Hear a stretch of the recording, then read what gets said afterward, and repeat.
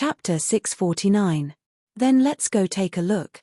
Hua Chenglu said with curiosity and excitement. What, you're not afraid anymore? Li Qingshan asked in confusion. Hihi, don't I have you? Hua Chenglu grinned. Her teeth were like shellfish, and her nose wrinkled. She seemed rather childish, which made people want to pinch her cheeks. Li Qingshan thought about the time he met her by chance. Back then, she seemed to only be 13 or 14 years old. She ran away from home and even used a mechanical ship to flatten the island of cherishing flowers. She could be regarded as quite adventurous. As if he thought of something, he suddenly smiled. Oi, what are you smiling for? Hua Chenglu felt uneasy under his gaze. I remember when we first met. Compared to you, you were much more serious back then. Li Qingshan waved his hand with a smile, and a cloud rose up from beneath his feet, lifting them up. I've always been like this. Ah. With a swish, the cloud shot through the air, leaving behind a long trail. Hua Chenglu cried out. The fierce wind blew over, and she charged headfirst into the darkness. She grabbed Li Qingshan's hand before letting go in a hurry. Her cry turned into a soft cheer. Before long, the view before them suddenly widened. They had arrived in a huge cavern. Demon Qi filled the entire cavern, and there was a deafening crunch. Li Qingshan now knew that it was the sound of chewing. A huge, white burrowing mite wriggled about as it munched away at the banyan tree. The tremendous demon Qi made it rather difficult for Hua Chenglu to breathe. A faint, blue barrier of light enveloped her. Just now, she let out a sigh of relief and cast a grateful glance at Li Qingshan. This tree sure is unlucky. It's being eaten by insects, and now it's being entangled by vines.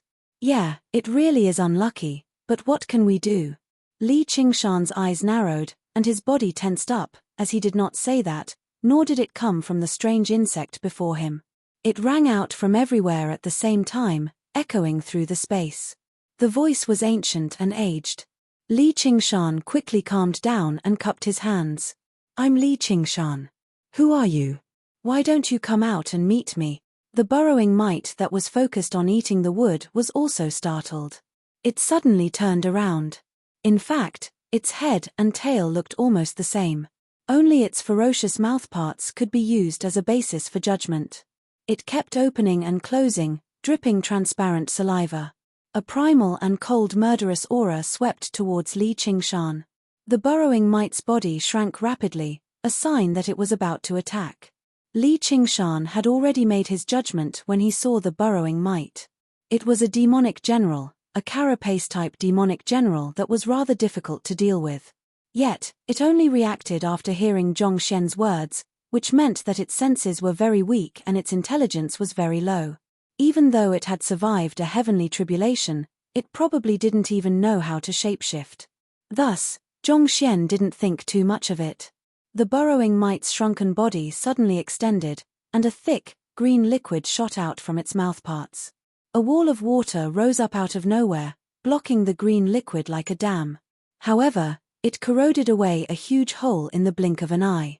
However, with the obstruction, the green liquid became a spent force. It landed on the ground and kicked up a cloud of white smoke filled with a sour smell. Li Qingshan said, "No wonder it can eat such tough wood." Seeing how the acid was useless, the burrowing mite directly charged over. Who knew how many legs it had moved together, like a charging train? Hua Chenglu felt like the huge insect had arrived before her in the blink of an eye. Before she could react at all, she felt her waist tighten. She leapt over the burrowing mite's colossal body before landing safely on the ground. Li Qingshan rested the traitorous demon sword on his shoulder and looked back. Carapace-type diamonds truly were very powerful in terms of physical strength.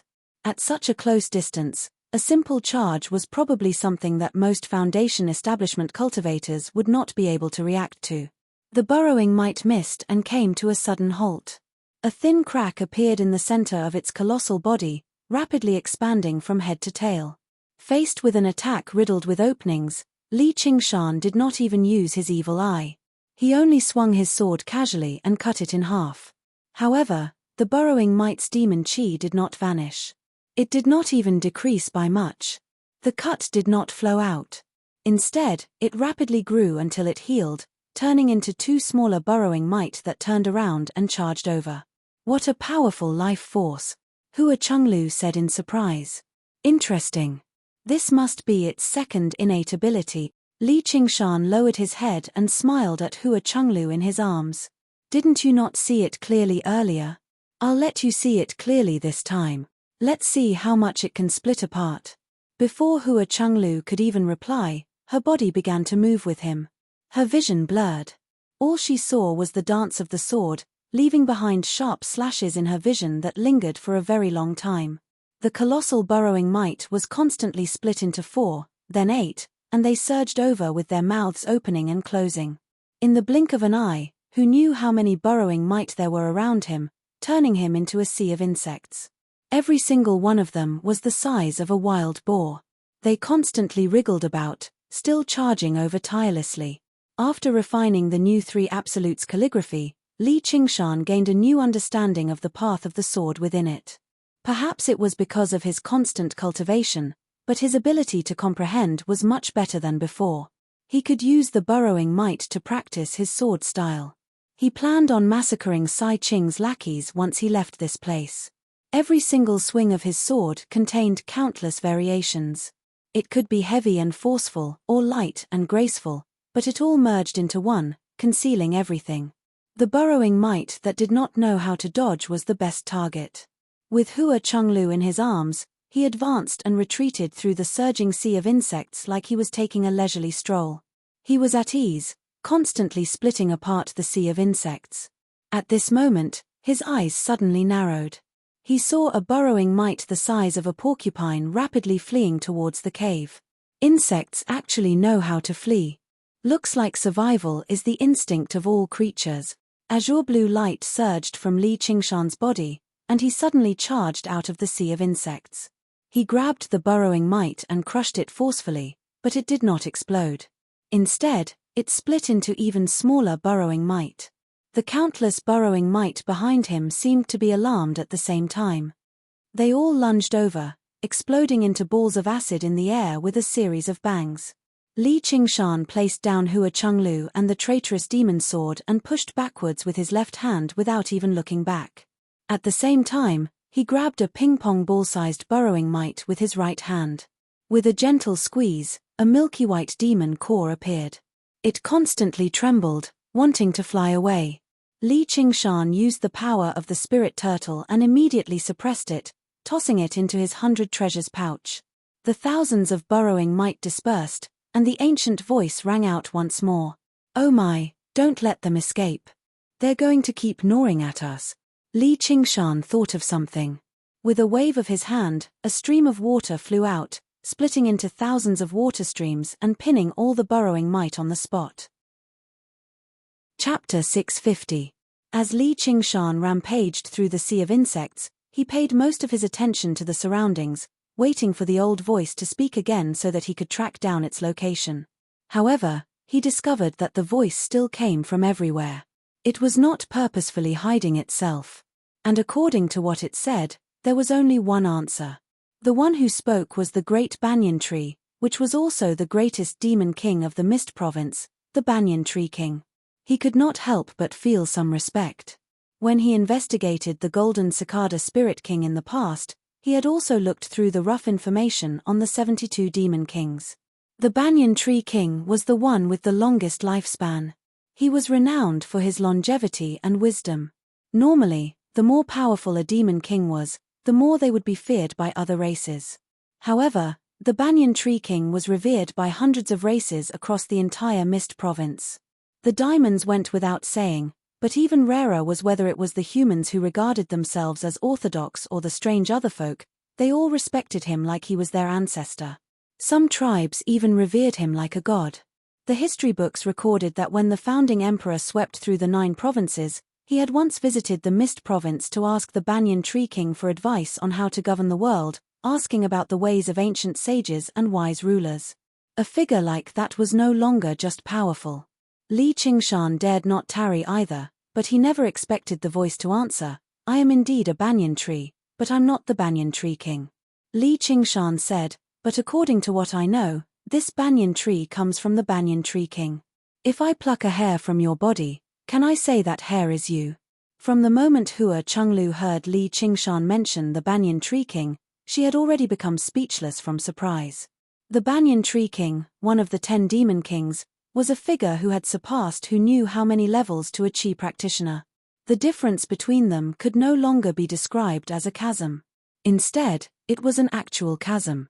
She also discovered that, at some point in time, Li Qingshan had wrapped his arm around her waist and pulled her closer. His other hand was tightly gripping the traitorous demon sword, his eyes bright. No matter what kind of opponent he was facing, he would neither relax his vigilance nor be timid. Even when he was facing the legendary Banyan Tree King, he still addressed him as fellow cultivator. Hua Chenglu's heart softened. She rested her graceful figure that Li Qingshan had praised as well developed gently in his arms. She had actually grown rather accustomed to this. Hearing the Banyan Tree King's words, he couldn't help but mutter. Such a large tree is actually just a strand of hair to the Banyan Tree King. I really want to see what his trunk looks like in the Mist Province.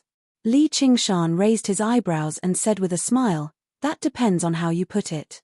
There are tens of thousands of horses in the world, but white horses are the minority. Could it be that white horses are not horses? Although it's just a strand of hair, it contains all of my information. How can you say that it's not me?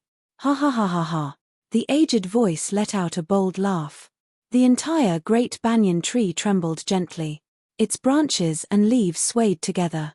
The pursuers waiting outside looked at one another. They had no idea what was happening inside.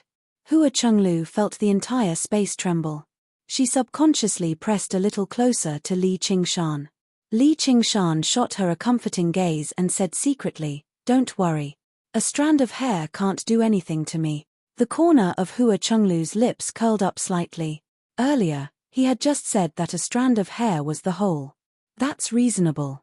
A white horse is also a horse. I am the Banyan Tree King. The laughter subsided, and the Banyan Tree King admitted it with great emotion. Li Qingshan said, may I ask if you have any advice for me, fellow? I'm 10,000 years older than you, so it's only right for me to call you senior. Then do whatever you like, senior. Li Qingshan could not be bothered with these empty titles, but he thought inside, 10,000 years older than me? If I cultivate at the same speed as you, then I'll really be done for. However, I still like you, fellow. Li Qingshan curled his lip. Old people sure are difficult to please. Hua Chenglu shot a glance at Li Qingshan in a hurry. This was the Banyan Tree King. Even Sai Ching had to treat him with respect. If he was angered, it would be terrible. Old person. Hehe, young man, I want to ask you for a favor, said the Banyan Tree King. What is it? There's been a little too many bugs on me recently. Please help me get rid of them. Also, the vines on me are too tight. I need to find a way to loosen them. It'll be even better if there's some rain. Li Qingshan was confused. With your abilities, can't you deal with a few bugs and vines? Do you need someone else to do it? I'm a tree. What kind of answer was that? Li Qingshan corrected him. It's the Banyan Tree King. If you remove the king, it's actually just the great banyan tree. Have you ever seen a banyan tree catch bugs by itself? With the Banyan Tree King's explanation, Li Qingshan understood that as it turned out, there was a complete ecosystem around the great banyan tree in the Mist Province. If there were bugs, then there were birds that ate them. The sun vines were vicious, but there were creatures that restrained them. However, after Sai Ching dug them into the dragon arena, the birds and beasts had obviously been dispersed or slain. This ecosystem had been severed. Even if you're right, there's a saying that a slight tug on one hair can affect the entire situation. Surely you can't just stand by and do nothing after being dug up by the roots. If I hadn't come, wouldn't you have been eaten up by these bugs and entangled to death by the vines? The Banyan Tree King said meaningfully, if I flew into a rage just because a single hair of mine was plucked, I wouldn't have lived to this day. Moreover, if I go out more, I'll always be able to broaden my horizons. If you hadn't come, I could have asked for help from others. That kid Sai Ching wouldn't have just watched me wither and die. The worst outcome would be losing a single hair, But if I didn't pluck a single hair, I'd be losing my entire body. Li Qingshan was taken aback by that. He muttered to himself, only by not fighting can there be no one in the world who can fight against me. He vaguely understood that this was his path of survival. Although he already possessed the unbelievable power of a king, he still followed the laws of nature and lived as a tree. Even if he had his bark ripped open, vines sucked away his sap, or worms devoured his body, he would not abuse his power. Instead, he worked hard to maintain a natural balance, providing a home for the various races of life. If enemies invaded, the vines and the bugs would both fight for them. This was similar to the intelligence of the spirit turtle. It seemed like he was in a disadvantaged position, but he did not fight back even when he was harmed. Instead, he maintained the optimal form of survival for himself. He had only heard of people hating wolves and tigers, but he had never heard of people hating trees. That's a rather profound statement, said the banyan tree king. Li Qingshan let go of Hua Chenglu and clasped his hands. All right, I'm willing to lend you a hand. He already believed that the banyan tree king had no ill intentions. He could even put up with the bugs that devoured his body without using his own power to purge them, so why would he have any ill intentions towards them? He was also very impressed by his intelligence. This was like facing an evil person wielding a weapon and unleashing his might. He needed to stand up and fight to the death. However, when he faced a wise and gentle old man with a cane, he would bend down and ask for guidance. What could conquer a person's heart was definitely not power. However, what Li Qingshan paid the most attention to was distinguishing between kindness and hatred. Since he had eaten his bark and drank his sap, he had to repay him. Moreover, he could obtain the demon core of burrowing mites. It was basically a guaranteed profit. He discovered that unknowingly, he had naturally become part of this ecosystem. Chapter 651. The Banyan Tree King smiled. If you don't let me down, I have a small gift for you. Li Qingshan's eyes lit up. The Banyan Tree King's small gift must not be something useless. Although he knew it was unlikely, it would be great if he could get another phoenix feather. Then I'll thank you in advance. However, those insects are all hiding in the tree trunk. How am I supposed to find them? The trunk of the banyan tree was 100 times tougher than rock, and it was filled with dense spiritual chi. Soul senses struggled to penetrate it. Don't worry. I'll show you the way. On the wall to Li Qingshan's right, the wood suddenly twisted into a doorway, leading to where the burrowing mites were. I've never seen a banyan tree do that either. Li Qingshan joked, replying to the banyan tree king's words. Have you ever seen a banyan tree catch insects by itself? I'm the banyan tree king. Li Qingshan smiled. It was impossible to survive without principles, but it was the same if one did not know how to be flexible. There was no fixed law. It was all for a better survival. Can you make this doorway a little bigger? Li Qingshan saw that the doorway was only a few feet wide. If it were a regular person who could not fly, they would probably only be able to crawl in. Kid, don't be too picky, said the banyan tree king. Opening a hole in his own body was clearly not something to be happy about. All Li Qingshan could do was say to Hua Chenglu, just stay here and wait for me for a while. I'll come back for you after I deal with the insects, or I might directly go outside. I'll get Senior Tree King to contact you when the time comes. Big Brother Li. I think we can squeeze together. Hua Chenglu pouted. She did not want to stay here alone. All right then, don't say that Big Brother Li is taking advantage of you. Li Qingshan opened his arms with a smile. Blushing, Hua Chenglu could only throw herself into his arms. She wrapped her arms around his waist and mumbled to herself as if she was comforting herself. It's not like we'll miss this time anyway. The tip of Li Qingshan's nose was filled with a faint fragrance, as if it was a combination of the fragrance of 100 flowers. He had smelled this scent on Wasungzon before, so it must have something to do with his cultivation method. Just now he was in the middle of a battle and didn't have the time to carefully appreciate it. At this moment he felt that her waist was slender and soft, yet full and firm. It was indeed like a blooming flower that could be plucked. He lowered his head and smiled. Not bad indeed. Let's go. Hua Chenglu's face was burning red. She did not dare to raise her head to look at him, only urging him. All right. Li Qingshan saw how embarrassed she was and stopped teasing her. He conveniently shoved the burrowing mites that had been nailed to death into his 100 treasures pouch. This thing was a demon general after all, and it had devoured a large number of banyan trees. Its body was filled with spiritual qi, so it would be quite a pity to just throw it away. In other words, although it looks rather disgusting, it's rich in protein. It can provide us with a lot of nutrition. At the very worst, we can even feed it to millipedes. Jumping into the long tunnel, the blue water waves surged around. Rather than saying he was flying, it was more like he was slipping back and forth. The path was not a straight line. Sometimes, he would suddenly enter a worm's path and suddenly change directions. Just now they were in the middle of a battle, so Hua Chenglu did not feel anything. Now that she was focused on traveling, there was nothing else that could distract her. The smell of a man constantly wormed its way into her nose, while his hands on her waist and back seemed to gradually heat up. Through her thin clothes, she felt a burning sensation. She could not help but want to pull some distance away from him, but every time they sped and changed directions, she could not help but stick close to him, as if he was constantly rubbing her, just not using his hands. Her face was so red that it seemed like it was dripping blood. In the blink of an eye, they arrived in another cavern. A white burrowing mite that was even bigger than the previous one was gnawing at it with big mouthfuls. Li Qingshan swung the traitorous demon sword, and the demon heart on the hilt shone with an evil light. With a flash, a huge wound appeared on the burrowing mite.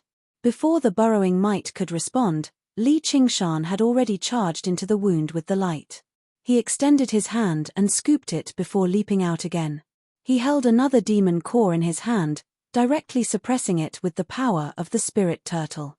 Having lost its demon core, the burrowing mite directly went from a demon general to a regular demonic beast. Its body rapidly shrank, reaching the size of a grown man in the end.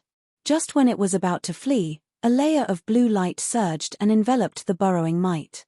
With a series of cracking sounds, it froze into ice. White, cold air permeated the surroundings. The icebound technique. Although Li Qingshan did not cultivate the ice spiritual qi of the Ice Couple Palace, this technique was still enough to deal with a demonic beast. He wanted to shove it into his 100 treasures pouch as well, but he failed in the end. As it turned out, the burrowing mite had been frozen, but it was not dead. Li Qingshan took out a delicate bug pouch and placed it inside.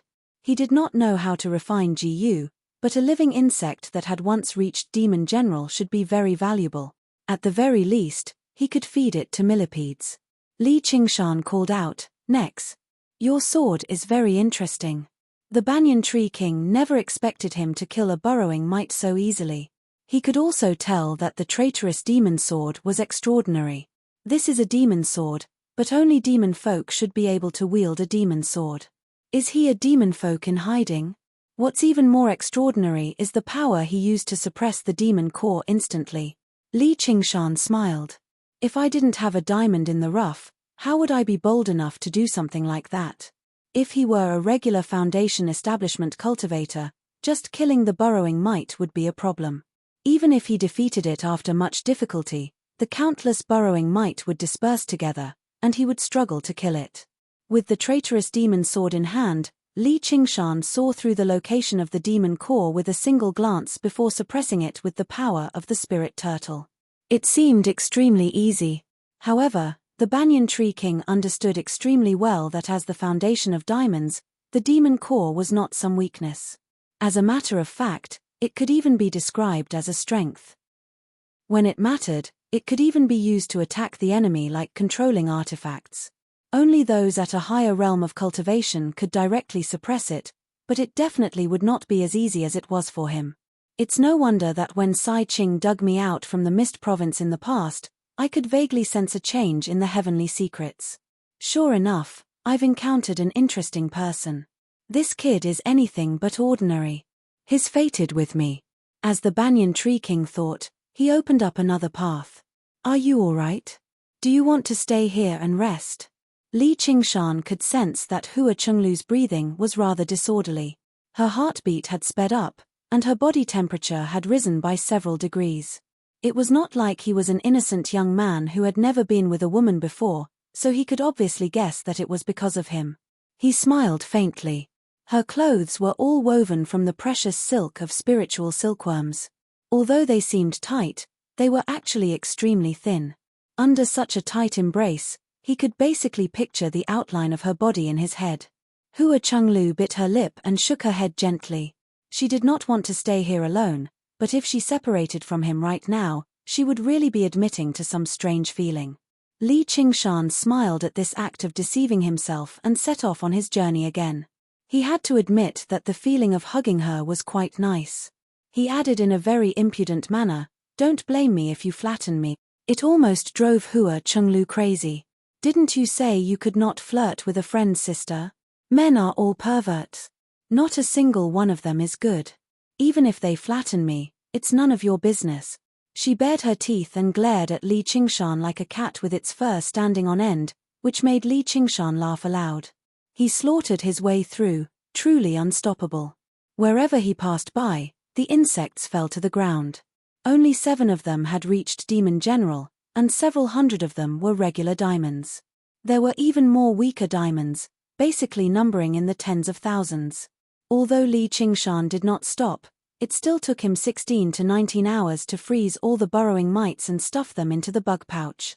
Counting the time, it was almost 24 hours, which was an entire day. The battlefield would vanish very soon. He had gained quite a lot from this trip, and he had achieved his original objective. Although he did not stop for even a moment, he mainly exhausted his mind and the energy from the demon heart in the traitorous demon sword. His spiritual qi was constantly recovering, and it had completely filled his dantian now. The sword qi from the incomplete sword had become even more powerful, absorbing a total of 70% of his spiritual qi. However, after reaching 50%, the rate of absorption slowed down, and it was becoming slower and slower. If he wanted to nurture this sword qi to its full power, it would probably take more than a few days. It was also because the great banyan tree was denser with spiritual qi than any place of cultivation. It was no wonder that 7 of the insect diamonds that cultivated slowly had become demon generals. 70% was enough to kill people anyway, so there was no need for perfection. Li Qingshan stopped and clasped his hands. "Fellow, it's about time. I'm going to leave." Then he said to Hua Chenglu in his arms, "Chenglu, just wait here for a while. I'll lead those guys to another battlefield first. They've guarded this place for so long, so there probably won't be any other cultivators in this battlefield. You'll probably be the only one teleporting, so it won't be too dangerous. However, you still have to be prepared. Don't be stingy with your talismans." "Ah, all right." Hua Chenglu only returned to her senses after a moment of surprise. She agreed, but her arms remained wrapped tightly around his waist. She basically maintained this posture for the entire day, clinging to him like a koala and accompanying him to the top and bottom of the banyan tree to fight. This process did not seem boring at all. As a matter of fact, she did not even sense the passage of time.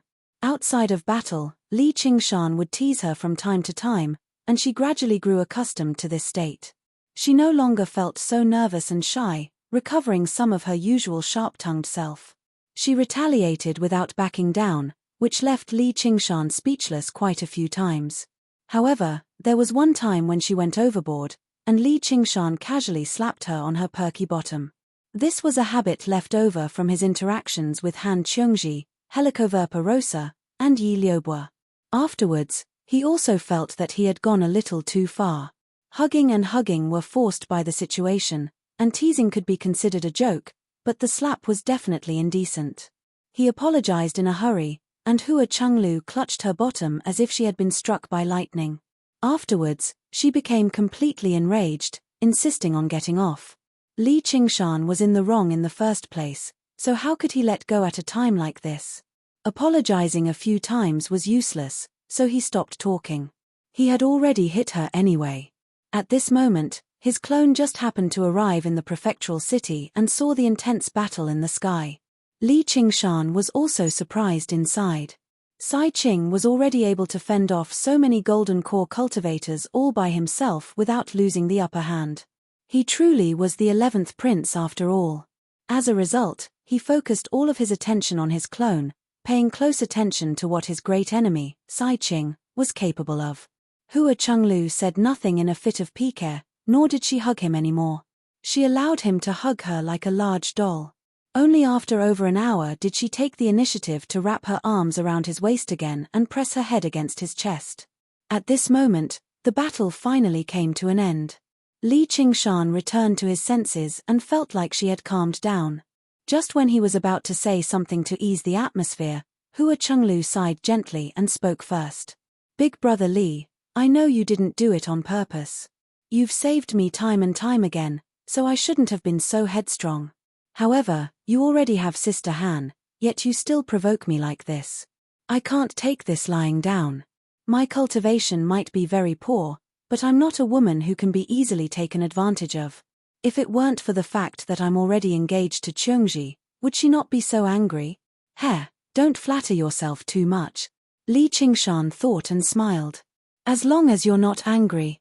As the saying goes, an elder brother is like a father. Just treat it like I'm teaching you a lesson in your father's place. My father has never hit me. Moreover, you're clearly in the wrong, so what right do you have to teach me a lesson? Hua Chenglu was furious. You're clearly in the wrong, yet I've compromised to make peace with you, yet you're still in the right? If worst comes to worst, I'll just let you hit me. Women sure are petty. Tui, who wants to hit you back? It's not like I'm your mother. Hua Chenglu smiled. Sai, why is my cultivation so slow? Back then, he was clearly around the same age as me, and I was even younger than him. This intelligent and beautiful woman from an aristocratic clan had always been the object of envy, but when she interacted with Li Qingshan, she felt rather inferior. In the cultivation world, the strong were revered. Cultivation was the most important standard of evaluation.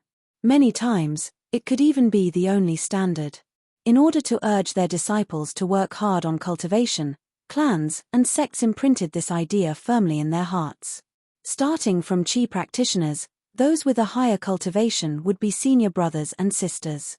Junior brothers and sisters would have to bow when they saw them, let alone a peak foundation establishment cultivator like Li Qingshan.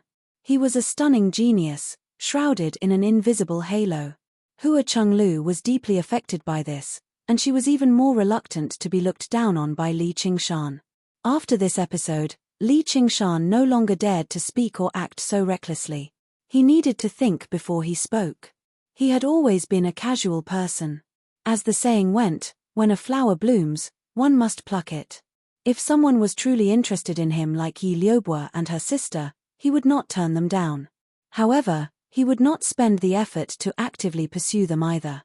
Hua Chenglu could be described as a supreme beauty, enough to tempt men, but in terms of beauty and allure, she paled in comparison to Gatemaster Qiu. And, after making arrangements for Begonia, he no longer felt reluctant to look back. This was all because his greatest pursuit in life was not love. There was only one woman who had ever made him feel like this, but that woman had poured a bucket of cold water over him, and he had completely given up on that thought. Hua Chenglu sensed the change in his tone and felt rather touched inside.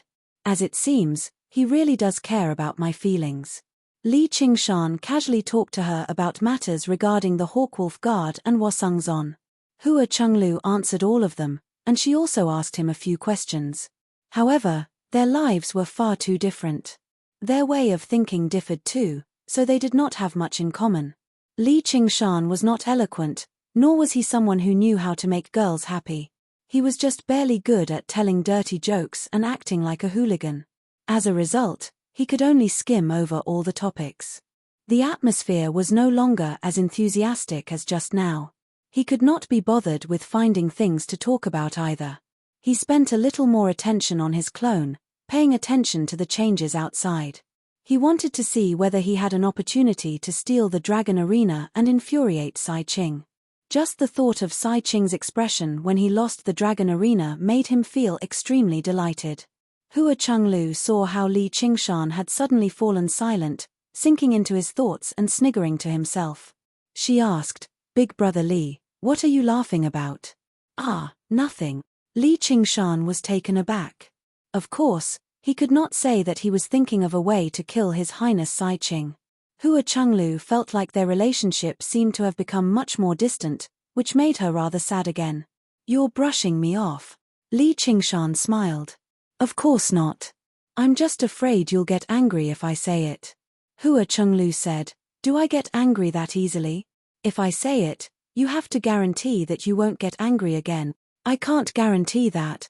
Then how would I be bold enough to offend first young Miss Hua with my nonsense?" "Stop mocking me. As long as you don't touch me, I'm not such a petty person." Li Qingshan sniggered.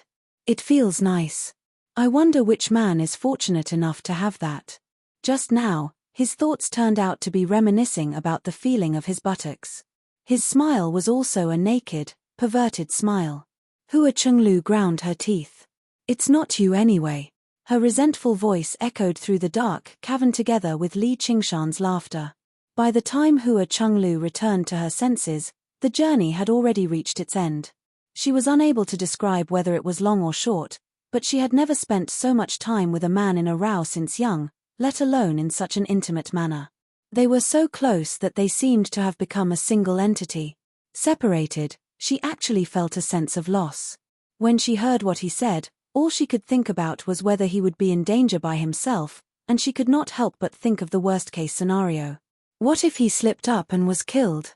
Afterwards, she began to panic over her imagination, so she called out loudly, "Senior Tree King, my big brother Li has helped you eliminate so many insects.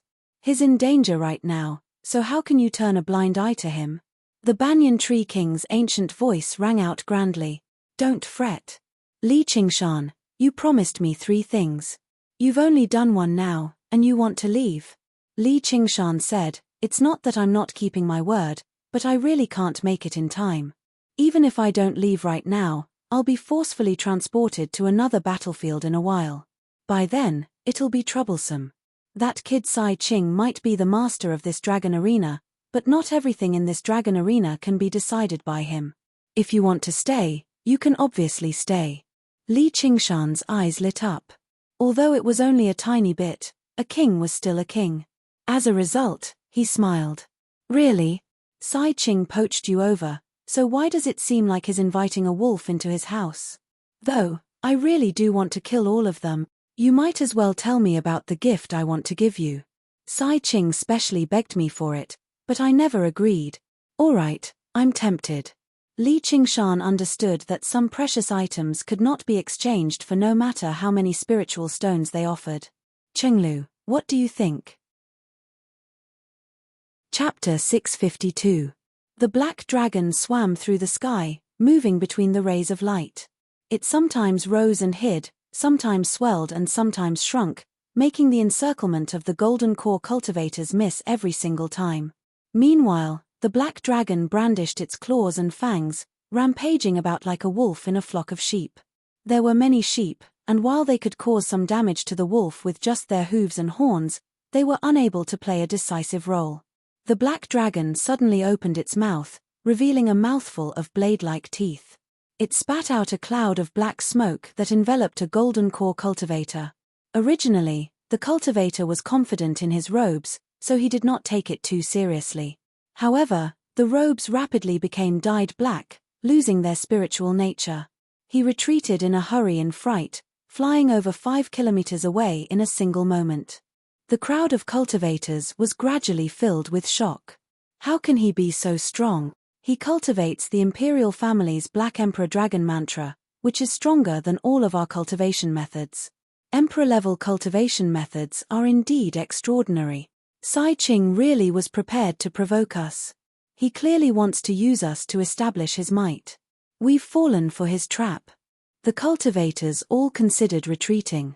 If it were not for the fact that their disciples and followers were still trapped in the dragon arena by Sai Ching, they probably would have fled in all directions already.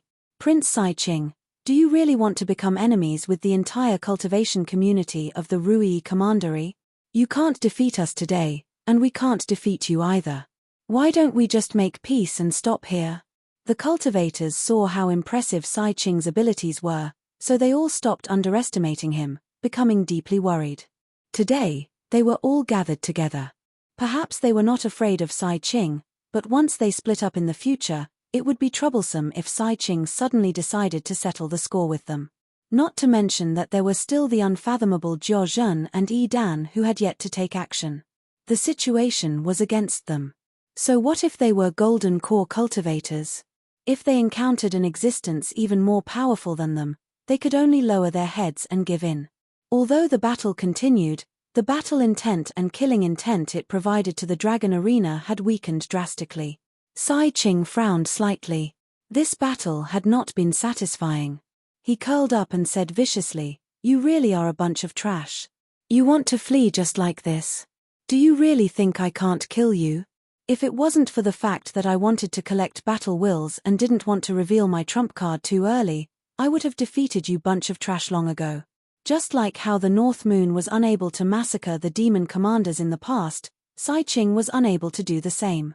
Establishing his might through battle was one thing, but if a golden core cultivator actually died here, that would be a completely different matter. Golden core cultivators weren't just any Tom, Dick, or Harry. The death of any one of them would be a huge matter. Even the Grand Shia Imperial Court had no choice but to respond. Under these circumstances, it was easy for Sai Ching to handle the situation with ease and remain undefeatable, but if he wanted to do what North Moon did to the demon commanders, ripping off the limbs of these golden core cultivators and defeating them all, that would be very difficult. He thought to himself, the strong should be able to do whatever they want, but they have to be restrained by these layers of rules, allowing these weak trash to be so noisy. One day, when I ascend to the throne and become the emperor, I will definitely return this world to normal. All the cultivators exchanged glances. None of them responded to Sai Ching's words. Be it trash or killing him, let him say whatever he wanted. Clap, clap, clap. Jiyu Yangying clapped her hands 3 times and smiled. A Ching, when it's possible to forgive, one should forgive. You should watch your tongue too. Since you've all witnessed each other's abilities, just listen to me and bury the hatchet. Sai Ching found this battle to be rather unpleasant, but he had basically achieved his original objective. He had awed all the cultivators from sects and gathered enough battle wills and killing intent. There was no benefit to continuing the battle, so he went along with what Jiyu Yangying had said. Since you've said that, Yangying, then let's just forget about it today. I just want to make them understand that the Rui Commandery is still the world of Grand Shia. It's not their turn to become a cultivator. Sai Ching turned back into a human and left with a flick of his sleeve. No matter how displeased the Golden Core cultivators were, all they could do was back down and return to the Soaring Clouds terrace. They were all worried. Originally, they thought after the Battle of Burial Mound Mountain, the 100 schools had suffered a great loss in strength, and it would finally be their turn to take charge of the Rui Commandery. They never thought a few even more vicious people would come, which made it worse than before. Li Qingshan hid his mirror clone in the dark and thought, what a pity. These sect cultivators sure are cowardly.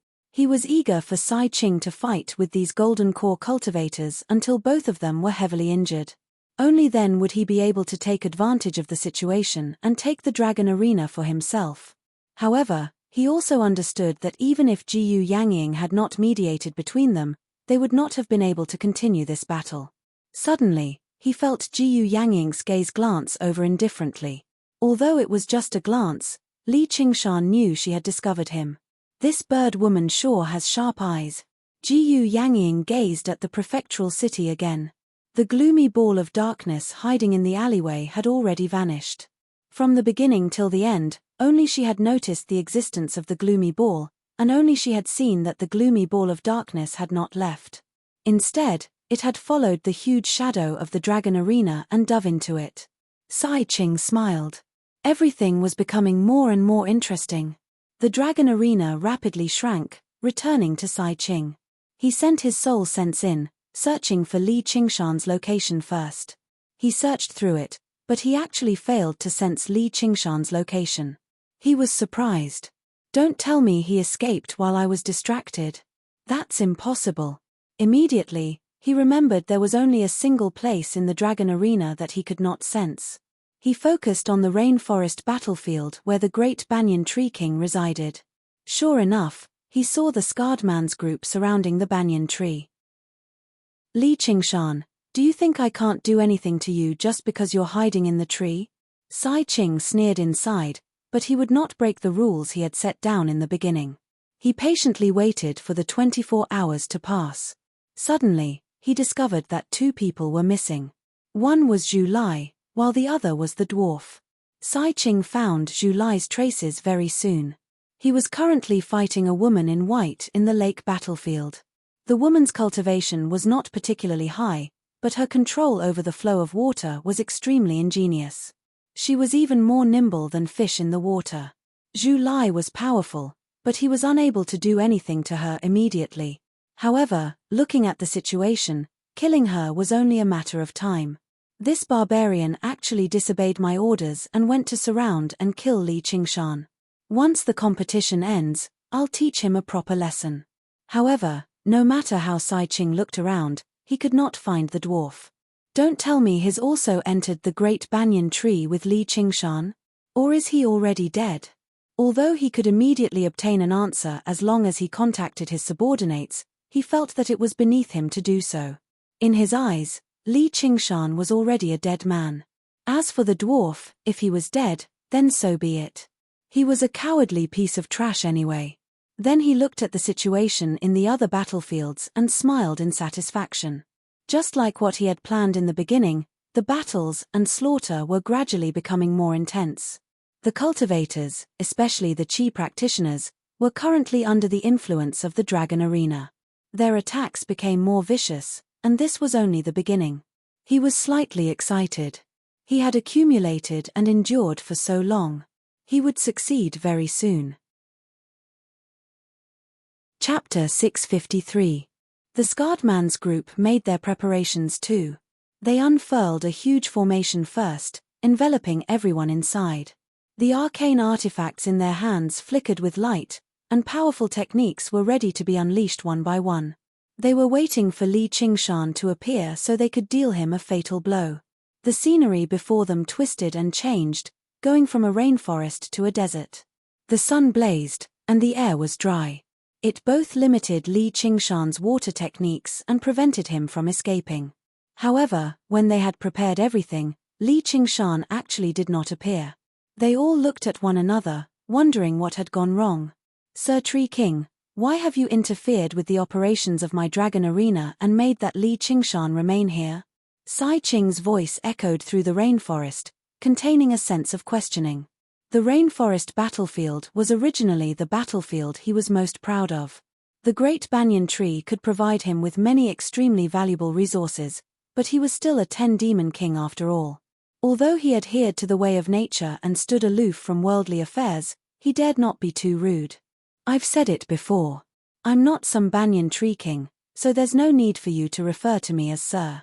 I want to keep this little friend here for a few days to help me clean out the insects and vines on him. Afterwards, I'll send him out myself. Senior, you're my guest. No matter what you need, I'll fulfill my duties as a host and do my best to satisfy you.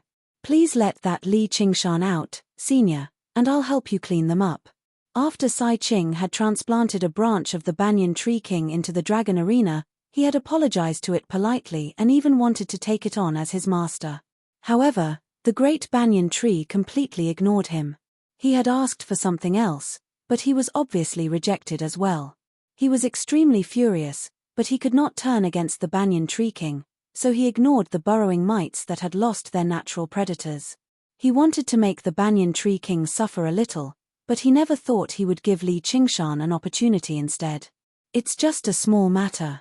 I wouldn't dare trouble your highness.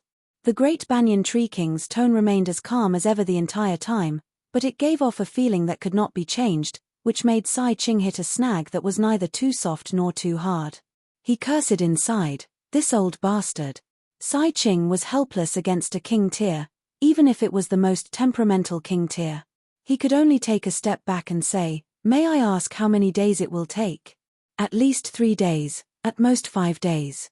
All right, I hope Senior can keep your promise.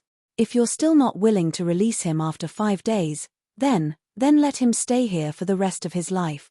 Sai Ching realized that if the Banyan Tree King really wanted to protect Li Qingshan, he really couldn't do much about it. After all, he couldn't uproot the great banyan tree and dig out Li Qingshan to kill him, even though he had the ability to do so. However, the Banyan Tree King didn't even need to think of any methods to take revenge. As long as this news was spread out, the Grand Shire Imperial Court would immediately punish him, the 11th prince, to give the Banyan Tree King an explanation. Not just anyone could offend the sage emperor. Offending one's superiors was a grave offense. Sai Ching was gloomy inside. His excitement and complacency from subduing the Golden Core cultivators vanished completely. He secretly made up his mind to break through the third heavenly tribulation as soon as possible and reach the realm of kings. The conversation between Sai Ching and the Banyan Tree King reached the pitch-black tree hole. Li Qingshan and Hua Chenglu exchanged glances and smiled. Li Qingshan said, "Thank you for your protection. Looks like you've developed very deep grievances with Sai Ching. I can protect you for 5 days, but I can't protect you for 6 days. When the time comes, you'll still need to find a way yourself." The Banyan Tree King found this child to be very unusual, so he used this to test him. He guessed that he would probably ask for help. However, he never expected Li Qingshan to smile emotionally. "My path of survival is slightly different from yours. I only seek to do as I please and kill to my heart's content. The more enemies I have, the better. What's hard is easy to break. What's soft cannot be guarded." The Banyan Tree King began to laugh again. His laughter subsided. "Are you prepared for the second matter?" Li Qingshan nodded. "I'm skilled in water techniques, so summoning spiritual rain is no problem. However, these sun vines are far too vicious, and they can absorb spiritual chi from techniques. May I ask how I can kill them?" If he could not keep the sun vines in check first, probably most of the spiritual rain would be absorbed by the sun vines. However, with his strength as a foundation establishment cultivator, he really could not do much about these strange, twisted vines. The Banyan Tree King said, "That'll require the girl beside you." "Ha! Me?" Hua Chenglu widened her eyes. She could not believe that the lofty Banyan Tree King would need a measly chi practitioner like her.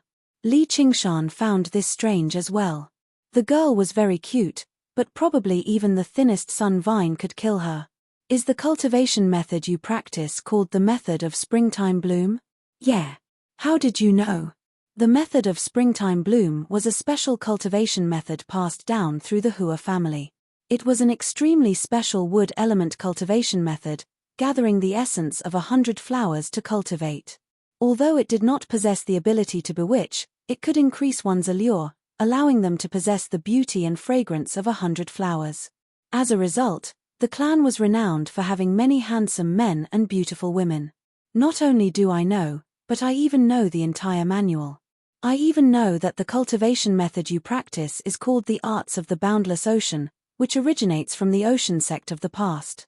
However, this sect hasn't been around for very long, and no one has ever come to the Mist Province, so I have no idea. With the Banyan Tree King's lifespan of 10,000 years, the various cultivation methods he knew were basically as plentiful as the ocean. His knowledge was so vast that no one could rival him. Li Qingshan's heart skipped a beat. His greatest problem with practicing the arts of the boundless ocean was that he did not have a master to guide him. He could only rely on himself. Although he had reached the 6th layer with his exceptional talent, the Banyan Tree King would definitely be able to give him some good advice with his knowledge and wisdom. He took out the jade slips for the arts of the boundless ocean and ocean wielding. "If you're interested, feel free to take them out and peruse them. If you can give me a pointer or two, I'll be extremely grateful." He felt an invisible power pass through his body, and the jade slip in his hand vanished with a flash. This cultivation method really is a little interesting. Your cultivation hasn't deviated, but you're still lacking some comprehension. Let me look through it carefully first, and then I'll talk to you in detail. Let's get back to the main topic first. There's only one time when sun vines stop attacking, and that's when they bloom. Hua Chenglu immediately understood what the Banyan Tree King was trying to say. The method of springtime bloom could make flowers bloom in advance. But with my cultivation, It's impossible for me to make such a large sun vine bloom.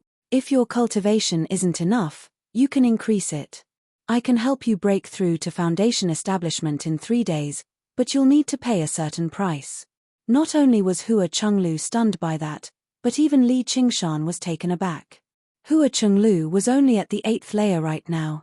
Her cultivation speed was not slow, but it was definitely not fast either. She was not a genius like Hua Sengzon. At this speed, she would need a decade at the very least before she could reach foundation establishment. Although the Banyan Tree King could make her cultivation progress drastically and undergo a complete transformation if he just channeled a tiny bit of his wood spiritual qi into her, breaking through required her own comprehension. However, breaking through to the next realm required one's own comprehension. It wasn't something that could be achieved with sufficient resources. She had never lacked elixirs or resources since she was young. If the Banyan Tree King had not said that, the two of them would definitely treat it as boasting. What price? I have nothing. Chapter 654. Hua Chenglu shook her head. I've never heard of it. Wisdom imbuement is a wondrous technique created by Buddhism. It can directly imbue one's own comprehension of the Buddhist Dharma into the minds of others. No matter how evil that person has been, they'll abandon good and evil and convert to Buddhism after receiving the imbuement. No matter how stubborn they are, they'll be able to gain enlightenment and advance valiantly on their path of cultivation. Turning evil into good and fools into wisdom is known as wisdom imbuement. There's actually such a wondrous technique in the world. In other words, as long as I receive wisdom imbuement, I can easily break through my current realm. May I ask what you need me to do, senior? Hua Chenglu's eyes shone brightly. Her talent was not bad, but her ability to comprehend was lacking. After all, not everyone was a genius. You don't need to do anything. But didn't you say there was a price to pay? Chenglu, I'd advise you not to accept this wisdom imbuement. When Li Qingshan heard the Banyan Tree King's explanation, he felt that something was amiss. No matter how he thought about it, wasn't this the so-called brainwashing? And it really was brainwashing. Why? Hua Chenglu looked at Li Qingshan's frown and became more and more confused. If you completely accept someone else's thoughts, will you still be you? What's the point even if you become stronger and smarter? That's right. This is the price I'm talking about. The reason why this wondrous technique hasn't been widespread is because it's been sealed by Buddhism. The monk who created this wondrous technique also went mad and died. Went mad? Hua Chenglu was horrified. The Banyan Tree King told her about an old story.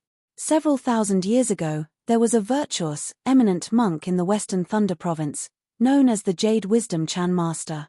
He often felt regret that his wondrous Buddhist Dharma could not be comprehended by everyone, so he read through all the records and thought hard for a decade before finally creating this wondrous technique. He first performed the technique on the stupidest disciple in the temple. Sure enough, the disciple lived up to his expectations. In a single night, he could recite all the Buddhist scriptures in the temple fluently and master them all. Even the smartest disciple in the temple paled in comparison, and his cultivation advanced drastically. As a result, all the disciples in the temple rejoiced and asked the Jade Wisdom Chan Master to perform the technique on them. The Jade Wisdom Chan Master went as far as to expend his mental and magical powers to enlighten all of them. As a result, every single disciple became smart and kind. The Jade Wisdom Chan Master also believed he had grasped the supreme technique to deliver all life, so he was overjoyed. A good friend just happened to visit, so the Jade Wisdom Chan Master showed him. Chan Master of the temple. Of the monastery. If we do this, what difference is there between Buddha and devil? Finished speaking, he left the temple. Zen Master Yutong thought that his good friend was jealous of him and felt a little unhappy. However, he did not take it to heart until the Dharma assembly that was held once a month. The monastery's disciples sat down to discuss the Dharma. In the huge hall, there were nearly 100 disciples, but they spoke like they were carved from the same mold. Even their expressions and tone were similar. The Dharma assembly, which was supposed to be a tit-for-tat and an intense debate, suddenly became peaceful. There was no dispute, just like a pool of stagnant water. Even though he was only 8 or 9 years old, he had the air of an old man. Zen Master Yutong seemed to see 100 Zen Masters Yutong talking to themselves. Fear grew in his heart, but it was too late for regrets. This wisdom imbuement was different from other spells. Once it was used, it would be hard to reverse it. Therefore, on a stormy night, Zen Master Yutong screamed, "I'll kill them all. I'll kill them all." He killed himself. Such a tragic story made Hua Chenglu pale. She did not want to become a Jade Wisdom Chan master. Sure enough, there was no such thing as a free lunch in the world. Shortcuts were not so easy to take. The Banyan Tree King smiled. "Girlie, there's no need for you to be so afraid. There's no such thing as beauty or evil. Going too far is a disaster. There's no such thing as good or bad cultivation methods. As long as you know your limits, it won't turn you into someone else all of a sudden. During the imbuement, I'll do my best to only give you my comprehension of the method of springtime bloom. The increase in your ability to comprehend will be limited to foundation establishment. I'll reduce the influence on your mind, but it's unavoidable. You'll have to pay a price. Consider the pros and cons yourself. With the Banyan Tree King's 10,000 years of wisdom and comprehension, if he gave Hua Chenglu the wisdom imbuement, it would not just be foundation establishment. She would even have the foundation to condense a golden core. However, Hua Chenglu would be completely drowned out. If he controlled his limits, it would reduce both the pros and cons. Although there would still be some influence, it would not be enough to completely distort or obliterate Hua Chenglu's heart. To Li Qingshan, even the slightest bit of distortion was unacceptable. Even though he admired the Banyan Tree King's way of survival very much, when he was lectured that the unyielding is easy to break, he still had to answer rudely, "The soft cannot be guarded. No matter how great your things are, they're still yours. I have my own principles." Hua Chenglu hesitated instead. She lowered her head in thought for a while before raising her head again. "I agree, Chenglu." Li Qingshan pressed down on her shoulder with a frown. "Big brother Li, if I can't complete these 3 tasks, I won't be able to receive Senior's gift. Just treat this as me paying you back for saving my life." Hua Chenglu grinned, appearing relaxed and playful. "Then forget it. I've never viewed a gift as more important than you," Li Qingshan said firmly. His dignity would not allow a little girl to make a sacrifice for him. He wanted to say that, but she had to stand by her own opinion even more. He smiled again. "Compared to whatever gift, I think a kiss from Chenglu is a little more enticing." Hua Chenglu glared at him and raised her chin. "Don't even think about it." She burst out laughing as well. "You must be joking. I'm not that great. Big brother Li, you're a genius. You have no idea how difficult it is for us mortals to cultivate. Using some changes to exchange for 10 or even 20 years of time, as well as countless pills and the various benefits of increasing our cultivation, probably no one apart from you can remain completely unmoved." Li Qingshan said sternly, "This is no trivial matter. You need to consider it carefully." Hua Chenglu shook her head gently. "There's no need to consider it. If my cultivation doesn't progress, I'll probably have to obey my father and marry someone else in just a few years." Li Qingshan said, "With your elder brother here and me here, Li Qingshan, I don't think anyone can force you. You can take your time to choose someone you like." Hua Chenglu pressed her hand against her chest. "It's not force. This is my responsibility. I've been spoiled by my father and brother ever since I was young. I basically grant all my requests. This is something I've come to understand a long time ago, not to mention that it's hard to say whether or not you like someone between a man and a woman. Even if you like someone today, you might not like them in the future. At the end of the day, it's more practical to find someone of equal status." Li Qingshan seemed to see the serious little Hua Chenglu from many years ago again. He rubbed her head. "Girl, you're so practical at such a young age. You don't have any of your elder brother's infatuation at all." Hua Chenglu grabbed his large hand and shook it off forcefully. "You're getting touchy again. Temph, I don't want to be as stupid as my elder brother. As long as I reach foundation establishment successfully, I won't have to worry about marriage anymore. I'll stay single for the rest of my life and learn from Jiyu Yangying. I'll make you stinky men die of envy. Foundation establishment cultivators in their early 20s were all geniuses that their clans treasured, regardless of their gender. They had a certain amount of autonomy in all matters, large or small. Unless she was willing, she would never become a tool for marriage. Different cultivation levels directly affected a cultivator's identity and status, or even their fate for the rest of their lives. Li Qingshan smiled. That works too, just in case I get jealous. Though, if you do regret it one day, don't forget about your big brother Li. As the saying goes, don't let goodies flow to outsiders. Hua Chenglu called out, don't even think about it. Don't even think about it. She changed the topic. Though, if there's another interesting adventure like this in the future, you have to call me. I won't drag you down anymore. Li Qingshan shook his head. By then, I'll already be a golden core cultivator. I'll probably still have to fight with one hand. Then I'll have to trouble you to free up a hand to carry me. Hua Chenglu's face reddened slightly. Eagerness filled her eyes. I want to see even more scenery. I want to receive the respect of you and everyone else. I don't want to be unable to be friends with Zijian when I see her again one day.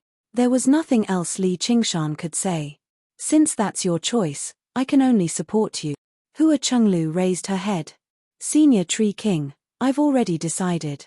May I ask how I receive the wisdom imbuement? Come. Another hole suddenly opened up in the wooden wall, leading straight to the center of the banyan tree. As Li Qingshan killed the burrowing mites, he circled around the center of the tree. Although the tree trunk had been riddled with holes from being eaten by the mites, the center of the tree was even tougher.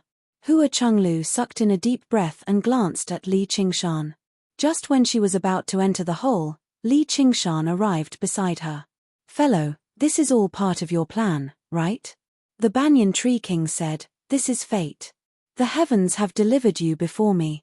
Li Qingshan glanced at the tree hole. Then can I go in and take a look? Although he trusted the Banyan Tree King's character, he still had to be cautious. If he turned him down, perhaps he would have to make Hua Chenglu reconsider. Sure. The hole is too small. I'll go first. Hua Chenglu was rather troubled. The hole was even smaller than the one they could pass through just now. Before she could even finish, Li Qingshan hugged Hua Chenglu firmly with a smile. It's fine. Let's squeeze. Afterwards, he leapt into the tree hole. You're squeezing me to death. A while later, Hua Chenglu pushed Li Qingshan away viciously. She felt her entire body ache. He was so strong that it felt like he was trying to rub her into his body. Don't be so delicate. You're squeezing me to death too. Li Qingshan answered casually as he gazed at the strange space. It was shaped like an upside-down bowl, roughly the size of a large hall. This was the very center of the great banyan tree. Spiritual qi permeated the place, so thick that it seemed like it was about to solidify. Just taking in a breath was refreshing. Girl, come to the center. Relax your body and mind. The Banyan Tree King's voice grew louder and louder. Hua Chenglu stood in the center, and jade-green aerial roots grew from the surroundings, wrapping around her limbs gently and pressing into her major acupoints with great precision. Over a dozen of them pressed into the acupoints on her head as well. Her feet left the ground and she began to float. Chapter 655. Hua Chenglu let out a soft moan. She was unwilling to endure the pain, but at the same time, it was accompanied by indescribable joy. Extremely pure wood spiritual qi surged into her body, immediately replacing all the true qi she had cultivated arduously for over a decade. Afterwards, it merged into her body strand by strand, circulating automatically according to the method of springtime bloom. The first layer, second layer. In the blink of an eye, she had pushed her cultivation to the 8th layer once more. Afterwards, she continued onwards, reaching the 9th layer, then the 10th layer. All the meridians in her body were connected by spiritual qi, which was countless times purer and more abundant than the spiritual qi she had originally cultivated arduously. It filled her dantian and sea of qi. The great banyan tree was nothing more than a drop in the ocean to the Banyan Tree King, and the spiritual chi that had entered Hua Chenglu's body was nothing more than a drop in the ocean. However, to a puny chi practitioner, it was a gift so great that she could not endure it. Originally, this was already her limit. The Banyan Tree King might have been able to cleanse her body and break through minor realms of chi practitioner, but he could not force her to break through to major realms. She still needed to cultivate and comprehend on her own, but who knew how long this would take? Girlie, wake up. Guard your mind. Don't forget who you are. Suddenly, the Banyan Tree King's voice rang out in her head. It was the complete opposite of her request to relax her body and mind just now. Hua Chenglu did her best to recover a sliver of clarity from the great joy of breaking through. She thought to herself, I am Hua Chenglu. The vast and complicated information exploded violently. In the past, she seemed to be in a dark maze, constantly searching for a way out for her own path of life and cultivation. In that moment, the walls of the maze suddenly collapsed. Scorching white light shone in, and the layers of maze and darkness that plagued her completely vanished. Even her body seemed to vanish, only leaving behind her soul that rapidly expanded in the light. She was like someone who had been blind, deaf, and stupid for their entire lives suddenly being able to see, hear, and think. It seemed like thousands of years, yet it also seemed like only an instant. She was completely submerged in great joy. For some reason, she thought to herself, this must be the land of ultimate bliss that Buddhists speak of. Don't forget who you are. The Banyan Tree King's aged voice rang out again. Hua Chenglu thought of the Jade Passage Chan master's story and was slightly surprised. Afterwards, she actually asked herself in some confusion, who am I? She was called Hua Chenglu, but that was just a name. Some things had vanished, some things had changed, and some things had appeared out of nowhere, completely fusing with her and becoming inseparable. However, there was no doubt that she had become stronger, both physically and mentally. However, it was as if she had missed out on many things. If a child became as mature as an adult overnight, he would miss out on the naivety of childhood and the frivolity of youth. The child might never know what kind of price he had paid, and there would only be a blank space in his memories.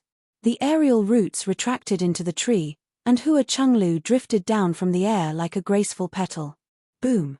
Thunder and lightning streaked across the void, baptizing all life forms that wanted to be reborn.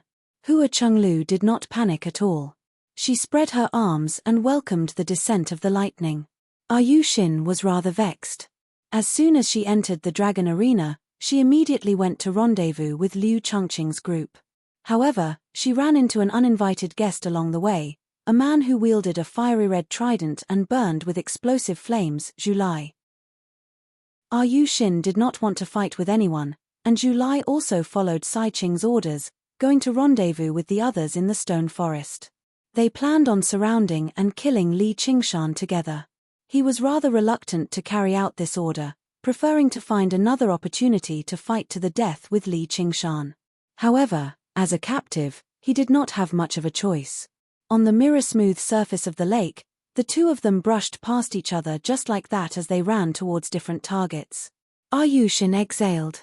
Fire devourers had always been skilled in battle, and the power of the flames they used was even more startling. This guy was much more difficult to deal with than regular late Foundation establishment cultivators. A streak of firelight suddenly shot over, blocking his path. Zhu Lai's eyebrows furrowed into a crease as the flames in his eyes leapt about. He stared into Yu Xin's eyes. Her appearance was extraordinarily beautiful, which convinced him that a face like hers did not exist in his memories, nor did he have any thoughts of lust. Instead, he experienced a strange feeling. This woman disgusted him very much. This disgust was almost instinctive. He was tempted to kill her and be done with it. However, when he considered his current situation, he probably felt the same when he saw any human cultivator. If it were just this feeling of disgust, he would not have purposefully turned around. Within the disgust was an indescribable sense of closeness, as if he had run into an old friend in a foreign land. This feeling was so distinct and special that it was unforgettable for anyone who had experienced it. He had only experienced something like this once in his memories, so he asked, "Have we met somewhere before? I've never been to a savage place like the Mist Province." You've probably mistaken me for someone else. Ayushin smiled and looked at Zhu Lai. She also did her best to search through her memories, but it was to no avail. She had seen far too many fire devourers in the past. After so many years, all that remained in her memories were balls of furious flames and twisted, furious faces. Zhu Lai said nothing more. He suddenly struck out with the trident, shooting towards Ayushin like a comet with scorching flames. Since she refused to admit it, then he'd just kill her and see what happens. This was how fire devourers operated. People would always reveal many secrets before they died. If she still refused to admit it, then they could take this secret with them to the netherworld. Killing a measly early Foundation establishment cultivator like her would not take up too much time anyway. Ayushin was already prepared. The moment Zhu Lai raised the trident in his hand, she had already dove straight into the lake. These damned fire devourers. The trident missed. The flames illuminated the surface of the lake as white mist rose into the air. Ayushin's voice rang out from the bottom of the lake. I heard that a fire devourer became Sai Qing's dog, biting people everywhere under orders. Don't tell me that's you. Shut up. Zhu Lai swung the trident viciously in the direction of the voice. With a great rumble, the surface of the lake was split open. The flames descended, and a white figure flashed by, but the moment the flames reached him, he slid to one side gently. I heard that among the many other folk, fire devourers have the worst tempers. They're all hot-tempered men who would rather die than submit. Looks like the legends really aren't true. As it turns out, they swagger around when they face those weaker than them, but they wag their tails and beg for mercy when they face those stronger than them. I heard that Sai Qing likes men, TSK. Zhu Lai's heart ached from being stabbed. The flames on him immediately surged to a height of 10 meters. Very good. You've angered me. Do you know that the angrier fire devourers are, the more powerful their flames become? Hiss. Ayushin dove into the bottom of the lake. Zhu Lai originally thought he could finish off Ayushin in a few moves, but he discovered that she was even more slippery than Li Qingshan. She refused to face him head-on, swimming around like a fish in the water. No matter how violent his flames were, she would always be able to grasp an opening ingeniously and nullify a wave of his attacks. It was as if she knew his methods, moves, and even battle style like the back of her hand. He clearly possessed an overwhelming advantage, but he was actually unable to emerge victorious right away, which made him even more doubtful. Apart from the battle, Ayushin's mockery constantly rang out from the bottom of the lake, provoking him into crying out. How could he still care about Sai Qing's orders? His attacks became more and more vicious. He swore he would not stop until he killed her. Ayushin encountered danger again and again. If it were not for the many talismans she had on hand, she would have almost lost her life several times. She pursed her lips firmly, and her expression did not change at all like a jade statue. The constantly invading flames, the endless fleeing, the endless jungle. These memories that she had originally forgotten suddenly became clear once again. Her blood was still dripping, without the slightest hint of fading. The pain was still as vivid as before, like it was yesterday. In the depths of her eyes, a flame reignited. After fighting for more than an hour, Zhu Lai seized the opportunity and pounced down, the trident in his hand stabbing towards Ayushin's back. Ayushin abruptly turned around, a bright smile on her face. It was completely different from her usual gentle expression. It was as flamboyant as fire, full of aggression. Suddenly, a hideous and strange shadow appeared behind her. It was a strange humanoid figure wrapped in bandages. The white bandages were soaked in blood and pus, completely losing their original whiteness. The body exposed through the gaps was also half-rotten and half-rotten, covered with disgusting poisonous sores. Some parts were bony, as if even the flesh had been cut off, while some parts were swollen like balls, filthy and ugly to the extreme. The moment it appeared, it pounced towards Zhu Lai. Zhu Lai frowned slightly. His body was burning with flames, and he was wearing a sturdy armor that even swords couldn't harm. He was confident that he could block any attack. How could he give up the chance to kill her just because of a mere shadow? The hideous shadow was shockingly fast. Without a sound, it passed through the flames, passed through the armor, and pounced into Zhu Lai's body. Zhu Lai had a bad feeling. His whole body stiffened, and the trident slowed down, allowing Yu Xin to take the opportunity to dodge. Zhu Lai touched his chest, and found that other than the initial stiffness, he didn't feel anything else. It seemed that the shadow could only do so much. It turned out that she was deliberately mystifying, and he was almost fooled by her. However, as time passed, he began to feel uncomfortable all over his body. At first, it was just a little discomfort. His body was sometimes cold and sometimes hot, and he felt a slight itch. His control over the flames became less smooth, and then his head began to feel dizzy, until it felt like it was going to explode. Red rashes appeared all over his body, so itchy that he couldn't help but scratch them with his hands. He desperately operated the flames, trying to get rid of these uncomfortable feelings, but it was useless. Although his attacks were still fierce, and he had the upper hand, he could no longer pose a fatal threat to Yu Xin. "What did you do to me?" Zhu Lai shouted angrily. He no longer had the prestige from before, and his neck was swollen. Chapter 656. Even the School of Music could injure people with the sound of their zither, so the School of Medicine also had their own way of protecting themselves. There was a method to refine plague ghosts in the records of the School of Medicine. Plague ghosts were not evil spirits. Just like the legendary god of plagues, they were actually gods that avoided diseases. Plague ghosts fed on diseases, accumulating them in their bodies. Over time, once it reached a certain level, they could lunge forward when they encountered an enemy. Because they existed between a god and a ghost, nothing could stop them from transmitting the diseases into their bodies. However, the bodies of cultivators had always been extremely tough. For someone like Zhu Lai, who was one of the best, regular diseases were unable to affect him much at all. Only by devouring large quantities of diseases could they play a decisive role, which also meant that cultivators had to spend a tremendous amount of time treating mortals. The plague ghost that Yu Xin refined had only reached its current level after several years of war, when plagues ran amok in the Clear River Prefecture. Who knew how many diseases she had collected, allowing it to accumulate to its current level. As a result, while plague ghosts were extremely tough, not a lot of disciples of the School of Medicine chose to refine them.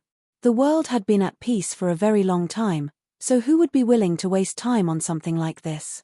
However, once the plague ghost reached minor success, it would be even more terrifying than poison. Poison could always be suppressed and purged, but the diseases would constantly grow and spread. With every moment that passed without treatment, the diseases would become more and more severe. Zhu Lai could not hold back the itch in his lungs anymore. He covered his mouth and began coughing violently. When he looked at his hand again, it was covered in blood. He felt like his body was rapidly deteriorating, like a building being eaten away by insects and ants, about to collapse at any time. Viciousness rose up in his heart. "I've probably been poisoned by this woman's GU. As long as I kill her, the GU will obviously be removed. Even if that doesn't work, I'll drag her down with me." As if she had been expecting this a long time ago, Yu Xin fled far away and said loudly, "Don't even think about it. Even if you kill me, you won't be cured of your disease. Instead, it'll erupt immediately and kill you." In the words of the Mist Province, it's death GU. The Mist Province was a land of wilderness. There were many vicious and mysterious methods of refining GU. Death GU was the most vicious of them all. It could only be activated at the cost of one's own life, taking the enemy down with them. "You really have come to the Mist Province before. Who are you exactly?" There was no longer any contempt in Zhu Lai's eyes anymore. It was replaced with deep fear. "You don't have to worry about that. I just want to ask you, do you still want to return to the Mist Province?" Yu Xin's eyes were shining. Her expression and temperament were very different from usual.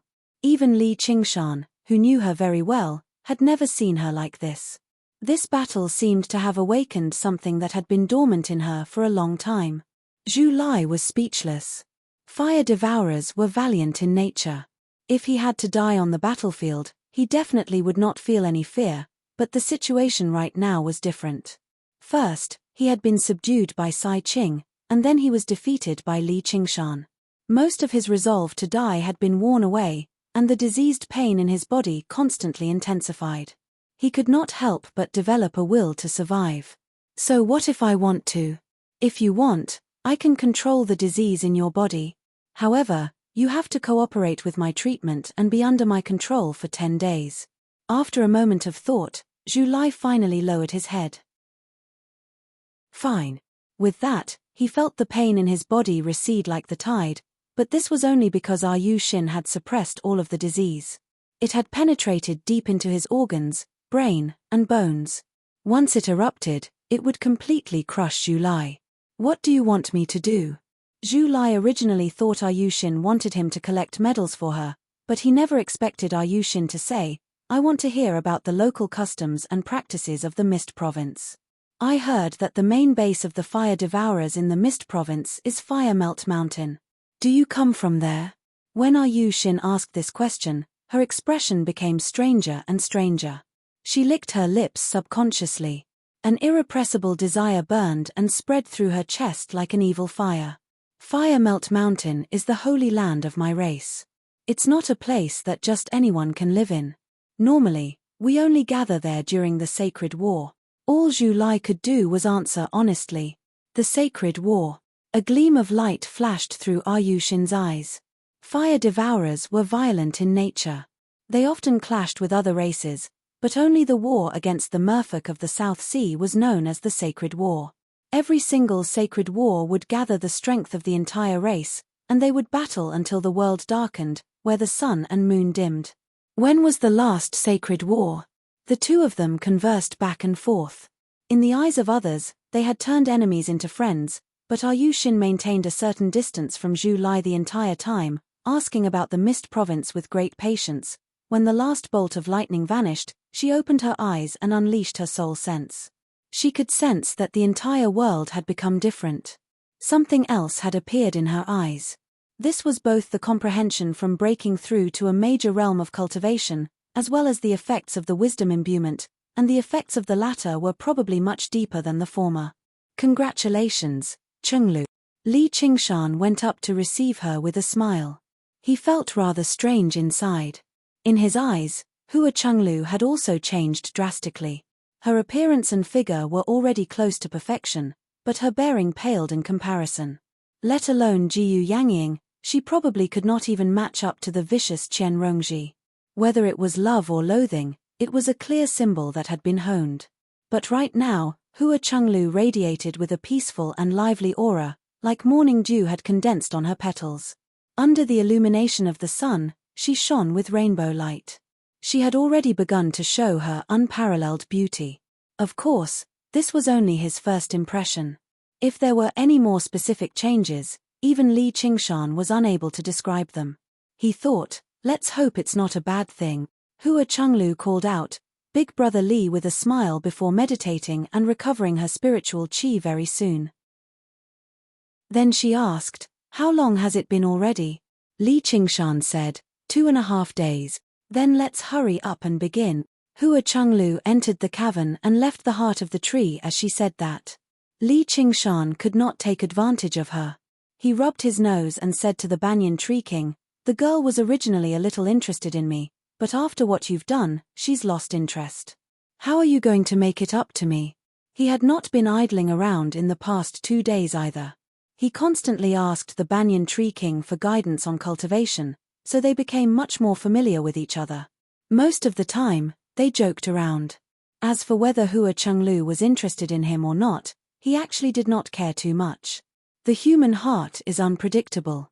How can you be certain with a single glance? Then thank you for your guidance over the past few days, fellow.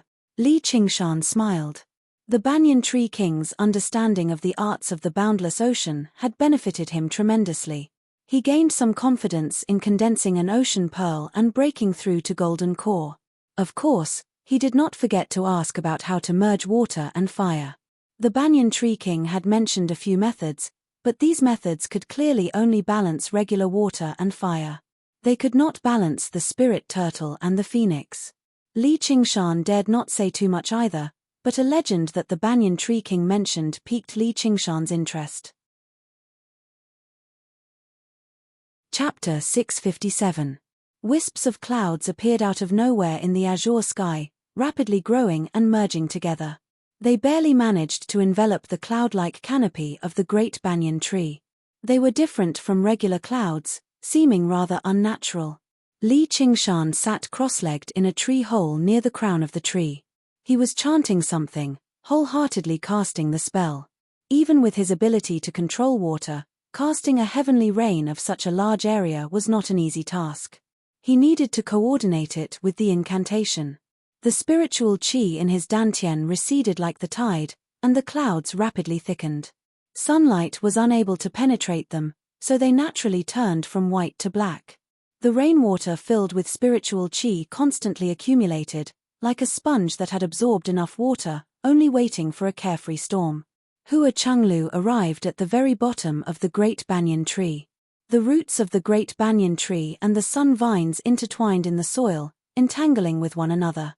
Very soon, she found a suitable spot and pressed her hands against the roots of the sun vines. She used the method of springtime bloom, and her hands shone with rainbow-like light. The sun vines that were as huge as dragons trembled from this tiny force. They absorbed all of the force with their instinctive ability to absorb spiritual qi, and the trembling rapidly intensified. Mature sun vines could basically ignore any technique, but the purpose of this force was not to attack, but to stimulate. Just like how people who were immune to poison could not resist aphrodisiacs, the flowering and fruiting of plants was deeply ingrained in their instincts. Very soon, all the spiritual qi in Hua Chenglu's body was drained dry. Immediately, an aerial root wrapped around her, channeling pure wood spiritual qi into her body. Flower buds appeared on the sun vines first. A while later, golden sunflowers bloomed resplendently, shining with light as resplendent as the sun. The banyan tree king said, "All right, I feel much more relaxed now. Thank you. The nectar of the sunflowers is very valuable to you. Go collect some." Hua Chenglu let out a sigh of relief and smiled as well. She had arrived at the banyan tree king, and she finally saw light again. It had only been a few days, but she felt like she had been reincarnated. Li Qingshan also received the banyan tree king's message. His chanting stopped, and with a hua sound, the sponge in the sky seemed to have been forcefully twisted. The heavy rain poured down, landing on every leaf and flowing down the tree trunk. The sunflowers bloomed even more brilliantly in the dark rain. Li Qingshan arrived outside the tree hole as well. He watched as Hua Chenglu fluttered about between each flower like a butterfly. The banyan tree king's voice rang out by his ear again. "Come, take your present." Li Qingshan followed the guidance of the banyan tree king and arrived at the crown of the tree. The branches and leaves crisscrossed, and one could not see more than 10 feet ahead. The branches swayed slightly. The leaves parted to make a path for him. Li Qingshan arrived at the end of the path and saw a small, pitiful flower blooming on a thick branch. It seemed like several hundred strands of fine hair had gathered together. Its color ranged from white to red, making it very inconspicuous. It was completely out of proportion to the banyan tree king's colossal body. It could not compare to the huge, resplendent sunflower either. "Is this the present? Don't hurry, don't hurry." Time seemed to pass quickly. The flower's color darkened before it formed a tiny fruit in the end, going from green to yellow. Of course, it was still very inconspicuous. "Hurry up and pluck it," urged the banyan tree king. His voice was slightly tired. Li Qingshan extended his hand and plucked the fruit. He fiddled around with it. "Thank you, but can this fruit be eaten?" He probed it with his soul sense, but he did not sense much spiritual qi in it. Instead, it had gathered another power. It was a powerful will that was similar to soul sense. He had no idea what it could be used for. "Li Qingshan, give me the fruit in your hand, and our grudges will be written off." Sai Qing's voice suddenly rang out from the sky. It was filled with urgency. When he saw the banyan tree blossom and bear fruit, his eyes widened. The fruit of wisdom. He had once humbly begged the banyan tree king for this fruit of wisdom. The banyan tree king had been known for its wisdom since ancient times. The fruits it bore could not allow one's cultivation to advance to the heavens, but they contained the crystallization of the banyan tree king's wisdom, which could enlighten one's wisdom and comprehension. This was different from the brainwashing of wisdom imbuement. Instead, it was enlightenment and development, like the Buddhist severe warning. The effects of this blow were not the same.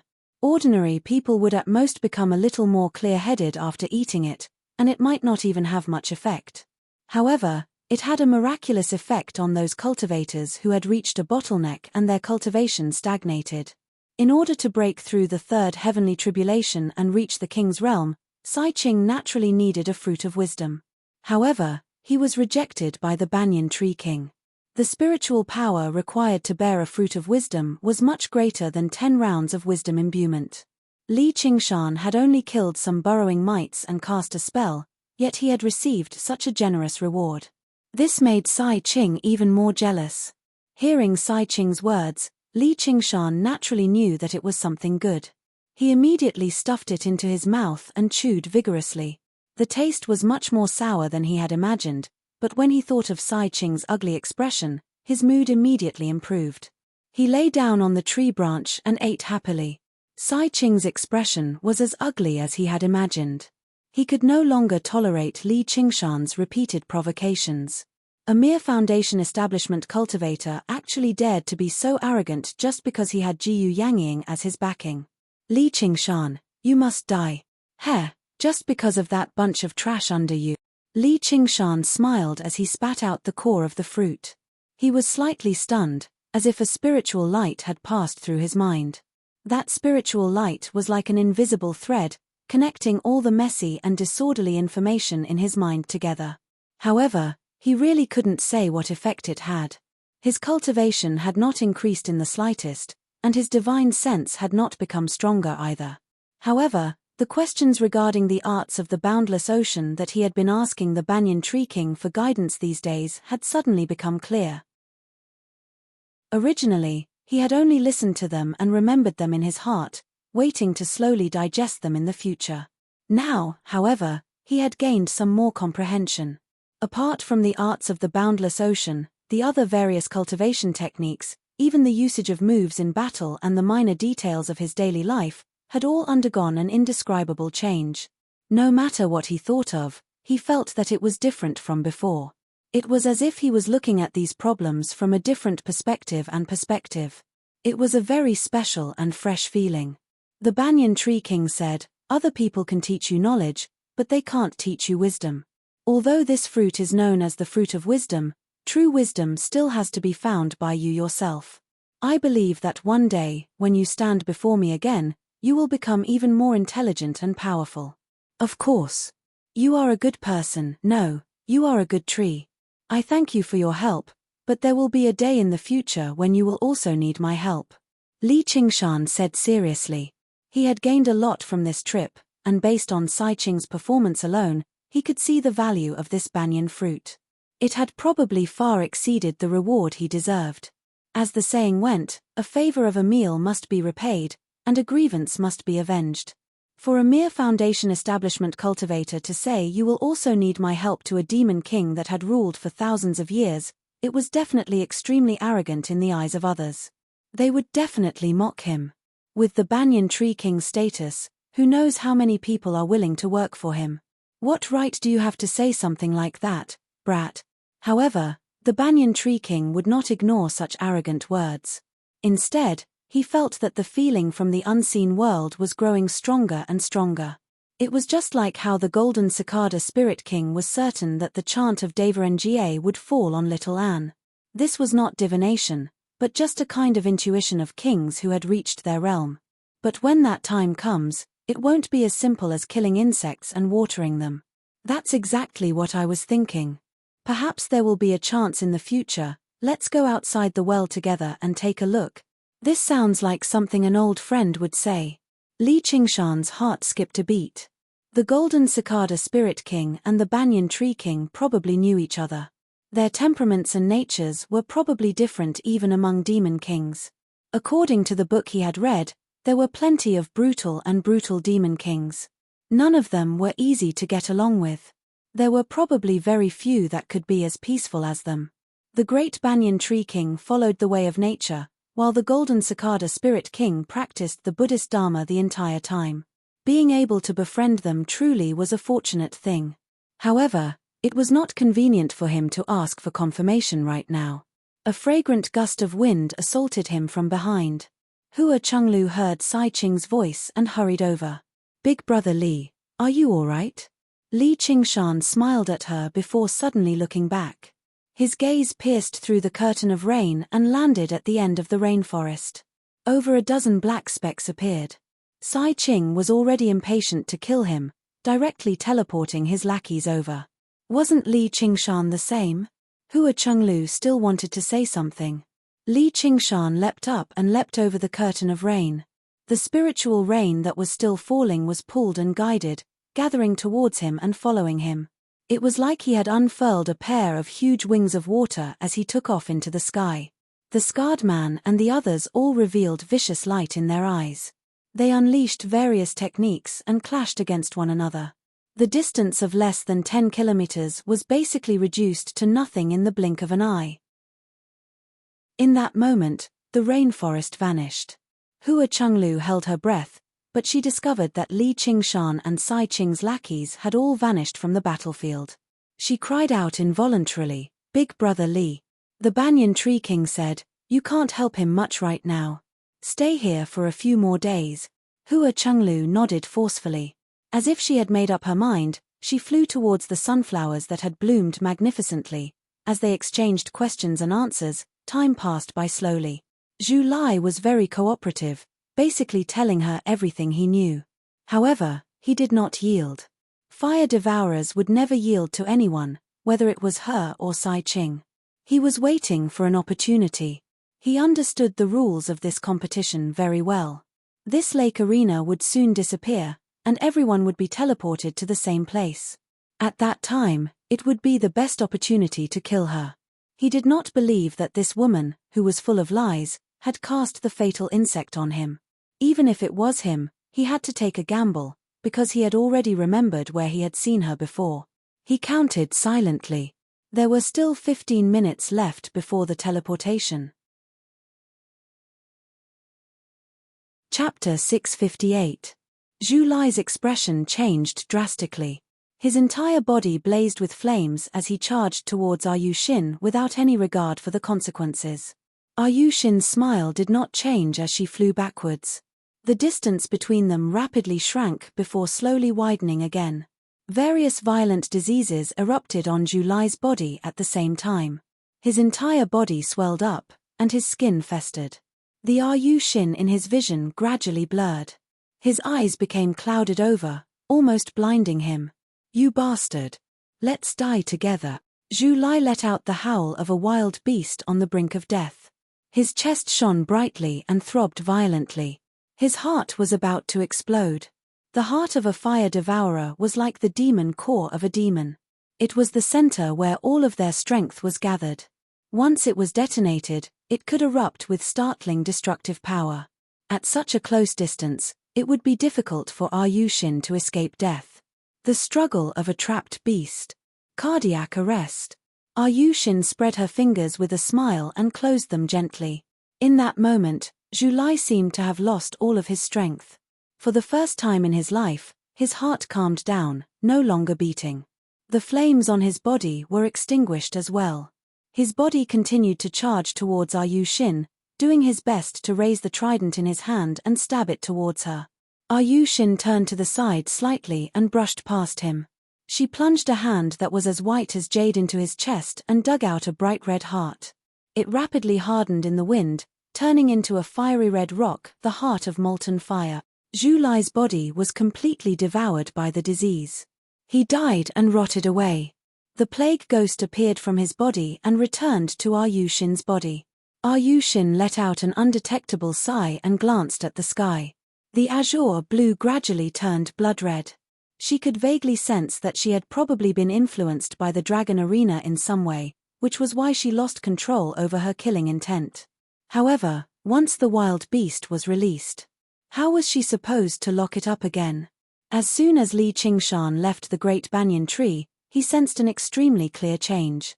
Killing intent condensed in the air, dyeing the sky blood red. The tiger demon in his sea of consciousness let out a bloodthirsty growl. If it were not for the spirit turtle's suppression, probably even he would have been affected. Although the dragon arena that had almost been refined was not as good as the actual Azura field, it had already gained some of its true meaning. The cultivators of the various sects and schools slaughtered in a frenzy, no longer holding back at all. In just a few short days, several thousand cultivators had died in battle. It was like adding oil to the fire, as if the air itself was burning. The lake disappeared and turned into a wasteland. Sai Ching's hunting plan was back on track. The 17 Foundation establishment cultivators rested and built up their strength. Flying swords flew out of their hands one after another. Their spiritual light wove into a dense net, blocking all of Li Qingshan's paths of advance and retreat. Li Qingshan smiled and suddenly disappeared. Although it didn't achieve the effect of invisibility, it made all the locking on to nothing. The coordination between the arcane artifacts immediately became slightly chaotic, revealing an undetectable crack. He swung his sword conveniently, and the net shattered. Right when he was about to kill a few of them, he suddenly felt his body grow heavy, and he could not help but slow down. He knew he had fallen victim to the opponent's technique. It should be some kind of earth element technique. At the same time, at least 7 techniques landed on him. Techniques could not compare to arcane artifacts. Their range of attack was tremendous, so he could only block them forcefully. At least 4 of them were techniques that could slow him down, which immediately made it difficult for him to move. The arcane artifacts took advantage of the situation and flew over. Every single one of them possessed the power to kill. The scarred man bellowed out, and his arms twisted and thickened. The earth-shattering hammer of the 8 directions became extremely huge, smashing down towards Li Qingshan's head. Everyone eased up inside. Do you really think you can take on us when we work together? They saw how Li Qingshan was outnumbered, falling into dire straits as soon as they clashed. Clang! A pitch-black tower appeared out of thin air. When all the Dharma artifacts landed on it, they all bounced off with clanging sounds. However, they were all suppressed by the bombardment of the earth-shattering hammer of the 8 directions. The scarred man's perlicue immediately split open. The huge recoil caused him to suffer internal injuries. Looking at the undamaged pitch-black pagoda, he revealed a look of disbelief. Even golden core cultivators could not forcefully endure his strike, yet it was unable to destroy the strange tower. Little did he know that even golden core cultivators could not open Li Qingshan's demon suppression tower, not to mention that he was the first seat elder of the Chan monastery of Nga. Everyone was surprised, but they were not afraid. They called out, "Fall into formation." Immediately, 8 cultivators took out the formation flags that they had prepared a long time ago and placed them in 8 directions around the pagoda, setting up a wind formation from all directions. Fierce winds howled within the formation and slashed at the demon suppression pagoda like swords. They had the power to accumulate and destroy bones and cut through gold and jade. However, to the demon suppression tower, it was like a gentle breeze. It did not take it seriously at all, unable to even leave behind a mark. Boom! Boom! Boom! The cultivators all unleashed their most powerful attacks, bombarding the demon suppression tower. Great rumbles echoed through the entire desert. The demon suppression tower swayed gently under the attacks, almost collapsing. 8 chains of demon suppression flew in all directions, locking the demon suppression tower in the air and stopping it from swaying anymore. My demonic nature gushes endlessly. My sins are endless. To Li Qingshan, this was the strongest defense, only second to the spirit turtle's profound shell. No wonder he's so arrogant. Turns out he has a method that makes him invincible. The scarred man was secretly surprised. He ordered loudly, "Everyone, take turns wielding the formation banners. Conserve your spiritual chi. Let's see just how long he can last." Everyone nodded, their faces twisted. The more powerful the arcane artifact or technique was, the more spiritual chi it consumed. Defending blindly would only result in the depletion of spiritual chi. This was obviously a very logical deduction. However, the secret technique of the Chan monastery of Nga used the demonic nature of the person suppressed in the tower as the source of power. Li Qingshan remained in the tower. The reason why he did not immediately kill his way out was because he felt his demonic nature surge. During the battle, the tiger demon became more and more restless. Originally, suppressing the ox demon and tiger demon with the spirit turtle was already rather difficult. Under the influence of the killing intent of the dragon arena, the tiger demon that had already been violent became more and more unsettled. He had to deal with the internal problems first before dealing with the external ones. Moreover, compared to his own problems, the encirclement outside was nothing. He comforted the tiger demon and diverted the malice away. One strand was channeled into the dark red demon heart, which became even more crystalline. The other strand was directly channeled into the sword chi in his dantian, making the sword intent sharper and more murderous. A while later, Li Qingshan let out a tiger's roar. He no longer hid and suppressed his demonic nature. Instead, he released it in a different form.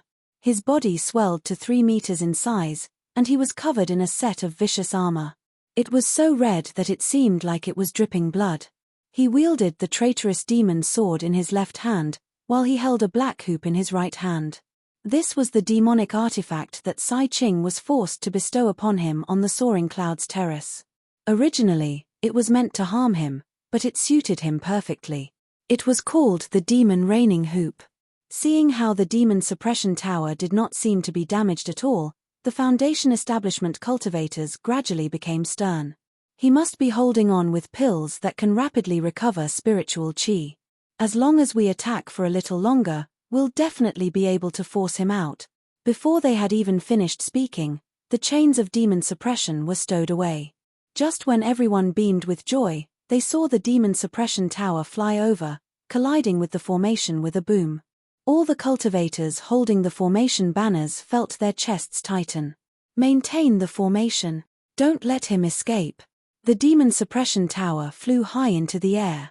The vicious demon general that appeared inside surprised everyone. How did he become like this? They powered the formation even more frantically. The fierce wind landed on Li Qingshan, producing a clang. His heavy armor became riddled with countless marks in the blink of an eye, almost peeling off a layer. Li Qingshan raised his hand and brandished his sword. The demonic eye on the sword hilt released a demonic light, which then shrank. The blood-red sword light tore through everyone's vision, tearing apart a cultivator holding the formation banners. Under the horrified gaze of the cultivator was cleaved in two. The wind formation from all directions was broken. The gale immediately subsided. At the same time, the demon suppression tower charged forward under his control, blocking countless attacks and scattering the encirclement of Sai Ching's minions. There were still many techniques that landed on his body, but they were all blocked by the armor and neutralized by the demonic chi. Li Qingshan did not stop. He turned around and swung his sword. There was a flash of blood-red light, and a head was sent flying with blood. His tridemise sword chi was absorbed into the traitorous demon sword, condensed and not released. The sword intent also contained the monstrous killing intent of the tiger demon. Wherever the sword pointed, the killing intent would intimidate the enemy. It could not be dodged. The demonic eye could see through openings and could not be blocked. No matter what kind of enemy it would be broken with a single strike. In an instant, he had suffered countless attacks. His protective artifact had been destroyed, and his demonic armor was covered in cracks. He took this opportunity to swing his sword 5 times. Kill, kill, kill, kill, kill, kill. Of the 17 cultivators, only 10 were left. The 2 specks of red light in Li Qingshan's eyes swept across them. Everyone's expression changed, their hearts filled with shock.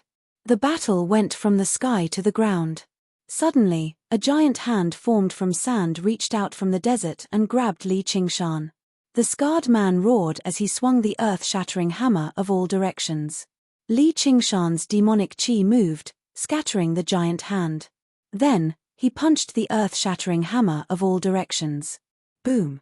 The armor covering his arm shattered into pieces, scattering in all directions.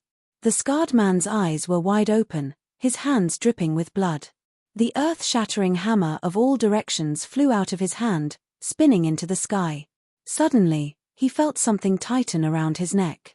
A black ring had appeared. The reigning demon ring tightened, digging into his flesh. With a puff, a huge head was forcefully snapped off. His last words were, "So you've been hiding your strength all along." In his battle with Zhu Lai, everyone had seen him being forced into a desperate situation. He had only managed to turn defeat into victory with great difficulty. Everyone had thought that was the limit of his strength. "A bunch of weaklings dares to kill me?" Li Qingshan laughed. The reigning demon ring flew back into his hand. He pointed his sword at the sky. "Thank you for your generous gift." Sai Qing saw this scene. He clenched his fists tightly, his expression changing drastically. "Kill." The remaining 10 cultivators gathered their courage and charged at Li Qingshan. However, they couldn't win even with numbers, let alone with fewer people. Li Qingshan had fought fiercely, but not only did he not feel tired, his killing intent surged. He hadn't had his fill yet. In the blink of an eye, another 3 people died. The remaining 6 were frightened out of their wits, fleeing in all directions. Li Qingshan waved his hand, and the demon suppression tower suppressed one person, the chains of demon suppression wrapped around another with a clatter, and the demon reigning hoop wrapped around another. He showed no mercy, swinging his sword and killing them one by one. Chapter 659. Li Qingshan killed a few people to his heart's content. He had also made preparations, holding the prayer beads the unraging monk had bestowed him. Sai Qing might not necessarily be able to accept this. If he really did come to kill him regardless of the consequences, then he would have no other choice. All he could do was use the Chan monastery of Devarengye as a shield. Presumably, Sai Qing would have some qualms. But a while later, nothing happened. Li Qingshan was taken aback. This Sai Qing sure is shrewd. He can even put up with something like this. Sai Qing was taken aback too before becoming furious. As it turned out, a layer of pitch black had dyed the bottom of the dragon arena before he knew it, and it was constantly spreading. It actually wanted to usurp his control over the dragon arena right in front of him. For a moment, he could no longer care about Li Qingshan. He hurriedly circulated his powers to contend against the darkness and bellowed out furiously, "Who's so bold?" However, the darkness was completely fearless. It only infiltrated the dragon arena blindly. After preparing for the past few days, he's finally taken action, Jiyu Yangying thought. All she did was stand to one side and watch on. Jiao Zhan and Yi Dan were unable to provide any assistance in a battle like this. The Golden Core cultivators had no idea what had happened, but when they saw how frantic Sai Qing was, they all took pleasure in his misfortune. Li Qingshan had no idea that something like this had happened outside. Since Sai Qing did not take action, he continued with his slaughter. His soul sense had already locked onto the 3 fleeing Foundation establishment cultivators. He leapt up and pursued them. The scene before his eyes flashed, and he had already transmigrated to another battlefield. However, he could no longer see the original appearance of this battlefield. Spiritual light flickered and magic techniques crisscrossed, destroying the original landscape into a mess. Close to 1,000 cultivators were engaged in a chaotic battle within a radius of several tens of kilometers, and all of them had bloodshot expressions. Murderousness and battle intent constantly rose up, merging with the dragon arena. The redness in the sky deepened. Li Qingshan was slightly surprised. This Sai Qing sure was deranged. Just what was he planning? He was about to hunt down Sai Qing's lackeys that had fled. He looked around, but he saw a few familiar people. Hua Sengzon and Wei Yangsheng led over a dozen Qi practitioners, falling into a formation with great difficulty. He was besieged by a group of cultivators and was on the verge of collapsing. Hua Chengzan gritted his teeth and constantly mobilized his spiritual qi, but he still managed to remain conscious. However, his handsome face was slightly twisted, and the qi warriors around him seemed to have gone mad. His first move was a suicidal move. What's going on? Am I going to die here today? No matter how smart Hua Sengzon was, there was no way he could figure out Sai Qing's plan. Even if he could figure it out, there was no way he could deal with it.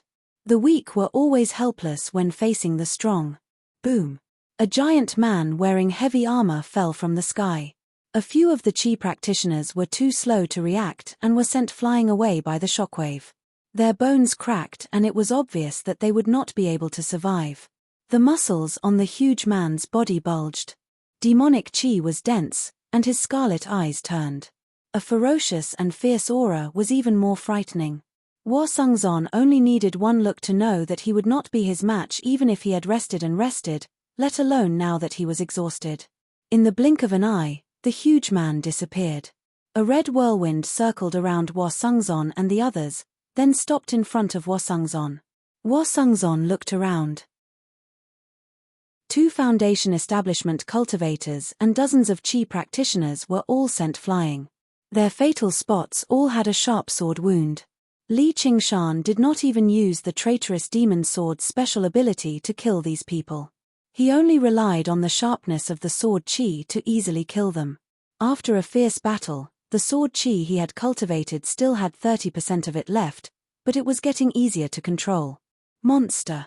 Cries of shock rang out. Faced with such a ferocious might, even the Qi practitioners who had been infected by the murderous aura and whose eyes had turned red all retreated in fear. Wei Yangsheng clenched his teeth and stabbed at the monster with his 3-foot-long sword, but he knew that his life would most likely end here. It's me. Where are the others? Li Qingshan casually grabbed his sword and opened the visor on his face. Hua Sungzon was stunned. Although the face was much more ferocious and rough, he could vaguely make out that it was Li Qingshan's appearance. He couldn't help but cry out, "Qingshan." Hua Sungzon gave a slight explanation. Li Qingshan knew that as it turned out, Hua Sungzon and the others had gathered in a battlefield according to the original plan. The leader of the school of Yinyang, Ma Buyi, had divined that this trip would be very dangerous, so the group of them stayed put and protected themselves. They did not plan on competing with others. However, the development of the matter exceeded everyone's expectations. Sai Qing's lackeys failed to ambush Li Qingshan, so they carried out other missions first, unleashing a massacre in the various battlefields. When they worked together, there was not a single sect or academy that could stop them. They immediately lost many people. As time went on, the number of people in the Dragon Arena rapidly decreased, but the killing intent constantly surged. Every time they teleported, they would gather all the people in the battlefield together. Almost immediately, a chaotic battle would break out. Now, they were all scattered, and there were chaotic battles everywhere. It wouldn't even take 10 days. In another 1 or 2 days, most of the cultivators would die. The only fortunate thing was that Sai Qing's lackeys had suddenly vanished at the same time, as if they had been teleported away. However, no one knew when they would suddenly appear, which was unsettling. Don't worry. I've killed them all. Only 3 managed to escape. I'm about to continue hunting them down. Since that's the case, come with me. I'll go gather everyone first, said Li Qingshan.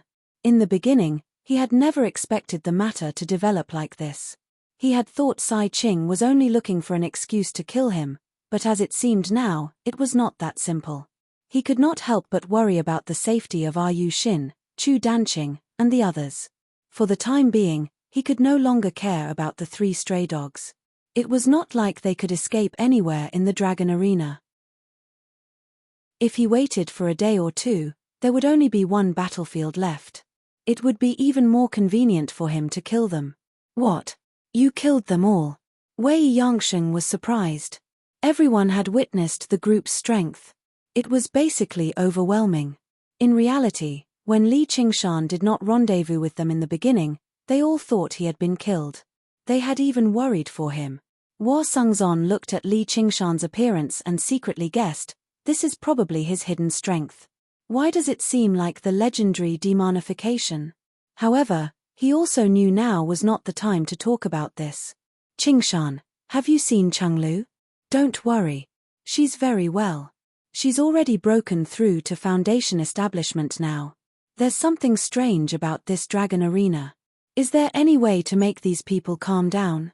As they spoke, a few other Qi practitioners that were close to madness charged over recklessly, but they were all cut down by Li Qingshan in a single stroke. Although he had no idea what Sai Qing was trying to do, Li Qingshan insisted on doing the opposite. You want them to kill one another, but I want them to coexist peacefully. Hua Sungzon exclaimed, but Chenglu's only at the 8th layer. You'll understand once you see her. Wei Yangsheng said, if junior brother Mind Enlightenment recites the universal kindness mantra, or if junior sister Qinshin plays the song of calming the heart, it might be effective. Where are they? They've all been scattered. It's useless to keep talking. Li Qingshan sucked in a deep breath and kicked up a whirlwind before him. His chest swelled up high, and he let out an earth-shaking bellow. It was like a clap of thunder descending from the sky. The sound waves surged and echoed in the surroundings. The Foundation establishment cultivators were fine, but the Qi practitioners felt their eardrums shake viciously. Their heads ached slightly, and their minds that had been enveloped by killing intent cleared up a little. Although Li Qingshan didn't know what the Buddhist lion's roar was, he cultivated the demon suppression statuary. His voice contained the power of demon suppression, subduing the demonic nature in everyone's hearts. However, this roar alone was clearly far from enough. In the distance, the cultivators were still fighting endlessly. Li Qingshan flew up and threw out the demon raining hoop. It turned from 1 to 10, then from 10 to 100, trapping the Qi practitioners who were fighting the fiercest. The demon suppression chain whizzed out, binding a few Foundation establishment cultivators who were in a frenzy of killing. However, he only subdued them, not killed them, and brought them up into the sky. Stop fighting. I'll kill anyone who dares to fight. Goddamit, you're still fighting? Watch out. Li Qingshan naturally wouldn't prepare any hidden weapons. Thus, he pointed his finger, and the demon suppression chain suddenly flung out the Qi practitioner it had bound. Amidst screams, it struck another Qi practitioner and turned him into a pile of meat paste. For a moment, the shrill screams of humans before their deaths and the whistling sounds of hidden weapons pierced through the air, resounding through the sky. Using this method, Li Qingshan killed over a dozen people consecutively and finally stabilized the situation. Under the influence of the Dragon Arena, basically everyone's killing intent surged, but under the threat of certain death, their minds slowly cooled down. They all raised their heads and gazed at the sky. I'm Li Qingshan. Sai Qing has set up a trap for us to kill one another. Don't fall for it, you bunch of idiots. Don't throw your puny lives away here for nothing. The Dragon Arena can affect people's minds. Everyone, sit down and meditate immediately and compose yourselves. I'll count down from 3. If there's anyone left standing, I'll kill them. Li Qingshan counted down from 3. There was not a single cultivator left standing, so he nodded in satisfaction. He placed the cultivators under his control on the ground as well. Although the Foundation establishment cultivators' expressions were very ugly, they still clasped their hands towards Li Qingshan reluctantly. The Qi practitioners who had not been tossed out as large hidden weapons scrambled about, tempted to just lie on the ground. However, Hua Sungzon noticed that most of the people Li Qingshan had tossed out were in the uniform of Sai Qing's subordinates. However, it was very clear that Li Qingshan did not feel any guilt over killing a few innocent people. If they angered him, let alone a few, he would even kill all of the cultivators below. I still have to go to other battlefields. You stay here and watch over them. You're not allowed to kill one another. If I return and see that you're still fighting, I'll capture you all and drain your blood one by one first. This competition will only end in a few days, so no one can escape. Li Qingshan gathered all the Foundation establishment cultivators present and threatened them without holding back. Their mental fortitude and cultivation far surpassed Qi practitioners.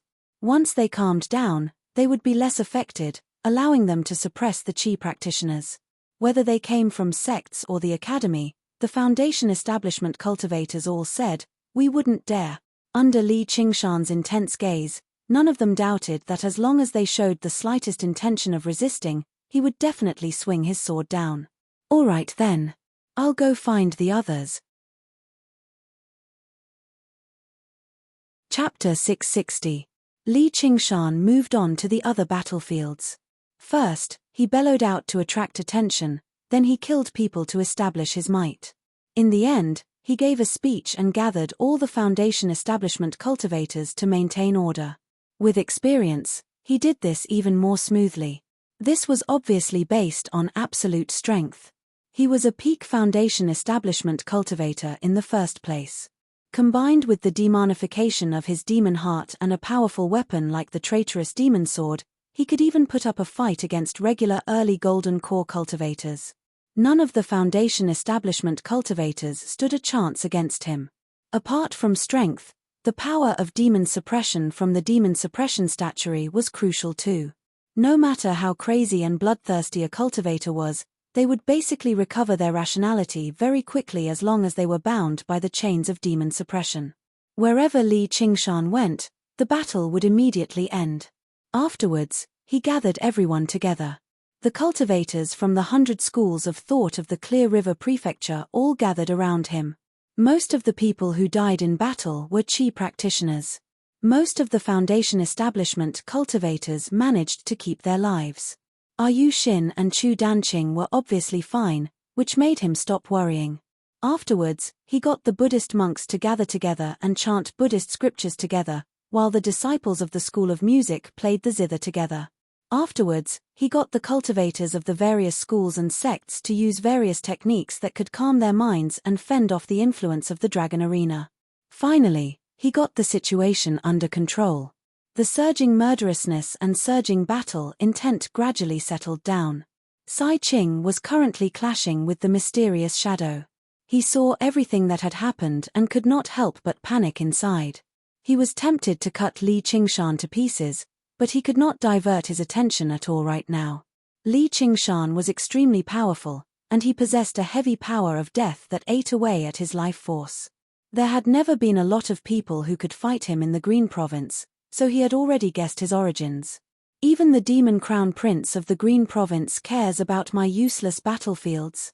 Sai Qing, do you really think I don't know how the Azura field is refined? Mo Yu did not hide his identity either. He had been investigating who had killed his subordinates and stolen the Three Absolutes calligraphy in the Rui Commandery the entire time. This was nothing difficult for him. Even though there were no clues left behind, he could still track down the culprit through the aura of death. However, the outcome was unexpected, so he was forced to investigate slowly. Later, when he saw Sai Qing fighting with a group of Golden Core cultivators, he vaguely guessed his plan. Sai Qing's countenance changed. I'm a prince of the great Xia dynasty. Aren't you afraid that the imperial court will punish you for stealing my things? Mo Yu said, you used so many cultivators as sacrifices. Aren't you afraid of the imperial court punishing you? Both of them had noble statuses, and they were well aware of the so-called laws and regulations. It was the strong who wanted to restrict the weak. Only those who had no background or backing would have misgivings. If Sai Qing could refine the Azura field without fear, then Mo Yu could plunder it without fear. Would the great Xia dynasty start a war with the Dragon King of the Sea over such a small matter? Once these two aspects offset each other, they would still have to rely on their own methods. Mo Yu was fully aware of the value of the Azura field. In the past, he might not have tried to snatch it. But now, he really wanted to kill a monster. Give this Azura field to me. I'll return it to you after I kill North Moon. How could Sai Qing believe him? He sneered, do you think I'm a 3-year-old child? If you let go right now, I guarantee I'll definitely kill North Moon. Mo Yu said nothing more. Although Sai Qing was the master of the Dragon Arena, he had also made several days of preparations. He had infiltrated the core of the Dragon Arena after so much difficulty, so how could he just let go? It was not like he was afraid of Jiao Zhen, Yi Dan, and the others surrounding him. Once he succeeded, he would immediately unleash his innate ability. Who could stop him? With the Dragon Arena as a medium, the two powers constantly tugged at each other. Sai Qing's power was brutal, but Mo Yu's power of death was like a parasite, firmly attached to the Dragon Arena. It was difficult to determine who was stronger for a moment. Although the battles in the Dragon Arena had stopped, their killing intent and battle intent grew stronger and stronger, constantly pouring into the Dragon Arena and converting it into an Azura field. Snow drifted through the air.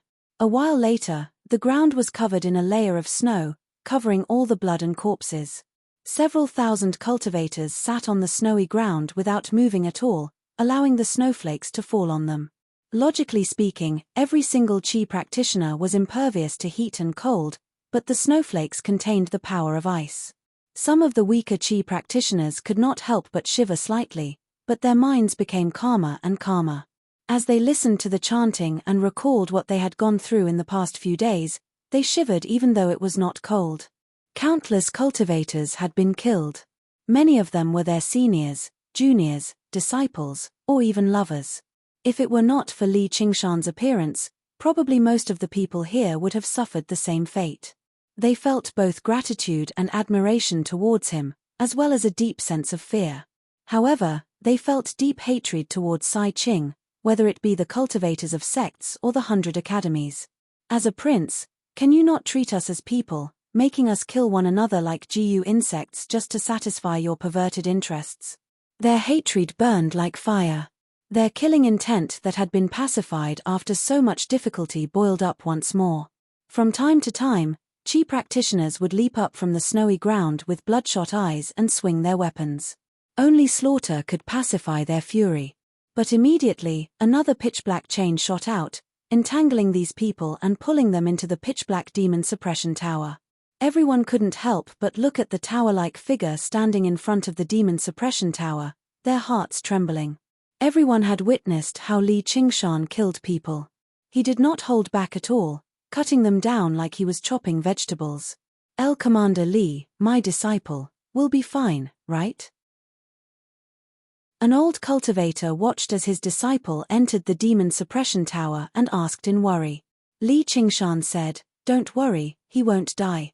The demon suppression tower could isolate the influence of the dragon arena in the first place, and it could suppress demonic nature as well.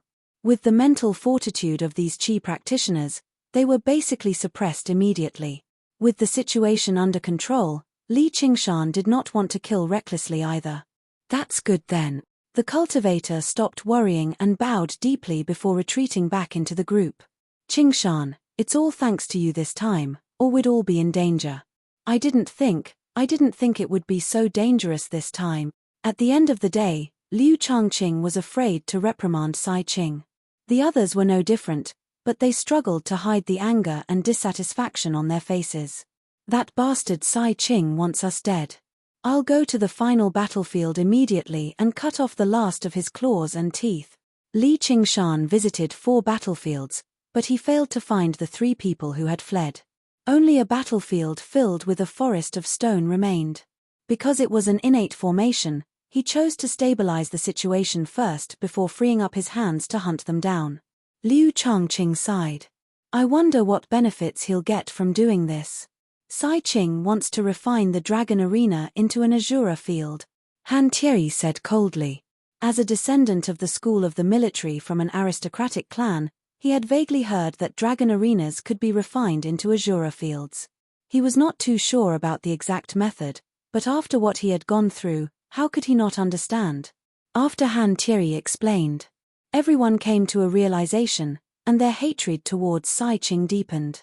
Several thousand lives were the foundation of the cultivation community of the entire Rui commandery. They were actually used as sacrifices by him. Li Qingshan was even more determined to not let him succeed. It was obvious that after Sai Qing refined the Azura field's strength had increased tremendously.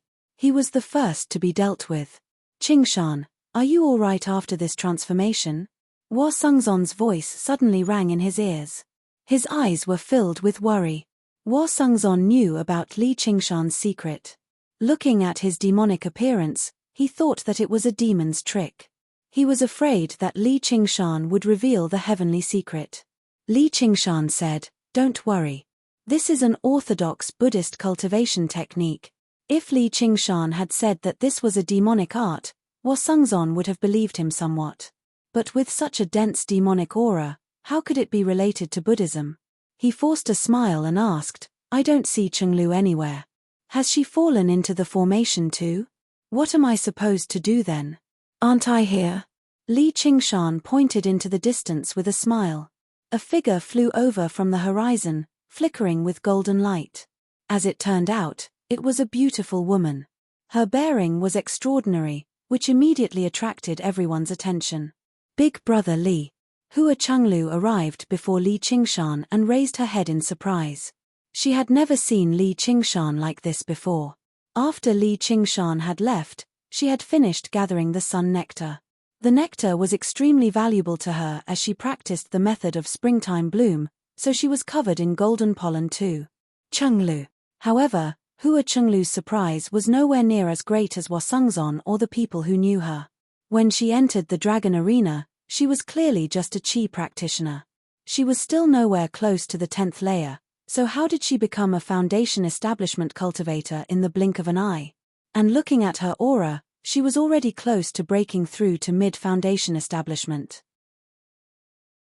Although there were plenty of fortuitous encounters in the cultivation world, a fortuitous encounter that could allow someone to reach such a level in just a few days was unheard of. Li Qingshan sniggered. What, you don't recognize me anymore? That's fantastic. Hua Chenglu was overjoyed. After Li Qingshan's disappearance, she had always been worried. Now that she saw that he was safe and sound, she let out a sigh of relief. After the wisdom imbuement, she understood the feelings in her heart, but she also understood even more that they probably would not end up together. However, now that they met again, her emotions surged and she actually struggled to control herself. Even though his demonified appearance seemed extremely hideous and vicious in the eyes of others, in her eyes, even someone as handsome as Wasungzon paled in comparison.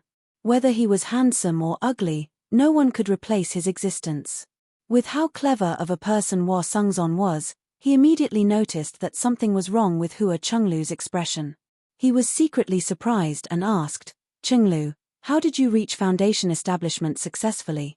This was also the question that everyone wanted to ask. Under everyone's gazes, Hua Chenglu remained calm.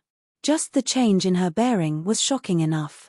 However, they heard her say, it's a long story. It's all thanks to Big Brother Li. With that, everyone's gazes gathered on Li Qingshan. They felt like he was becoming more and more unfathomable. Li Qingshan said, this is your own fortuitous encounter. I just happened to be there. Suddenly, he heard Yu Xin's mocking voice. Congratulations, fellow Li. You've captured the heart of a beauty again. Li Qingshan glanced at her with a smile. I once whipped a famous horse in my drunken stupor, afraid that I would harm a beauty. Are you perhaps jealous, fellow Yu Xin? Yu Xin said, once this is over, I have a request. It was extremely rare for Li Qingshan to see her so stern, and he could vaguely sense that she seemed to have changed, but he was unable to put his finger on it. As a result, he said, is there a need for a request between the two of us? Even if you want the stars and moon in the sky, I can give them to you one day. Plucking the stars and moon was his ambition. Yu Xin fell silent for a while. Don't try to coax me with big words. I'll never fall for a kid like you. Haha, you've even seen through that. Chapter 661. In the maze of jagged rocks, a huge figure suddenly appeared. He was wearing scarlet heavy armor and holding an oddly shaped long sword. He was observing his surroundings. It was Li Qingshan. At the center of the stone forest were 3 foundation building cultivators and several dozen chi practitioners. They were all disciples and subordinates of Sai Qing, Jiao Zhan, and Yi Dan. As Li Qingshan carried out the general trend and pacified the conflicts in several arenas, these people were forced to come here. He's here, I can feel his aura. Don't be afraid. We'll operate the spell formation here. He definitely won't be able to come over. That being said, everyone's faces were filled with terror. It was as if it wasn't a person, but a monster that was about to rush over and tear them to shreds. In this labyrinth, directions were reversed and chaotic. No matter how strong a person's sense of direction was, they would not be able to find their bearings. Although there was a sun hanging above their heads, it was most likely an illusion and deception. To Li Qingshan, finding someone in such a place was even more difficult than finding a needle in a haystack. He arrived in front of a strange rock, raised the traitorous demon sword, and slashed down. He did not know anything about yin and yang, the 5 elements, or the 8 trigrams, so he might as well use brute force to break through. With a clang, the traitorous demon sword bounced off the strange rock, not even leaving behind a mark. This maze of several dozen kilometers was a single entity. Even with the sharpness of the traitorous demon sword, it would not be easy to break through. Li Qingshan furrowed his brows. He raised the traitorous demon sword with his right hand and stroked the blade with his left. The traitorous demon sword let out a slight hum as his evil eye stared straight at the strange rock. With a single slash, the strange stone was split in half. Li Qingshan's brows were still furrowed, and the surrounding environment twisted and changed, but the maze was still there. As for the demon heart that served as the eyes, it was only half its original size. This battle had consumed a lot of energy. Each battleground had a radius of several dozen kilometers, and there were probably tens of thousands of these strange stones. If he were to chop them down one by one, he believed that he would eventually be able to destroy the operation of the magic formation. However, how long would he have to chop them down? Not only that, it would definitely waste a lot of time and energy, and he would also have to exhaust the demonic energy of a demon heart. If I had known this would happen, I would have asked a few people from the school of yin-yang to help me break this formation. Li Qingshan pondered, but he also understood that this was just a thought. Although he appeared to be a hero who had saved everyone, he was also a fanatic who had formed a deadly feud with Sai Qing. There were probably not many people who would be willing to be associated with him and stand up against Sai Qing. Even if he couldn't refuse to help him, he still felt very uneasy. He thought about how Liu Changqing and the others were almost killed, but they dared not say anything. This was the helplessness of the weak. Li Qingshan couldn't be bothered to force them. After all, this was his battle. The spirit turtle has the ability to divine fortune. I might as well give it a try and see if I can break this formation. Li Qingshan thought of something, and the figure of the spirit turtle in his sea of consciousness suddenly began to move. The profound inscriptions on his back crisscrossed, each shining with a wondrous, ripple-like light that merged together in a profound manner. In the end, it formed a huge ripple, spreading out in all directions with Li Qingshan as the center. The ripple was invisible. It was not light, nor was it soul sense. Instead, it contained the profound laws of the world. Just as Li Qingshan felt rather confused, specks of light suddenly appeared in his sea of consciousness. They were the illusory arrangement of the maze formation.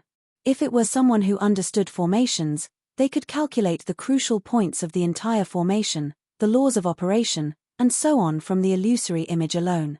It was like a traveler who had obtained a map. No matter where they wanted to go, it would be extremely easy.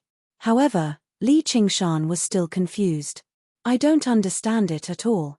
As a result, he continued to power the spirit turtle, and the profound inscriptions on the spirit turtle's profound shell began to revolve once more. Li Qingshan became rather absent-minded. He nodded from time to time and muttered to himself, "Oh, I see. I get it now." A while later, he opened his eyes again.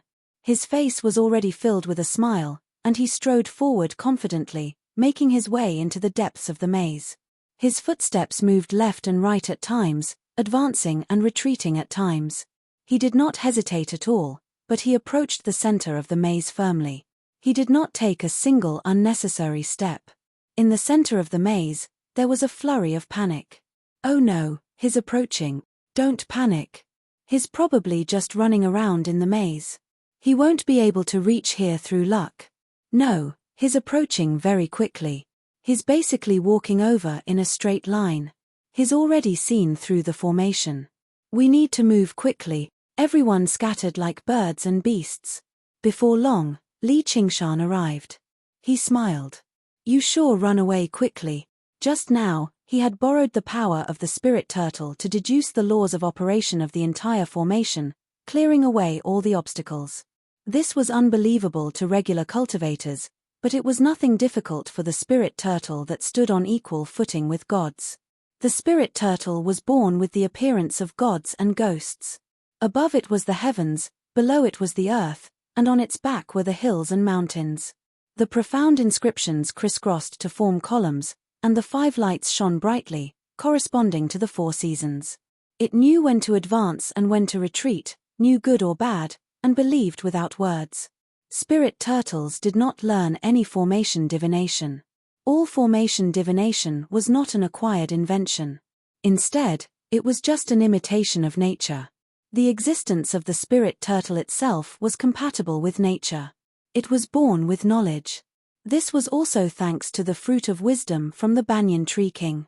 Although it could not allow a person's cultivation to skyrocket and make them extremely intelligent, it could influence various aspects unknowingly. It allowed Li Qingshan to gain a deeper understanding of the power of the spirit turtle. In the center of the maze was a small, empty space. An extremely large, strange rock stood in the middle, flowing with light. Li Qingshan knew that the strange rock was the core of the formation. As long as he destroyed it, the entire formation would lose its effects and turn into a regular stone forest. Destroying such a large, tough rock was clearly not an easy task. However, was there a need to destroy it? Li Qingshan pressed his hand against the rock and sent his soul sense into it. The rock shone brightly, producing a power that resisted him, but it was suppressed by him very soon. He forcefully took control of the maze, and the entire maze began to operate. The 3 Foundation establishment cultivators rushed through the maze, not daring to stop for even a moment. As for the Qi practitioners, they had all been left behind. If they could buy themselves some time, it would be a blessing. They understood the maze extremely well, so they did not hesitate at all as they advanced and retreated. They calculated that they only needed a few more steps to reach the exit of the maze, but when they circled around a strange rock, they all paled in fright. Before they knew it, they had actually returned to the center of the maze. The nightmarish existence stood there with a sword in hand and a vicious smile on its face. Chapter 662. Before Li Qingshan, the 3 Foundation establishment cultivators were basically unable to fight back at all. Li Qingshan ended their lives in a single stroke. Even Foundation establishment cultivators were like that, so the Qi practitioners were obviously even worse off. They wandered around the maze before returning to Li Qingshan in the end. In the end, the sword slid across the throat of a Qi practitioner, producing a smear of scarlet blood. With that, all of the lackeys Sai Qing had sent over had been slaughtered. Li Qingshan felt at ease and began laughing aloud. His battle intent surged and his murderousness soared, but it had also merged with the dragon arena unknowingly. Suddenly, the entire dragon arena shook. Li Qingshan's laughter paused. The blood-red color in the sky grew thicker and thicker, completely turning blood red from its original azure blue. It began to revolve slowly, forming a blood-red swirl that constantly spread out in all directions until it filled the entire sky. From the very depths of the swirl, a cry that could not be heard with the ears rang out. It could only be sensed with the heart. It was like an army of 1,000,000 was engaged in a bloody battle in the wilderness. There were no comrades, only enemies. No one was afraid. No one retreated. They only constantly swung their weapons and advanced until the last person was left standing on the battlefield, enjoying this glorious victory alone and letting out a hysterical cry like that at the sky. Every single person who heard the cry would tremble from the depths of their soul. It was both fear and desire. In his sea of consciousness, the tiger demon suddenly let out a roar. Its desire for battle and slaughter suddenly became extremely intense. No matter who the enemy was, it was willing to fight them. Through killing and being killed, it could experience the hot-bloodedness of life. It was as if this was the meaning of its existence. Li Qingshan raised an eyebrow. The spirit turtle released a sense of indifference and tranquility, calming and diluting this heart of slaughter. Then he used the demon suppression statuary, allowing the demon heart to devour this unsuppressible demonic nature with all its might. This was basically the best supplement for the demon heart. Only like that did he barely suppress the tiger demon. This is the power from the Azura realm. The dragon arena is currently transforming into an Azura field. Originally, I thought I could stop Sai Qing from refining an Azura field if I pacified the war, but I didn't think he would still succeed. Li Qingshan understood. He had once sent his divine sense into the hungry ghost realm, one of the 6 paths of reincarnation. He had felt the shock of absolute stillness, which was the summons of the entire world. What he did not know was that in the end, it was his own power that had facilitated this transformation. The killing intent and battle intent released by the tiger demon far surpassed that of ordinary cultivators. It was precisely the resource needed to refine the Azura field, like a key. He opened the door to the Azura realm and allowed the Azura field to descend. Not good. I have to hurry back. Li Qingshan collected the corpses and 100 treasures pouches of the Qi practitioners, then rushed out of the labyrinth and returned to the original arena. He immediately heard the sounds of battle. The chanting of sutras and zither sounds were all drowned out by the battle cries and could no longer be heard.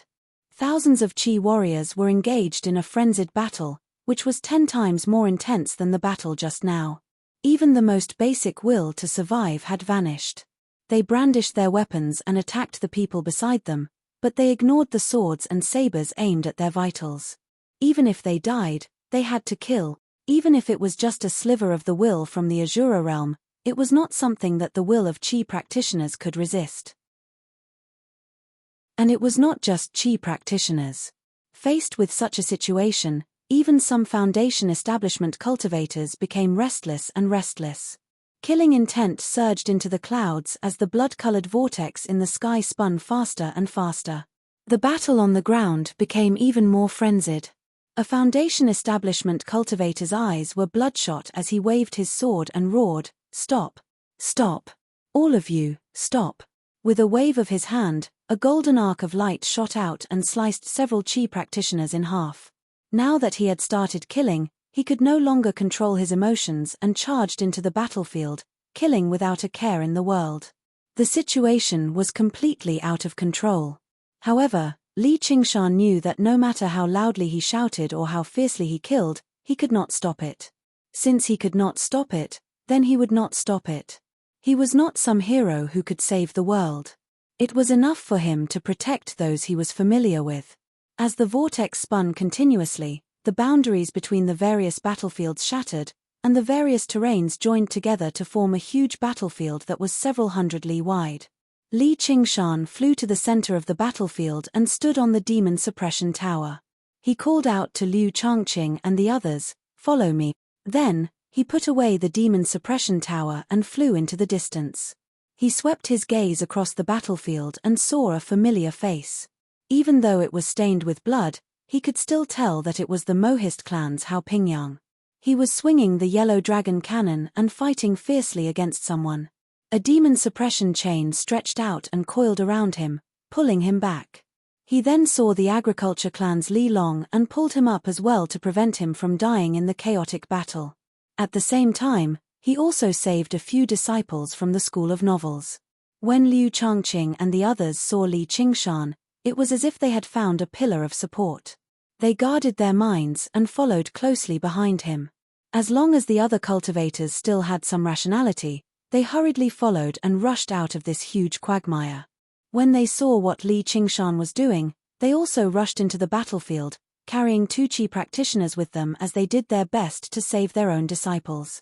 However, in the process of saving their disciples, they were inevitably attacked. Some cultivators could not help but counterattack. This counterattack caused their killing intent to burn like fire, and they could no longer suppress it. They even forgot their goal of saving their disciples and fell into the battlefield. It was as if there was an invisible force that was pulling them into this meat grinder. Even though Foundation establishment cultivators were strong, their spiritual energy was not endless. At most, they could kill over 100 Qi practitioners before they were surrounded and killed by the frenzied Qi practitioners. Only when they were over 50 kilometers away from the battlefield and could no longer hear the battle cries anymore did Li Qingshan stop. Just now, he looked at the cultivators behind him. Only around 100 people remained. The Qi practitioners were all unconscious. They had all been knocked unconscious, as they would attack and fight as soon as they regained consciousness. As a result, there were only around 20 people who were still conscious. Every single one of them had their brows furrowed and were still shaken. At the same time, they constantly suppressed the battle intent and killing intent that surged through their chests, which made them seem extremely miserable. Everyone understood one thing. The cultivation community of the Rui Commandery was basically done for now. Li Qingshan had seen a lot of things, and he could suppress his killing intent, so he still seemed very calm. He summoned the demon suppression tower again and tossed the unconscious Chi practitioners in. It was a little cramped, but they probably did not mind. As far as the eye could see, the dragon arena was presented in its entirety. There were glacier, lakes, and deserts. Li Qingshan thought of something. Since the spirit turtle could derive such a large maze, would it be able to derive how the dragon arena operated and find a way out? He had also learnt the most basic path of forging artifacts in the 100 schools of thought. He knew that forging spiritual artifacts was imbued with various talismans and inscriptions. As for forging arcane artifacts, it was engraving even more complicated formations to achieve even more powerful effects. Li Qingshan immediately powered the spirit turtle and began deriving. An invisible ripple expanded into the surroundings. Above his sea of consciousness, specks of starry light appeared. In a daze, the glacier and lakes all vanished, only leaving behind fluttering inscriptions and operating formations. Every single formation was 10 times more complicated than the maze, and they were all connected to one another, which multiplied their complexity. It was like a precise machine, where every single formation was a gear. They worked together and revolved together. This was a dragon arena that only the Great Xia Empire possessed the ability to forge. Its mysteries and complexity had completely exceeded Li Qingshan's imagination. If he wanted to derive how it operated, even half a year might not be enough. After his shock, he immediately dismissed his thoughts and ventured into the very center of the dragon arena. Since he was unable to derive it, could he find the center and destroy it to his heart's content? Suddenly, he saw two powers constantly clashing in the very center of the dragon arena, vying for control over the dragon arena. One was obviously Sai Qing, while the other was a power filled with deathly stillness. Li Qingshan was even more familiar with it. Mo Yu, why's this guy here too? No wonder Sai Qing can't be bothered with me. Seeing his enemies fight to the death was obviously something to be happy about. However, no matter which of his enemies ended up with the Azura field, he would probably be the first one they would deal with, so there was nothing to be happy about. Though, this might be a good opportunity. Li Qingshan's eyes flashed, but he did not alarm them. He patiently waited for them to fight to the point of exhaustion. Hua Chenglu saw Li Qingshan gazing off into the distance in a daze. She asked, "Big brother Li, what do we do now?" Li Qingshan saw how she was worried, but she could still maintain a relatively calm demeanor. The effects of the wisdom imbuement truly were startling. Otherwise, with her original temperament, she would have been knocked unconscious and tossed into the demon suppression tower. He smiled. "It's not like there's any danger right now. Let's just wait and see." The influence of the Azura field could be regarded as a boundary, so it was not enough for Foundation establishment cultivators to kill each other madly. Of course, that was under the premise that they could not fight with others. It would be best if they did not even look at it, much less think about it. It was as if everyone possessed lust. If they personally watched diamonds fight, it would be very easy to trigger this lust, and it would be easier to control it. Hua Chenglu looked at his relaxed smile and felt very at ease. Once this place is completely converted into an Azura field, Azura will probably descend. Han Thierry suddenly said. His armor was mostly damaged, but he still seemed as cold as steel. He stood there as straight as the spear in his hand. However, flames blazed in the depths of his eyes. As a disciple of the school of the military who pursued the path of slaughter, the Azura field's influence on him was actually not that great. The cultivation of the school of the military had always placed great emphasis on tempering one's willpower. On the battlefield, it was obviously easier for veterans to remain calm than new recruits. Moreover, the aura that permeated this place gave him a sense of familiarity. The Azura realm had always been the home that all military disciples sought. Only the souls of true warriors could avoid the judgment of the Hell realm after they died and begin an endless battle and slaughter in the Azura realm. Of course, to ordinary people, this was probably no different from the tortures of Hell. His father was currently in the great General King's Azura field, while his uncle was probably fighting somewhere in the Azura realm right now. Following in his father's footsteps, his heart burned with fighting spirit, but he also experienced a different kind of peace. Chapter 663. The 6 realms of Sazra were divided into the heavenly realm, human realm, Azura realm, hungry ghost realm, animal realm, and hell realm. The animal realm was also known as the demonic beast realm, a world where all demons lived. The word animal was a form of derision. For example, the dragons and elephants beneath the gods and Buddhas possessed unbelievable abilities, but if they offended their master, they would be cursed as vile beasts. The 6 realms of Sazra were divided into the 3 good realms and the 3 evil realms. The 3 good realms were heaven, human, and Azura. The 3 evil realms were animal, hungry ghost, and hell. However, although Azura was a good realm, it was not as virtuous as heaven, which was why it was not heaven. Its path of bitterness was even greater than that of human, so it was sometimes listed among the 3 evil realms, collectively known as the 4 evil realms. In the 6 realms of Sazra, Li Qingshan had already witnessed the power of the hungry ghost realm. A corpse king that had yet to unleash its full strength had dealt a devastating blow to the cultivation community of the entire Rui commandery. He did not understand the Azura realm too well. All he knew was that it was a world filled with battle and slaughter. According to what he knew, Azura possessed great strength and belonged to the category of ghosts and gods, but due to their warlike and bloodthirsty nature, they lacked virtue, so they were evil gods. Legend had it that the men of Azura were extremely vengeful, while the women were extremely beautiful. They often became enemies with Sakra, the ruler of the heavenly realms. They fought endlessly, but they lost more often than they won. I'd like to see just what Azura looks like. Li Qingshan smiled. Warlike blood flowed through his body. Wasn't the reason why he worked so hard on cultivation to see things he could not see in the mountain village? He obviously wanted to see this rather mysterious race. And he wanted to give Sai Qing and Mo Yu a surprise. He definitely could not go out right now. Me too. Han Thierry could vaguely sense that he was close to breaking through to mid-foundation establishment. He was also eager to fight the legendary Azura. You 2 warlike bastards. Hua Chenglu said helplessly. Li Qingshan and Han Thierry looked at one another and smiled. Their eyes shone with the same light. 100 kilometers away, the battle had reached its climax. Even the air twisted from scorching murderousness, as this was a chaotic battle regardless of the cost. In a short amount of time, over 1,000 cultivators had died in battle. Over 1,000 cultivators had died in battle. Their corpses were scattered on the ground within a radius of 10 miles, and their blood dyed the ground red. The vortex in the sky spun faster and faster, like a strange eye that stared at the battle on the ground. Suddenly, in the deepest part of the whirlpool, a figure descended from the sky, rapidly falling towards the center of the battlefield. That's an Azura. Li Qingshan's eyes were extremely sharp.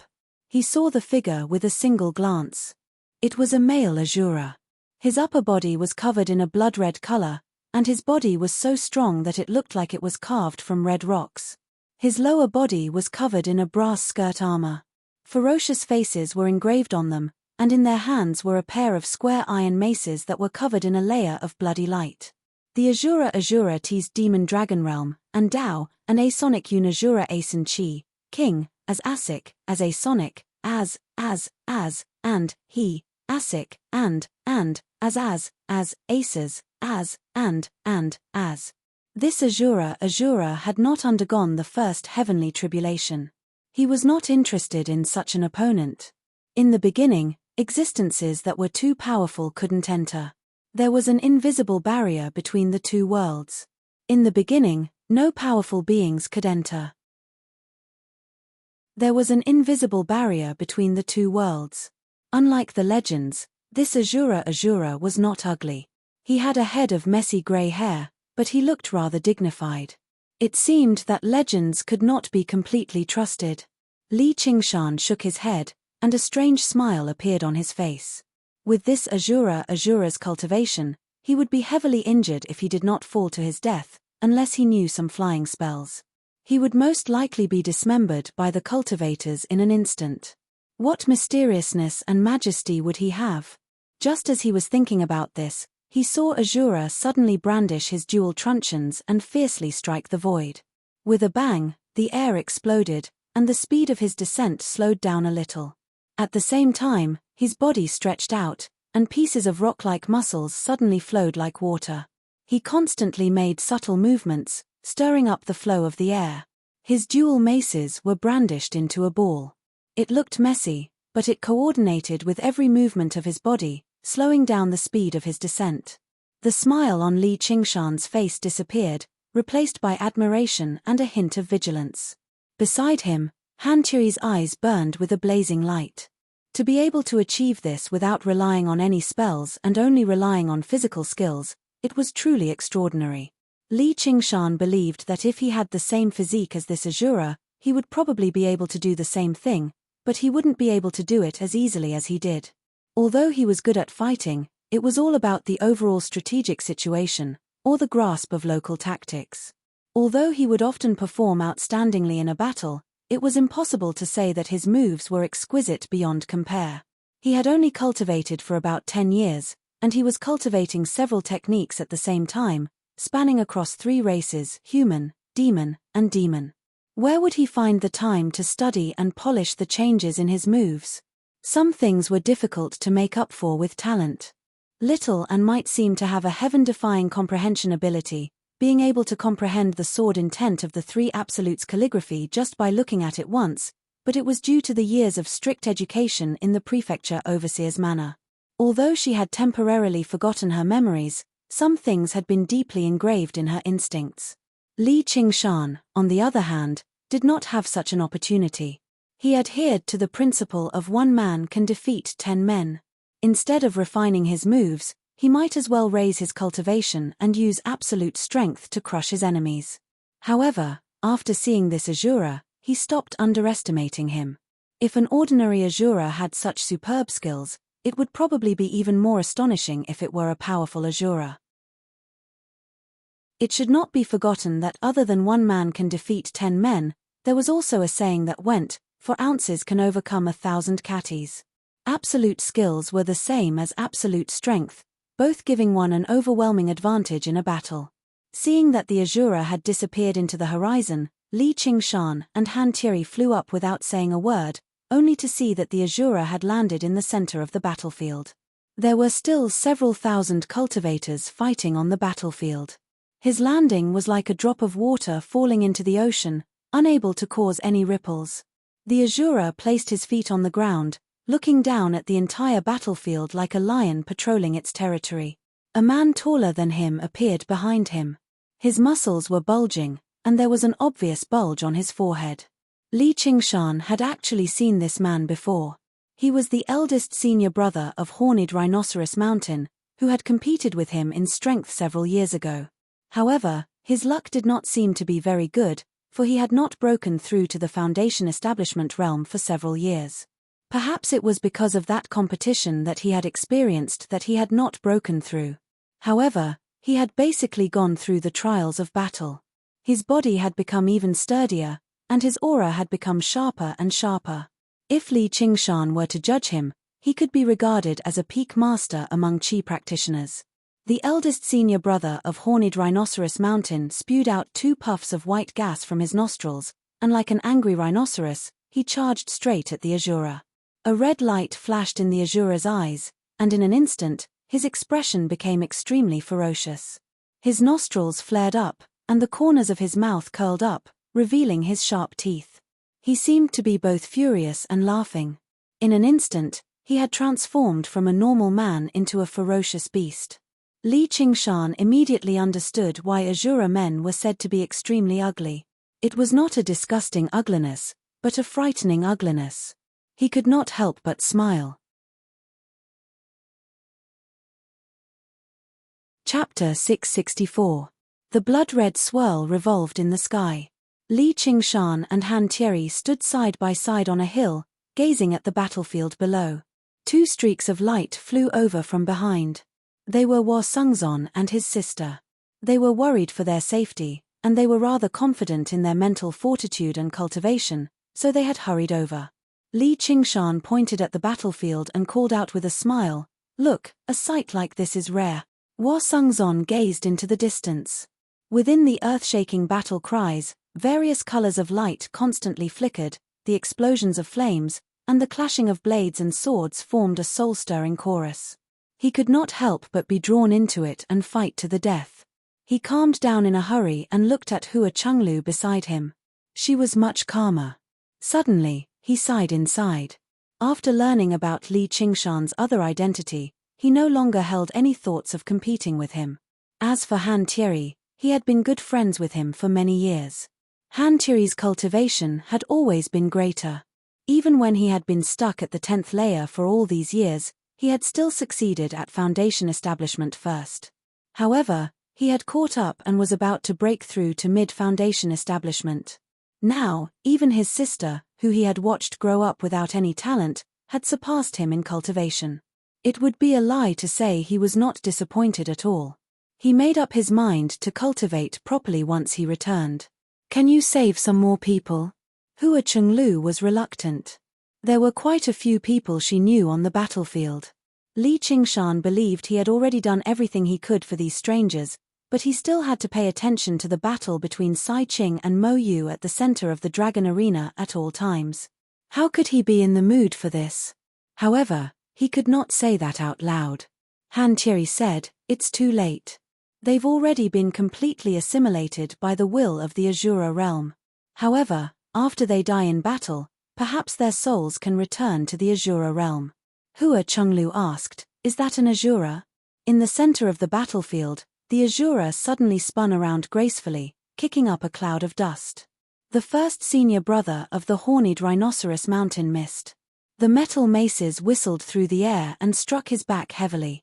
He staggered a few steps forward and fell to the ground. Li Qingshan shook his head slightly. To a body-tempering cultivator like horned rhinoceros mountain's eldest senior apprentice brother, such a blunt weapon would not have much effect. Take this move for example. It was just that horned rhinoceros mountain's eldest senior apprentice brother had been agitated by the murderous aura and lost his mind, causing his entire body to be full of openings. It couldn't be said to be exquisite. Sure enough, horned rhinoceros mountain's eldest senior brother roared and turned around to fight again, but he only managed to turn half his body around. The lower half of his body seemed to be frozen, motionless. Just now, when it was hit, there was a crisp cracking sound. No one heard it as it was drowned out by the violent beating. "His spine is broken." Li Qingshan was slightly taken aback. Although the spine was a vital part of the human body, it wasn't something that could be broken so easily. He quickly understood what was going on. Just like how the traitorous demon sword could see through the flaws of objects, the spine was not indestructible. Azura's expression and aura were close to madness, but his attacks were extremely precise. It was clear that this was a killer move that had been practiced countless times. Moreover, he was clearly very familiar with the vitals and weaknesses of all kinds of enemies. With just one move, he had defeated an opponent whose cultivation was on par with his own, and from a certain point of view, was even slightly stronger. He had done it as if it were light. It was extremely easy. Azura grinned maliciously as he struck the same spot with his mace again. Horned Rhinoceros Mountain's eldest senior apprentice brother's eyes widened as he let out a roar. Azura raised his other mace, and as if striking a rock, he struck it again and again into the body of Horned Rhinoceros Mountain's eldest senior apprentice brother. After striking it several dozen times, blood gushed out, and Horned Rhinoceros Mountain's eldest senior apprentice brother finally breathed his last. All of this happened in but a moment. The other Chi practitioners reacted, agitated by Azura's aura, brandishing their weapons to kill him. Azura's murderous aura flourished even more. Instead of retreating, he charged into the fray, his two mace swinging wildly, immediately stirring up a whirlwind of slaughter. All Li Qingshan saw was that Azura's attacks were vicious. There was no pattern to it, but every single strike was precise and effective. They were all killing moves honed through endless slaughter. Basically all the Chi practitioners who clashed with him died in a single move. A while later, several more people died to his metal mace. However, in a chaotic battle like this, it was impossible for him to emerge unscathed unless he had 3 heads and 6 arms. A few deep wounds appeared on his body, but they did not bleed. Instead, they rapidly healed. To think that a low-level Azura like him possesses such vitality. How impressive! If the battle continues, he'll definitely be the last one to survive. Li Qingshan rubbed his chin. An Asura like that was even more powerful than some Foundation establishment cultivators who were not skilled in battle. If it were a sect like the sect of Clouds and Rain that primarily practiced the arts of charm, it would not even be strange for Asura to kill them. That's the undying body of Asura. It's said that powerful Asura can even be reborn from a single drop of blood. Han Tie mentioned everything he knew about Asura. Reborn from a single drop of blood? Interesting. Li Qingshan said. He believed that once he cultivated the Phoenix's scripture of Nerva to a certain level, he could also be reborn from a single drop of blood. As he said that, another Asura descended from the sky, followed by a third, a fourth. More and more Asura entered the battlefield, working together very quickly. Their teamwork was exquisite, turning them into an army that became more and more unstoppable. They split up the battlefield and massacred the frenzied Qi practitioners wantonly. Hua Sungzon's expression changed slightly. Even he had to flee from an army of Asura like that. Li Qingshan asked Han Tie another question. If I have the Asura field, can I summon Asura to fight for me? If that was the case, this would be an endless army. If more powerful Asuras were to be summoned, even he would find it difficult to deal with. I don't know, but it's possible, Han Tie said. Although the great General Lord had an Asura field, it had been peaceful for too long. No one had personally seen him use the Asura field to fight. The battle quickly came to an end. All the Qi practitioners were killed, but not a single Asura died in battle. The Asura that descended from the sky had already reached 100. They stood among the mountains of corpses and seas of blood. They closed their eyes, and the wisps of blood energy that permeated the battlefield were absorbed into their bodies. The color of their skin became even redder. With a rumble of thunder, the omnipresent heavenly tribulation suddenly descended. Bolts of lightning struck one of the Asuras, and the other Asuras scattered. Looks of envy and wariness appeared in their eyes as they surrounded that Asura.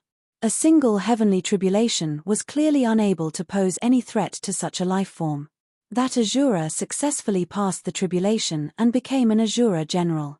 However, in an instant, the 100 Asuras attacked at the same time. They surrounded and attacked the Asura that had just passed the heavenly tribulation. Li Qingshan was also very surprised by this change. Just now, they could still work together.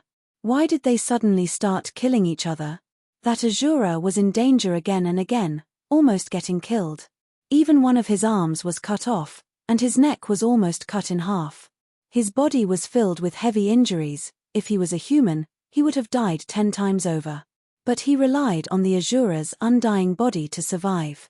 Very quickly, he adapted to the change in power after passing the tribulation and slowly turned the situation around.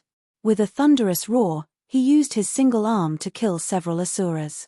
His broken arm also grew out, becoming more and more unstoppable. The battle between the Asuras was an eye-opener for Li Qingshan. A few moments later, that Asura general had the upper hand.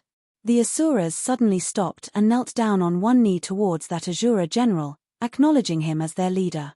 The Asura general appeared satisfied. He waved his hand, and the Asuras stood up. They gathered behind him. If it was said that they were fighting on their own just now, then they had completely formed an army now. The Asura general looked at Li Qingshan and the others with his bloodshot eyes, shouting, "Have you seen enough? Let's fight." "That's exactly what I was thinking." Han Tie leapt down from the hill and thrust his spear forward like a dragon. "Just watch." Li Qingshan raised his hand to stop Hua Sungzon and his sister who were about to attack. He had already faintly understood the Asura's way of fighting and killing. If there were no mishaps, that Asura would not rely on the strength of other Asuras. Sure enough, when the Asura general saw Han Tie charging at him alone, he swung his battle axe and rushed forward. The 100 or so Asuras behind him remained motionless, only watching. In an instant, their gazes met. Spear and battle axe clashed countless times, causing sparks to fly. As soon as Han Tie attacked, he was constantly being suppressed and at a disadvantage. Even though he had already passed his first tribulation for several years, He was completely suppressed by this Azura general who had just passed his tribulation. If Han Thierry, who came from the school of the military and was adept at fighting, was already in such a state, a regular Foundation establishment cultivator would be even less of a match. Qingshan, why don't we watch closer and help Thierry? Hua Sengzon's face was filled with concern. The battlefield was dangerous. The slightest carelessness could result in their heads being separated from their bodies. However, with Li Qingshan's strength, he could obviously ensure Han Thierry's safety. Li Qingshan shook his head with a smile. I'm standing here precisely so that I won't be able to provide assistance when it matters. Hua Chenglu frowned. Why is that? Has he offended you? Li Qingshan smiled. Of course not. Thierry's my brother-in-law no matter what. Even if he offends me, I won't stoop to his level. However, he's a warrior. Only when he's faced with death can he be reborn. Hua Sengzon immediately understood what he was trying to say. Han Thierry wanted to use this battle to break through to mid-Foundation establishment. If he had a path of retreat and protection, he would instead be unable to unleash his full power, so he could only hold back his worry. Wind whistled past his ears, and pain radiated from various parts of his body. Han Thierry gradually gave way, but he did not take a single step back. He allowed his blood to spurt out. As the axe swung over, he was already in dire straits that he could not block, but he felt an indescribable delight at the juncture between life and death. A wanton smile appeared on his cold face, and suddenly, a power broke through his shackles and spread through his limbs. The spear in his hand suddenly seemed to be alive, twisting the tip of the spear and pushing aside the axe at an unbelievable angle. Success! Li Qingshan smiled and suddenly vanished from where he was. He leapt between Han Thierry and the Azura general, wielding his spear with one hand and swatting aside the axe with the other. Han Thierry frowned. Li Qingshan smiled. Victory and defeat have been decided. There's no point in fighting anymore. If you really die, I won't be able to explain myself to Cheongji. Although Han Thierry had broken through to mid-Foundation establishment, he had lost too much blood during the battle. He was already exhausted, and his spiritual power was completely depleted. He was only holding on with his will. The Azura general was still as majestic as ever. As Han Thierry retreated, the group of Asuras charged forward. Li Qingshan swung the traitorous demon sword and said to the Azura general, "We'll fight again when you're well rested." As he spoke, his body expanded, and he transformed into his demonic form, his killing intent boiling. The Azura general stared at Li Qingshan as if he was facing a great enemy. He waved his hand to signal for the Azura to stop. Gradually, a look of surprise appeared on his face.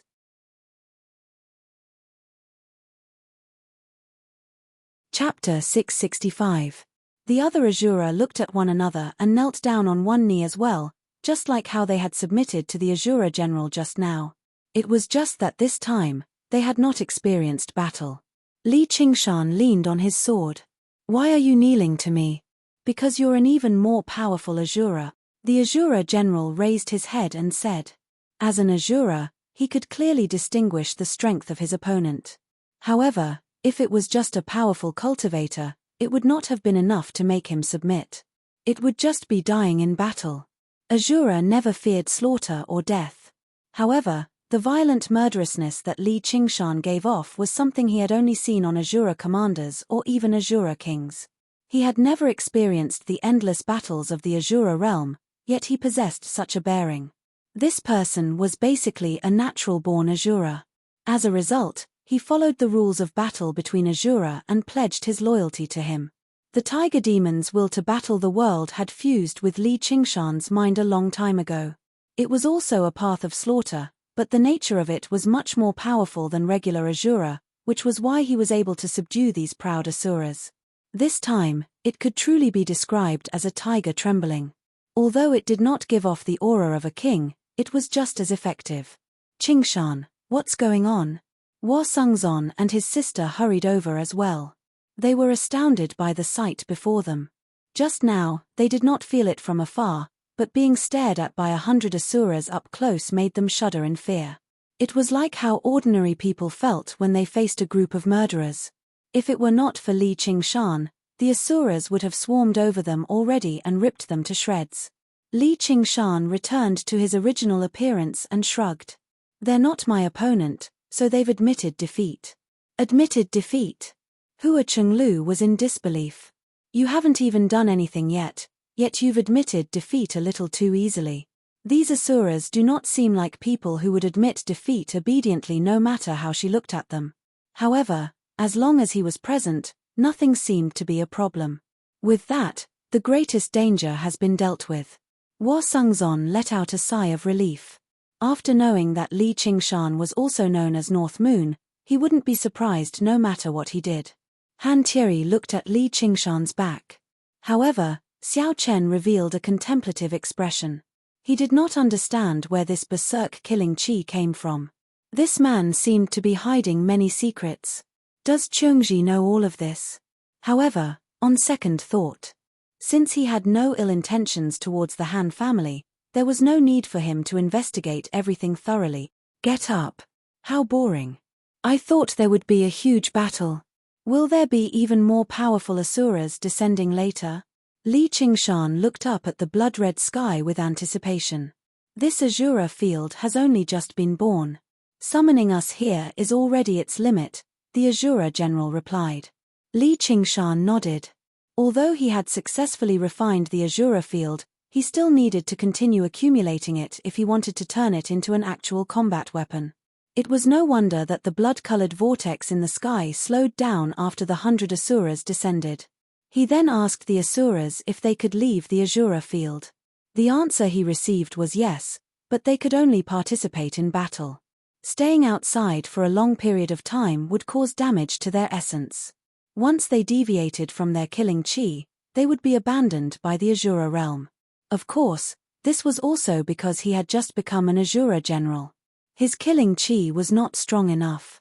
If he could be like Li Qingshan, his killing qi would not be worn down no matter what world he was in.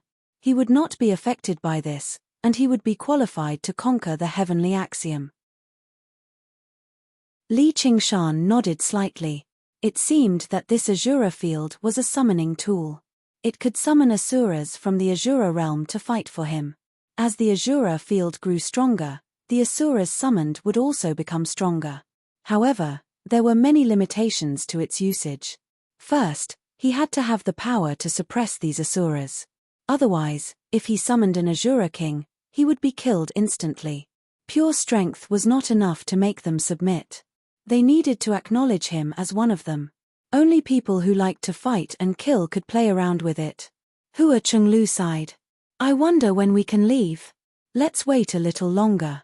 10 days will pass very quickly. It probably would not take that long. Li Qingshan suddenly asked the Azura general, I heard that the women of Azura are all beauties. Why are there only men here?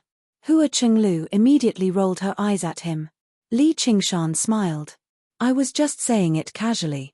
No matter how pretty the Azura are, they can't compare to our sister Chenglu. Hua Chenglu's face reddened, and her eyes brimmed with smiles. Clearly, she enjoyed it very much. Cough, cough. Hua Sungzon cleared his throat and glanced at Li Qingshan. Li Qingshan said, It's not like I'm flirting with you. What are you coughing for? Not to mention that my brother-in-law hasn't even said anything yet.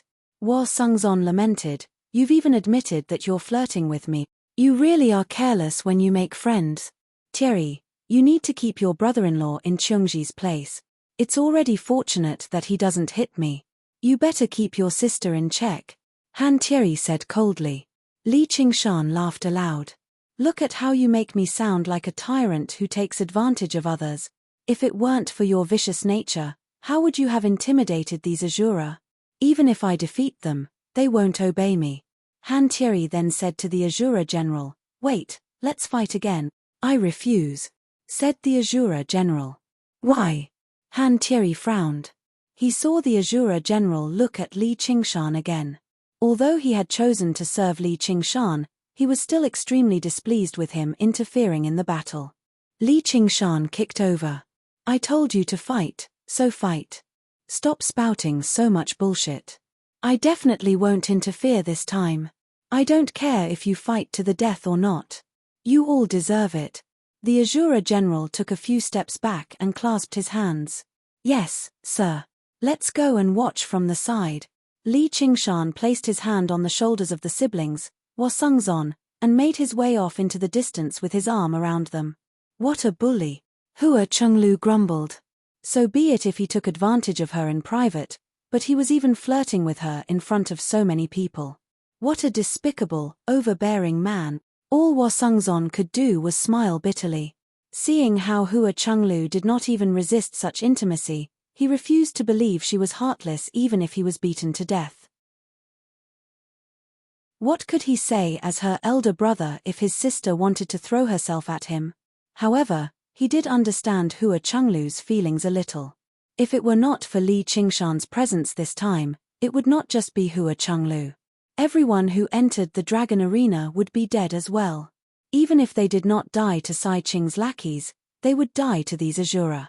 Sai Qing probably never planned on paying the astronomical reward he had offered in the first place.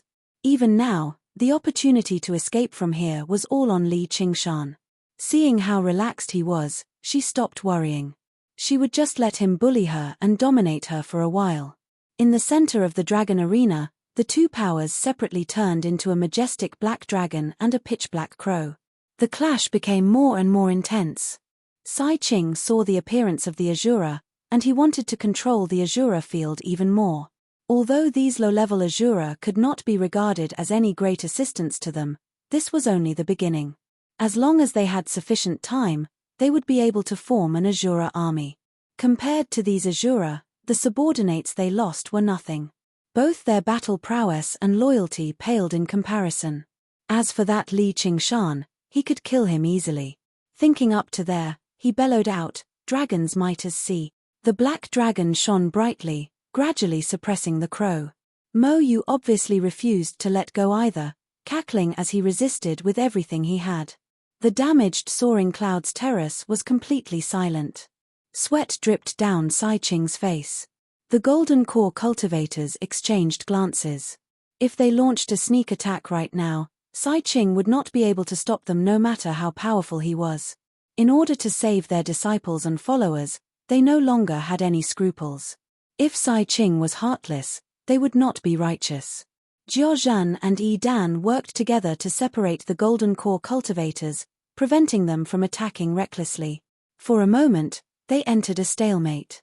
None of them dared to act recklessly. Sai Bao asked, "Big sis, how long are they going to fight for?" "Soon." Jiyu Yangying smiled, but her eyes that were as sharp as a hawk's gazed at the soaring clouds terrace beneath her feet. As soon as she finished speaking, there was a great boom, and a scarlet-red figure leapt up from the soaring clouds terrace, picking up the dragon arena and running away. It was the North Moon's demon that had returned. Oh no! Jiozhan and Yi Dan suddenly looked back, and their faces changed drastically. The North Moon unfurled a pair of wings of wind and fire, rushing off into the air with a streak of fiery light. At the same time, in the center of the Azura field, the black dragon had established his victory, but he was exhausted too. Suddenly, a spirit turtle descended from above, radiating with an unstoppable, powerful will that suppressed the black dragon and crow at the same time. "Who is it?" Sai Qing and Mo Yu were both surprised and furious. "My two good grandsons, have you even forgotten the voice of your grandfather North Moon?" The spirit turtle suddenly spoke in the human tongue, filled with complacency and mockery. In the blink of an eye, it seized control of the Azura field and purged Sai Qing and Mo Yu's powers. Sai Qing suddenly opened his eyes, only to see Jiozhan and Yi Dan in pursuit. With a furious roar, he turned into a black dragon and chased after them. In the Azura field, Han Tiri was just about to engage in a fierce battle with the Azura general when the scenery before him suddenly changed. He discovered he was high in the sky, and below him was the commandery city of Rui. He had already left the Azura field somehow. Afterwards, he saw Wasungzon, Liu Changqing, and so on. They had already emerged. Li Qingshan was obviously among them too. Amidst their shock, before they could even return to their senses, a black dragon whistled past them. At the same time, a black figure was expelled from the Azura field. It was Mo Yu. He let out a furious, shrill cry, and his body turned into a ball of twisted darkness, vanishing into thin air. When he reappeared, he was already behind the North Moon, enveloped by black feathers. As Foundation establishment cultivators, Liu Changqing and the others were unlikely to fall to their deaths. They descended from the sky with a few Qi practitioners, but before they had even landed, a group of golden core cultivators surrounded them, asking about their disciples and followers. Chapter 666. The expressions of all the golden core cultivators changed drastically. One of them grabbed the cultivator's collar. What? Tell me clearly. What exactly happened? The gazes of the other cultivators towards Li Qingshan and the others also became extremely unfriendly. They had already expected that there would be casualties in this competition, but they did not expect that it would be a near-complete annihilation.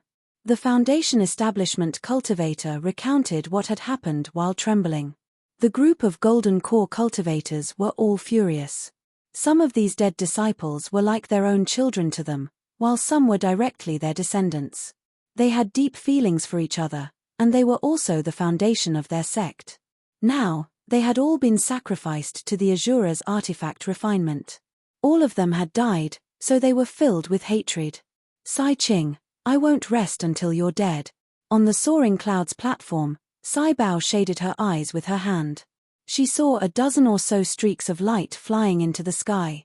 She said, they're really fast. This North Moon is really bold. However, how could he escape Mo Yu's pursuit? She did not expect that the competition would end just like that. Jiyu Yangying waved her folding fan lightly and pursed her lips into a smile. It's just a clone. It doesn't matter even if it's killed. However, if he really succeeds, then Sai Qing and the others will be crying. Sai Bao said in admiration, Sister, you must have expected this long ago. Of course not. That guy is very difficult to predict. Pitch-black feathers streaked across the sky in pitch-black trajectories. North Moon did not dare to underestimate the Demon Crown Prince's methods. A mere mirror clone was definitely not Mo Yu's match. If he was delayed for even a moment, Sai Qing and the others would immediately rush over, and it would be difficult for him to escape. He turned around. With a flip of his hand, the Azura field that had shrunk to the size of a bowl was raised high. A suction force erupted from it, and all the black feathers were sucked into it like stones sinking into the ocean. He smiled slightly. Aside from being able to summon Azura, this object was also extremely good as a shield. No matter how powerful a move was, once drawn into this Azura field that spanned several hundred kilometers, it would be difficult for it to cause any damage. High up in the sky, the two demons, one advancing and one retreating, moved as fast as lightning. Mo Yu's attack had failed. He stretched out a pale, corpse-like hand and grabbed at Li Qingshan's throat at lightning speed. Quake. Li Qingshan countered with a palm strike. He wanted to use the force to flee, but Mo Yu's palm gave off a powerful suction, pulling him in firmly. At the same time, a deathly, cold power of death appeared, constantly corroding his body. Wherever it came in contact with, his body would immediately stiffen up and become numb. In an instant, his entire arm went numb. The color of his skin had also turned deathly gray. With the power of a mere doppelganger, they were far from being a match for a powerful demon commander like Mo Yu. They could not even last a single move. Bang! Mo Yu suddenly unfurled a pair of pitch-black wings, wrapping Li Qingshan's entire body within, forming a black ball that began to distort, collapse, and shrink. Jiaohu waved his feather fan. A blazing white bolt of lightning shot toward Mo Yu. Yi Dan threw a punch, and the fist aura turned into a ferocious wolf. However, in that instant, the black sphere had already shrunk to the size of a fist. Bringing along North Moon and the Azura field, lightning and vicious wolf both missed. No. Sai Qing let out a hysterical roar. 1,000 kilometers away, a black dot appeared out of nowhere, transforming into a black sphere. A pair of black wings unfurled. Mo Yu grabbed North Moon's neck and said sinisterly, "You will die. Everyone will die, but not today." North Moon's face also turned deathly gray, but he smiled extremely radiantly. Mo Yu suddenly felt that something was wrong. When he looked at North Moon's hands again, they were completely empty. The Azura field had already vanished. Then, his figure also began to ripple, gradually turning into nothingness. It was as if someone had created a ripple on the surface of a lake that was as smooth as a mirror. In an instant, the various scenes reflected on the surface of the lake all began to ripple. As the ripple settled, North Moon had already vanished. Mo Yu was stunned. His face that resembled a corpse suddenly began to twitch and twist violently. He had expended several days of effort to invade the Azura field, even going as far as to form grievances with Sai Ching. In the end, his mortal enemy, North Moon, had actually taken advantage of the situation. His chest burned with fury, so he suddenly raised his head and let out a crow's cry. All the people and beasts on the ground who heard the crow's cry immediately died. Sai Ching watched helplessly as the Azura field he had refined vanished before his eyes. It was like he had been struck in the head. He was so depressed that he almost coughed up blood. Surging killing intent assaulted him from behind. Looking back, he saw over a dozen furious golden core cultivators chasing after him. They used their strongest killing moves right from the start, no longer holding back at all. Die, you scoundrel. Below the soaring clouds terrace, Li Qingshan smiled at Han Qiongji. Don't worry, I'm fine. Tiei is fine too. Water rippled in his right hand under his sleeve, forming a water mirror. The water mirror twisted, and the palm-sized Azura field appeared. He immediately used the spirit turtle to suppress its aura. This was his most versatile innate ability, the water mirror's image. In the beginning, he could create a mirror clone. Afterwards, he discovered that he could use it to reflect attacks. Afterwards, he discovered that he could use the water mirror's image to directly summon his clone over no matter how far away he was. The items on his clone were obviously no exception. In the past, he had never considered this move to be of much use. It was only convenient for him to summon his clone over to help out at crucial times. Perhaps when his clone was surrounded, he could summon it back in time and avoid some losses. He didn't expect it to be so effective this time. Although he couldn't directly pull the clone over, he could secretly transfer the loot back to the main body through this water mirror. Leaving the clone, there was just a trick to lure the tiger away from the mountain. After fooling both Sai Ching and Mo Yu and obtaining the Azura field, Li Qingshan was delighted. When he looked at the distant horizon again and saw Sai Ching fighting against a group of golden core cultivators, he was even more delighted. Double the good news. Heh, my good grandson Ching, didn't your grandfather North Moon still benefit from all your painstaking efforts and cruelty in the end? If he thought about this carefully, there were actually quite a few doubtful points, such as how did North Moon grasp the perfect timing to intervene, and how did he find the core of the Azura field as soon as he intervened, gaining control over the Azura field?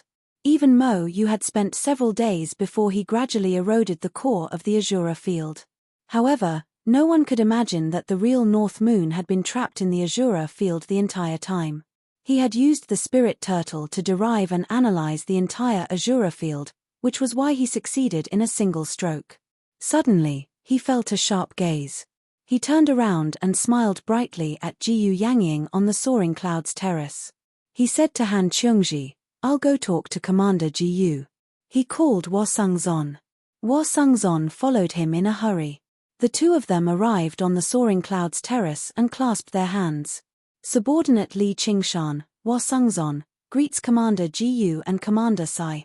Sai Bao said impatiently, Li Qingshan, tell me everything that happened. What happened inside? Li Qingshan told her everything that had happened. He did not lie at all. He only skipped over everything that had to do with his secrets. When Sai Bao heard that Li Qingshan had obtained the Banyan Tree King's Fruit of Wisdom, she had already widened her eyes. When she heard how he took on 18 people alone and defeated Sai Ching's lackeys, disbelief filled her face. The Banyan Tree King gave the Fruit of Wisdom to a kid like you? You were actually able to defeat so many Foundation establishment cultivators alone? Don't you dare lie, or I'll beat you up. Li Qingshan smiled. Just because of you? What did you say? Sai Bao doubted her ears. This kid sure had no limits to his arrogance. Cough cough, nothing. Hee hee, I overreacted. I've been agitated too much recently. Jiyu Yangying stopped Sai Bao, who was about to lose her temper. She smiled.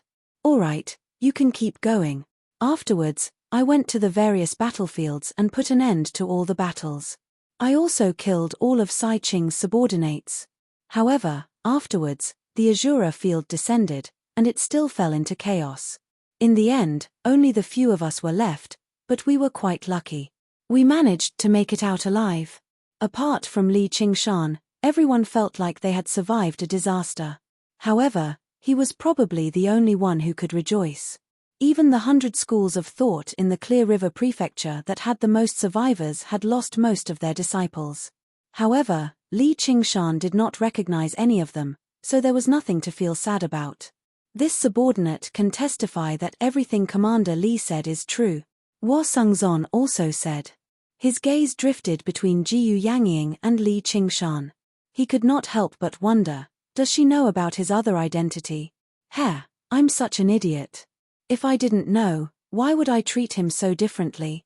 The two of them both stood between the human path and the demon path, so they obviously possessed a natural rapport. They were both straightforward and unfathomable. In the past, under the cedar tree outside Qingyang City, they had actually met by fate, and he was just an insignificant foil. He could not help but think about how Li Qingshan had once told him that he would either pursue her with everything he had, or he would let it go gently. He had even said that he had no idea just how far apart they were from Jiyu Yangying. Before he knew it, many years had passed, and he could already stand beside her. Thinking up to there, he suddenly made up his mind. It was time for him to make a decision. Sai Bao clapped her hands and smiled. Sai Qing is in deep trouble now. He probably won't even be able to keep his position as the Marquis of Rui. I really do need to thank that North Moon. If he had only used cultivators as sacrifices to refine the Azura field, the Imperial Court probably would not do anything to Sai Qing as long as he had a justifiable reason. Perhaps there might even be people who admired Sai Qing's generosity. However, if he lost the Azura field, the situation would be different. The Imperial family had spent a tremendous amount of money to refine the Dragon Arena. It was equivalent to an item bestowed by the Emperor. Once it was lost, it would be a great crime. Now that this had happened, the act of using cultivators as sacrifices seemed both brutal and foolish. In short, evil could be protected, but incompetence could not be forgiven. The Imperial Court would definitely punish them. Sai Qing understood this as well. His painstaking sacrifice had ended up like this, so he completely descended into a frenzy. He turned into a black dragon and roared furiously, spitting out surging black smoke that formed a black cloud. He moved through it and grabbed a golden core cultivator with his claws, about to kill him. Jiazhen said in a hurry, "Your Highness, you mustn't." Sai Qing suppressed his fury with difficulty and asked the golden core cultivator, "Do you want me to spare your life?" Chapter 667. Fellow Peng. Fellow Peng. The golden core cultivators cried out. As one of the few golden core cultivators of the Rui Commandery, they had all known each other for over a century. Even if they did not have any particularly deep feelings for him, they could not help but sympathize with him when they saw his fate. Sai Qing, you've lost your mind. The mighty Imperial clan has actually raised a jackal like you. Within the cries and curses, their attacks became even more vicious. Sai Qing was heavily injured, so he was furious as well. The powers from the two sides clashed violently, illuminating the night sky in the distance. Fierce gales swept over from afar, ruffling the clothes of the people on the soaring clouds terrace. Before long, 3 rings of light erupted on the horizon one after another. Afterwards, there were a few great booms. Those were the final sounds of the golden core cultivators' centuries of cultivation. After losing 4 people, the golden core realm cultivators finally dispersed in all directions, but they all harbored deep hatred in their hearts. Sai Qing returned to human form. His clothes were tattered, and his hair was disheveled. He was covered in wounds, which made him seem extremely miserable. He did not feel any joy from defeating his opponent at all. Instead, he felt rather lost and at a loss. Now that the situation had developed like this, what was he supposed to do next? Your Highness, let's return to the estate first. We can discuss this slowly. Sai Ching widened his eyes. His face was filled with brutality, but he concealed it again. You're right, sir. This matter isn't over yet. Prepare to receive his wrath.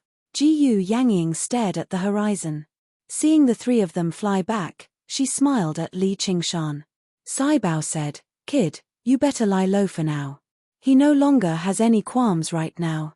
If he really does go berserk, even we might not necessarily be able to protect you. Although this kid was arrogant and rude, he was still a member of the Hawkwolf Guard after all. He had fallen out with Sai Ching because of his sister. Jiyu Yangying smiled. I've already reported this to Boss Jin. You'll be fine as long as you lie low for a while. Why should I run? He was the one who set the rules. It's not like I did anything, so how can he just vent his wrath on me? Not to mention, he still owes me money. Since when is there a creditor afraid of seeing a debt? Li Qingshan stood with his arms behind his back, fiddling around with a string of prayer beads in his right hand. The largest of the prayer beads had already been crushed. I don't know who this Boss Jin of yours is, but I have a boss too. Jiyu Yangying raised an eyebrow and glanced at him. She shook her head with a smile and said nothing more. She was very curious just what trump card he had yet to use. Little Hua, you can go for now. Yes, Commander.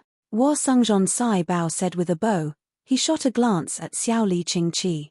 Qing, Li Qingshan of Dragon Xiao, Tian of Chen Tian, Chen, Chen, Tian, Qing, Chen, Qing, Tian, Sai Ching and the other two had already returned. Sai Ching immediately saw Li Qingshan, who was beside Jiyu Yangying. His eyes were burning with anger. This bastard had humiliated him time and time again, killed his disciples, ruined his plans, and was even related to North Moon. North Moon had stolen the Azura field and escaped. Old and new grudges rose in his heart, and he blamed them all on Li Qingshan. Li Qingshan, why don't you kneel? A fierce bellow boomed out like thunder. Below the flying cloud platform, Liu Changqing and the others had yet to disperse. They all looked up with worried expressions. Han Qiongji suddenly turned around and immediately flew toward the flying cloud platform. Before she even got close, she felt Sai Ching's aura as vast as the mountains and seas. It was like black waves crashing down. She gritted her teeth and went against the flow, standing beside Li Qingshan. Qiongji. Li Qingshan was very touched. Han Qiongji smiled at him. Although she had no idea what she could do, she could endure Prince Sai Ching's thunderous wrath with him. Sai Ching saw how Li Qingshan did not take him seriously at all, which made him even angrier. With a shake of his sleeve, there was a vague dragon's roar, and a black dragon claw reached towards Li Qingshan's throat. Li Qingshan pulled Han Qiongji behind him and thought, why is that monk so slow? Didn't he say he would hurry over? A jade folding fan extended out from the side and touched the dragon claw gently, and it immediately pulled back. Sai Ching said furiously, Jiyu Yangying, you're still protecting him even now. Jiyu Yangying said, he's a Scarlet Hawk commander of the Hawkwolf Guard no matter what, and I'm a White Hawk commander of the Hawkwolf Guard no matter what.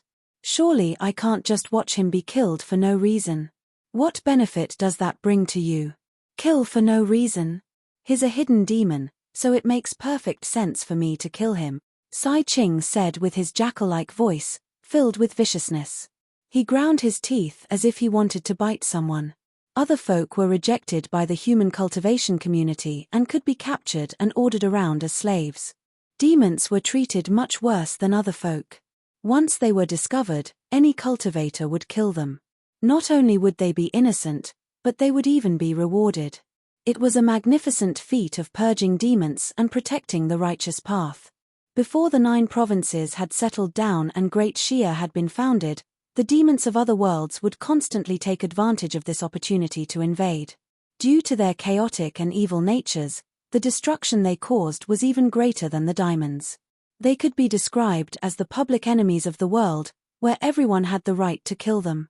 Ever since Li Qingshan displayed his demonified body in the Azura field, he had already become a dead man in Sai Ching's eyes. Even with his identity as a Scarlet Hawk commander, he could directly kill him without even thinking about it. Demon? Jiyu Yangying was stunned for a moment. She turned around and glanced at Li Qingshan. Just how many more secrets did this guy have on him? Han Qiongji was also shocked. She had also heard from Han Thierry that Li Qingshan could transform his body. Could this be the secret that he had been hiding all this time? However, when she thought about it, it did not seem like it. In the legends, demons were lustful, bloodthirsty, and did whatever they wanted. They were proud of evil and ashamed of kindness. Li Qingshan spread out his hands and said, "Your Highness Sai Qing, don't slander me. Who is a demon? Show me the evidence." Only demons can demonify and activate demonic artifacts. Many people have seen it. Are you still trying to deny it? As for the evidence, it's inside your body. Every demon has a demon heart. Watch me kill you and dig out your demon heart. As Sai Qing said that, he approached Li Qingshan step by step. He radiated with murderousness, but there was a white flash, and Jiyu Yangying blocked his way again. You want to protect a demon? As Sai Qing said that, he even glared at Jiyu Yangying with hostility. Jiyu Yangying sighed. Even if he's a demon, he should be personally dealt with by my Hawkwolf Guard. I've already reported this to the higher-ups. They'll be here to investigate very soon. If he's a demon, I won't spare him. Although the human race and the demon race were in constant conflict, the relationship between them was not completely hostile. That was why she could wander between the two races with the identity of a half-human half-demon. However, it was different for the demon race. Sai Qing calmed down a lot. There was only a single existence that Jiyu Yangying referred to as the higher-ups across the entire Green Province. Although Li Qingshan would definitely die, he would not be able to escape punishment for making such a huge mess. All right, I'll wait for that sir to arrive.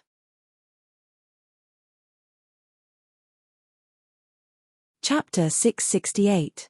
The golden light dispersed as a streak of light, and an old man in the uniform of the Hawkwolf Guard appeared on the Soaring Clouds terrace. A golden hawk with unfolded wings was embroidered on his chest with golden thread. Its beak and claws were like hooks, revealing its sharpness. It was like the legendary golden-winged Great Peng bird. Everyone's heart trembled. This set of clothes was unique in the entire Azure province.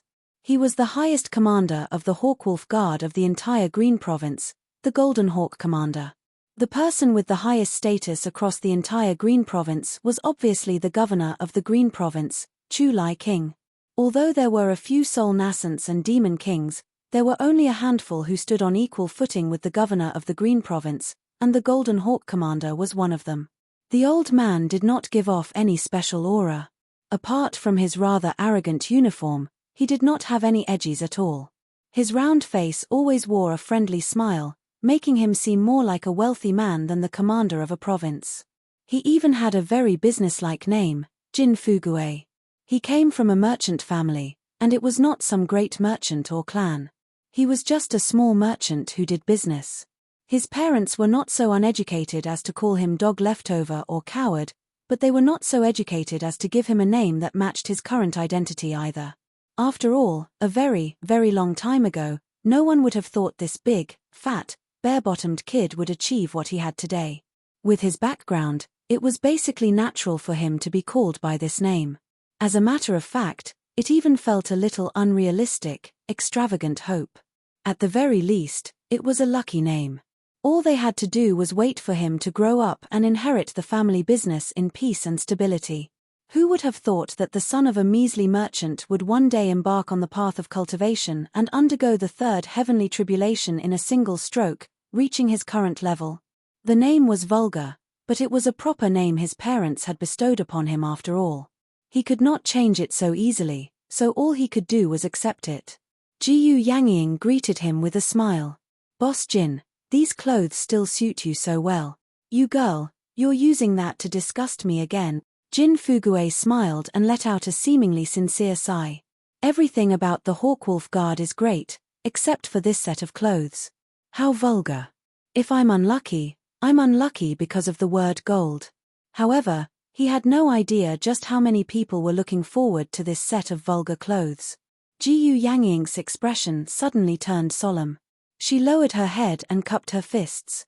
Subordinate Jiyu Yangying greets Commander Jin, Sai Bao, Li Qingshan, Han Qiongji, and the many Hawkwolf guards below the Soaring Clouds terrace clasped their fists with their heads lowered. Greetings, Commander Jin. The other cultivators who were not Hawkwolf guards all bowed politely. Sai Qing bowed and said, Junior Sai Qing greets Commander. Jin Fuguei stepped aside and the smile on his face faded a little. He returned the greeting. This old official greets your Royal Highness. Although there was a huge gap between their cultivation levels and identities, Sai Qing was the prince of the Great Xia dynasty and had the status of a subject. Jin Fuguei studied the messy Soaring Clouds terrace and patted the half-broken pillar gently. I already know about what happened here. I will report it to the provincial lord and his majesty as it is. I won't exaggerate it, nor will I cover it up. He was polite, but his expression was completely inscrutable. It was completely different from the friendliness he showed towards Jiyu Yangying. Sai Qing knew it was impossible for her to cover it up for him. This was something he had known from the very beginning. If he could refine the Azura field, even if he lost his position as the Marquis of Ruyi, it would be nothing, but the outcome was not what he had hoped for. Thinking up to there, he dug his nails into his palm. He held back his regret and anger and said calmly, I will bear all of the consequences myself, but before that, there's something I need to report to the commander. What is it? Although many incidents have happened in the exhibition matches of the 9 prefectures this time, it hasn't been completely fruitless. We've discovered a demon hidden within the Hawkwolf Guard, who actually became a Scarlet Hawk commander and even stole the title of genius.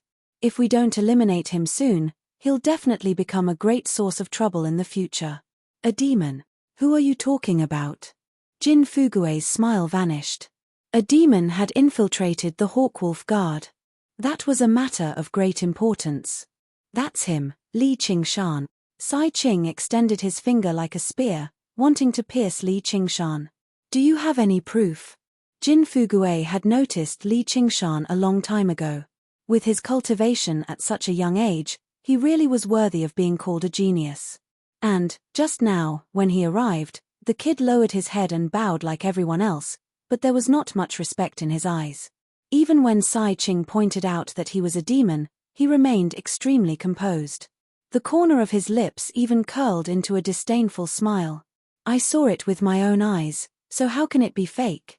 The Soaring Clouds terrace is filled with witnesses, but most of them have spent a lot of time with this Li Qingshan, so they'll probably protect him. It'll be quite troublesome to get them to reveal the truth. How about this? Please strip him of his identity as a Hawkwolf Guard, and I'll immediately inspect him. If he doesn't have a demon heart, I'll be at your disposal, Commander, Sai Qing said viciously. This inspection was clearly not a gentle body search. Instead, he wanted to dismember Li Qingshan and grind his bones to dust. There's no need to go through so much trouble if you want to know whether he has a demon heart or not. Yangying, just take a look. Is there a demon heart in his body? He's your subordinate, so if he's a demon, you can personally execute him, Jin Fuguei suddenly said to Jiyu Yangying. Since Sai Qing had already said that, he must be completely confident. Although Li Qingshan seemed very calm, someone who had been wrongly accused should not be so calm. Jiyu Yangying frowned. Clearly, he wanted her to personally clear her name. After all, if a demon had infiltrated the Scarlet Hawk commander, she would not be able to absolve herself from the blame as the White Hawk commander. Commander, Han Qiongji could not help but call out. Li Qingshan grabbed her hand, telling her that there was no need for her to worry. Commander Jiyu, just watch. Then Jiyu Yangying exchanged glances with Li Qingshan. She said secretly, just what are you thinking? Before Boss Jin, you won't be able to escape even if you reveal your true form. Li Qingshan smiled. Why should I escape? Come at me. This kid still has a trump card. Jiyu Yangying's eyes widened, and her pupils suddenly narrowed like a hawk's. Her gaze seemed to become tangible, piercing through Li Qingshan's body and scanning him up and down. It basically took her no effort at all to find the dark red demon heart. She exhaled and turned around to Jin Fugue. Yep, there really is a demon heart. A sinister smile appeared on Sai Qing's face. Meanwhile, Liu Changqing and the others who had been quietly waiting below the platform all sucked in a breath of cold air when they heard this result. Jin Fugue sighed, but he was relieved. Fortunately, she did not lie to cover up. That would only be giving someone a handle over her head. It was meaningless. The cultivation world was not a place where it was easy to hide the truth. It seems like you are a demon that is naturally proficient in concealment. Even I have misjudged you. Li Qingshan, you may not have done anything bad, but humans and demons cannot coexist. This is written into the laws of Great Xia. No one can save you. End your own life. As soon as he said this, Han Qiongji felt as if she had been struck by lightning, and her face turned pale. Exclamations of shock came from below the soaring cloud platform. Li Qingshan said to Jin Fugue, "Commander, just because one has a demon heart, does that mean one is a demon?" Jin Fugue frowned. "Stop quibbling. If you are a man, then accept your death." In everyone's eyes, this was the struggle of a cornered beast that had fallen into a hopeless situation. It was both powerless and pitiful. Although Sai Qing was extremely depressed today, he also felt a sense of satisfaction when he saw the end of this genius who had always been opposing him. Dan took a step forward, rubbing his hands as he grinned savagely. "If you are not willing to end your own life, I can lend you a hand. However, it will not be so straightforward. Amitabha. The matters of the world are still unresolved. Why not leave them unresolved? In my opinion, just because one has a demon heart does not mean that one is a demon." A vast and majestic voice rang out from the horizon. Jin Fugue looked back, only to see that the voice came from a figure the size of a mustard seed. With a single step, the figure had already become the size of a fist. With another step, it was the size of a child. With its final step, it had already stepped onto the soaring cloud platform. It was a fat monk with his chest and stomach exposed, large sleeves fluttering in the wind. Taking 3 consecutive steps in the air, he had already traversed a distance of several hundred kilometers. Originally, he still had the bearing of a high monk, but he was holding a golden leg of lamb in one hand and a large wine gourd in the other, completely destroying his image as a high monk of Buddhism. The divine feat.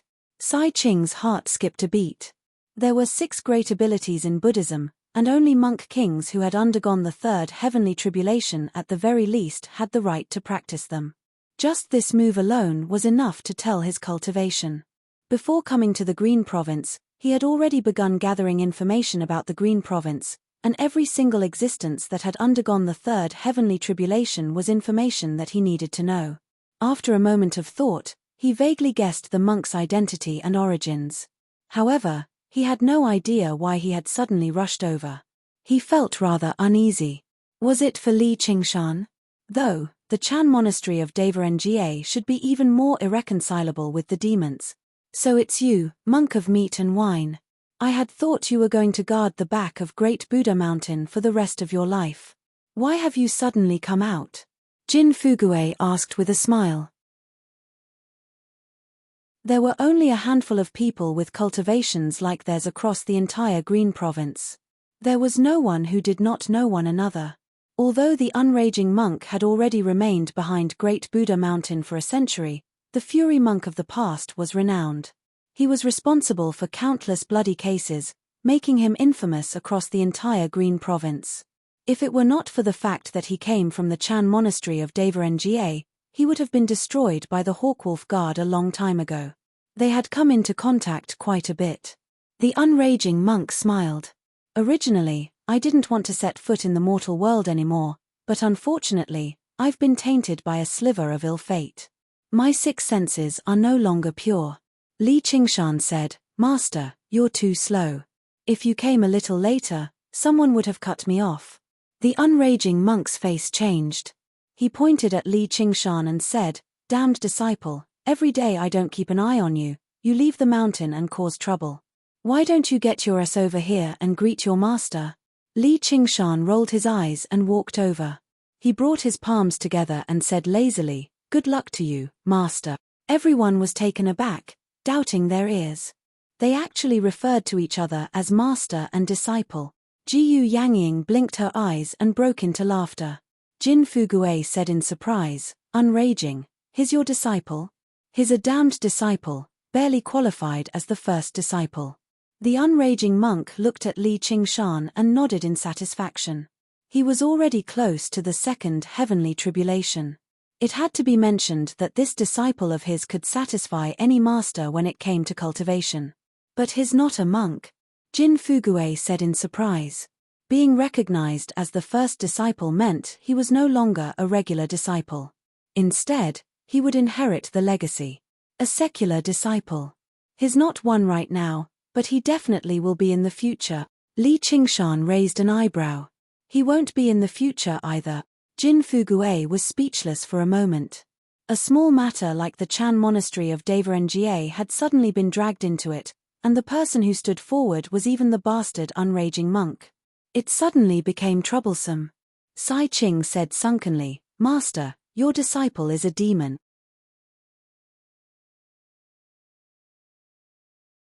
Chapter 669.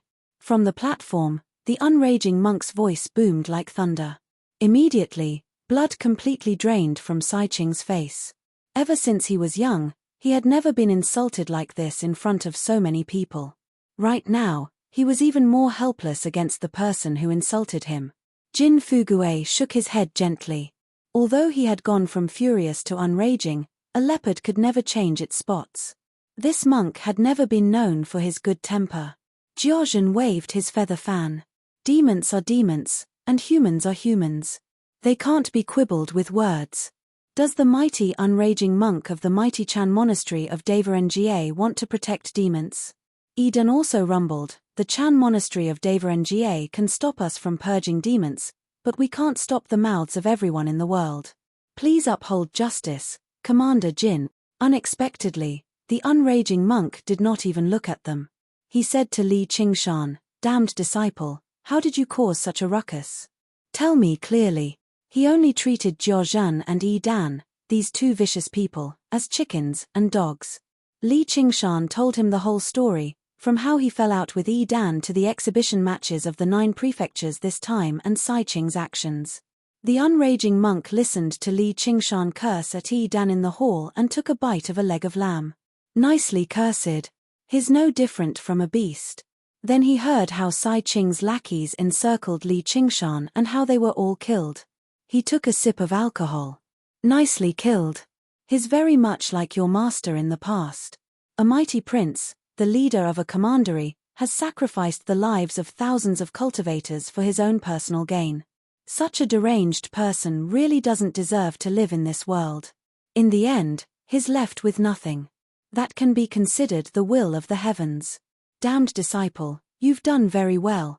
Towards the end, the unraging monk laughed aloud at the sky, but his laughter seemed to be filled with fury that could incinerate everything. The three of them all paled. Jin Fugui had never had a good impression of Sai Ching in the first place. When he heard that the reason for everything was to help Jiyu Yangying, he became even more reluctant to interfere. "You killed the Scarlet Hawk commander of my Hawkwolf Guard on a whim. What do you think I am? Bunu. Our relationship as master and disciple comes before our relationship as superior and subordinate. I'll leave this child with you. I believe the monastery will deal with him impartially according to the precepts." He obviously had to spare Li Qingshan. Whether he was a human or a demon, he would be handed over to the Chan monastery of Devarenjie to deal with. However, he was also rather perplexed. The relationship between the Chan monastery of Devarenjie and the demon race should be even more incompatible. With the unraging monk's identity and cultivation, how could he not tell that Li Qingshan possessed a demon heart? Why would he protect him? Commander Jin, that's where you're wrong. It's not like this damned disciple of mine wants to become a monk, so why would I take him back? Since he's a member of the Hawkwolf Guard, he obviously has to obey your orders. However, this penniless monk wants to say something else. Having a fiendish heart doesn't mean one is a fiendish person. Suddenly, the unraging monk's demon chi surged into the air. It was fiery in color, twisting into furious faces. The sky changed color because of it. Demon King. Jin Fugue took a step back and became cautious, staring at the unraging monk in disbelief. With such arrogance, he was already a legendary demon king. The back mountain of the Chan monastery of Devarengie was actually hiding a demon king. This was even more unbelievable. Afterwards, he looked at the unraging monk in the demon chi. He brought his palms together, and his chubby face was filled with a smile, just like a Metria. He possessed a dignified bearing that only eminent monks of Buddhism possessed, which allowed people to experience the true meaning of casting aside the butcher's blade and attaining enlightenment with a single glance. As a result, he asked, "Do you know which hall I'm guarding in the back mountain, Commander?" "The Demon Suppression Hall." "Then have you heard of a cultivation method in the Demon Suppression Hall called the Demon Suppression Statuary?" "I've heard of it before." "Don't tell me no wonder. I've never heard of anyone successfully practicing this cultivation method." "I didn't think it would be your fortuitous encounter." Jin Fugue was taken aback at first before coming to an understanding. Back then, the unraging monk had been protected by the Chan monastery of Devarengie, but many people said he had already suffered from chi deviation and would struggle to make any further progress. Never did he think he would actually overcome the tribulation and reach Monk King in a single day. As for why the unraging monk would accept a secular disciple as his disciple, that made sense. Li Qingshan had clearly practiced the demon suppression statuary too, which was why he possessed a demon heart, which was why he could use the various abilities of the demon race. In other words, he possessed a demon heart, but he was not a demon. Practicing this cultivation method requires great willpower, great obstacles, great willpower, and great wisdom. It's rare for me to come across one, so I've become a little more protective towards this damned disciple of mine. Instead, it's up to him to think he's something, causing trouble for the commander by stirring up trouble. If he's done anything wrong, please punish him as you please, Commander. There's no need to worry about me." The unraging monk withdrew his demon chi and tossed aside the alcohol and meat in his hands. He brought his palms together and bowed. He was indescribably amiable. "It's also great Shia's fortune to have such an elite in the Hawkwolf Guard. I can't remain in the secular world for long, so I'll be taking my leave first. Please take care, Master." Jin Fugue waved his hand with a smile. In the eyes of mortals who did not know what was going on, this was like a wealthy man who had done good deeds courteously escorting the monk to his doorstep after giving alms to a monk begging for alms. "Master, it's rare for you to come. You should let your disciple prepare a banquet and feast for you for 3 days. Li Qingshan saw how the unraging monk had resolved this almost hopeless situation with just a few words. He could not help but feel grateful for his benevolence. And he wanted to ask about Little An's current situation. "Mph, there won't be any good banquets.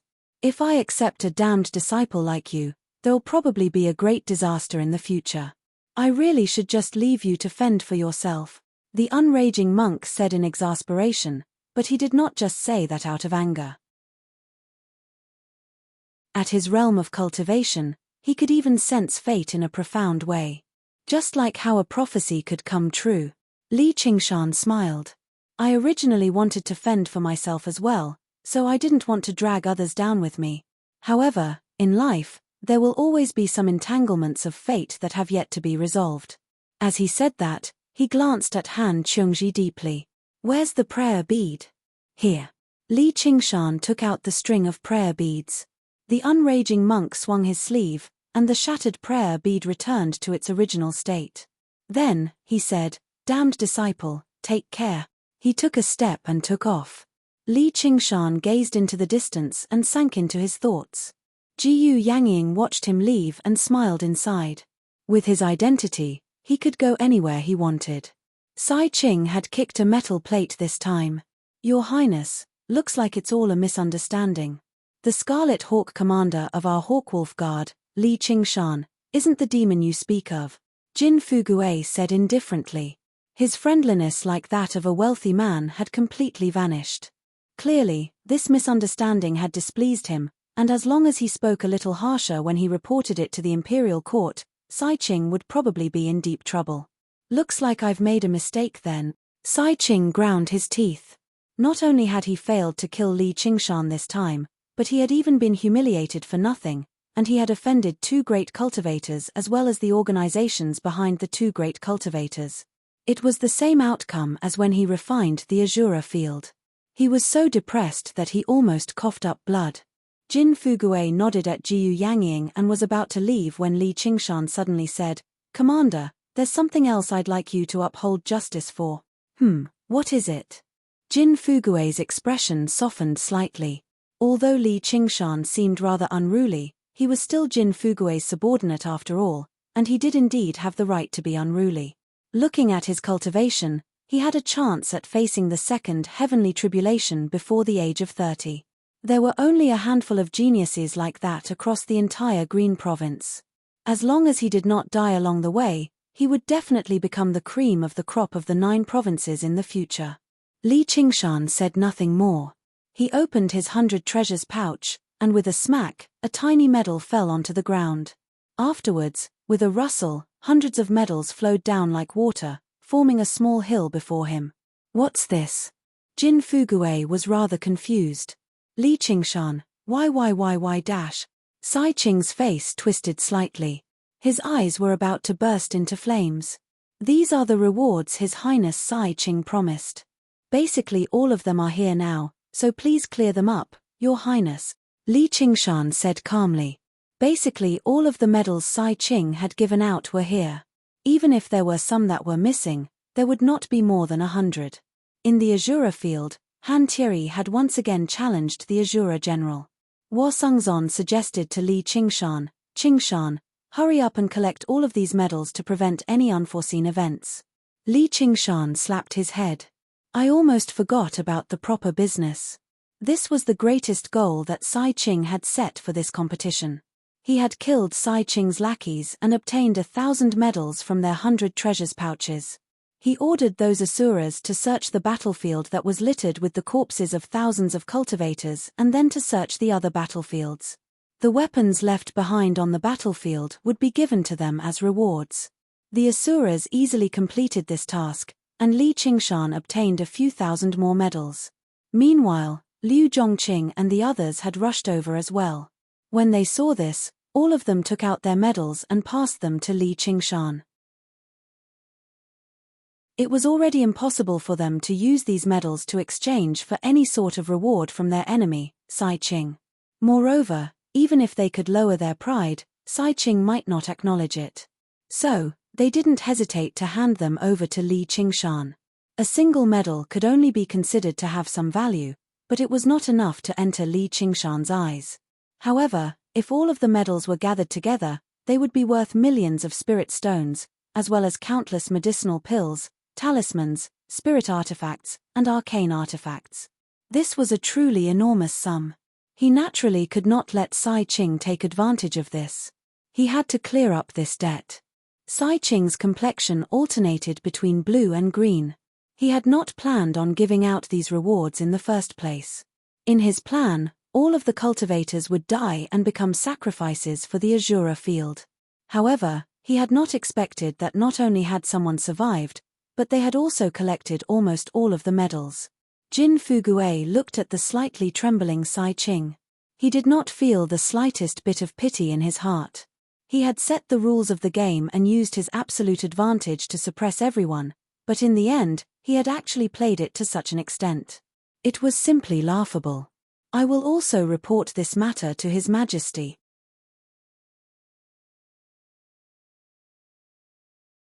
Chapter 670. Jiyu Yangying returned to the Listening Wind Pavilion. Thinking back on the exhibition matches of the 9 prefectures, she still felt that it was very interesting. A fragrance lingered at the tip of her nose. A beautiful figure lifted the curtain and entered. Qian Rongji held a white porcelain bowl with both hands. She smiled and said, "Master, you're back. Looks like you didn't waste this period of time." Jiyu Yangying's eyes flashed slightly and she also revealed a smile. Qiongji doesn't dare to disappoint Master's painstaking nurturing. Have a taste of my cooking. Qian Rongji offered the porcelain bowl in front of Jiyu Yangying. The lotus seeds were crystal clear and snow white. They were plump and perfectly round. There was a small porcelain spoon in the bowl. Jiyu Yangying stretched out her hand and was about to take it when Qian Rongji suddenly said, "Oh, it's the wrong one." With a light flip of her hand, the porcelain bowl fell to the ground. With a clang, it broke into pieces and the lotus seeds scattered all over the ground. Jiyu Yangying was slightly startled. Qian Rongji had already turned back behind the curtain. In an instant, she came out again with another porcelain bowl in her hands. She offered it in front of Jiyu Yangying. It was a bowl of pitch-black sludge. There was also a small porcelain spoon in the bowl. Qian Rongji's lips curled into a cruel and determined smile. Jiyu Yangying looked at her and sighed. She suddenly felt a little tired. "Why don't you give yourself a chance to heal your wounds? I appreciate Master's kind intentions. But it's already too late. My wounds have already rotted and maggots have spread all over my body.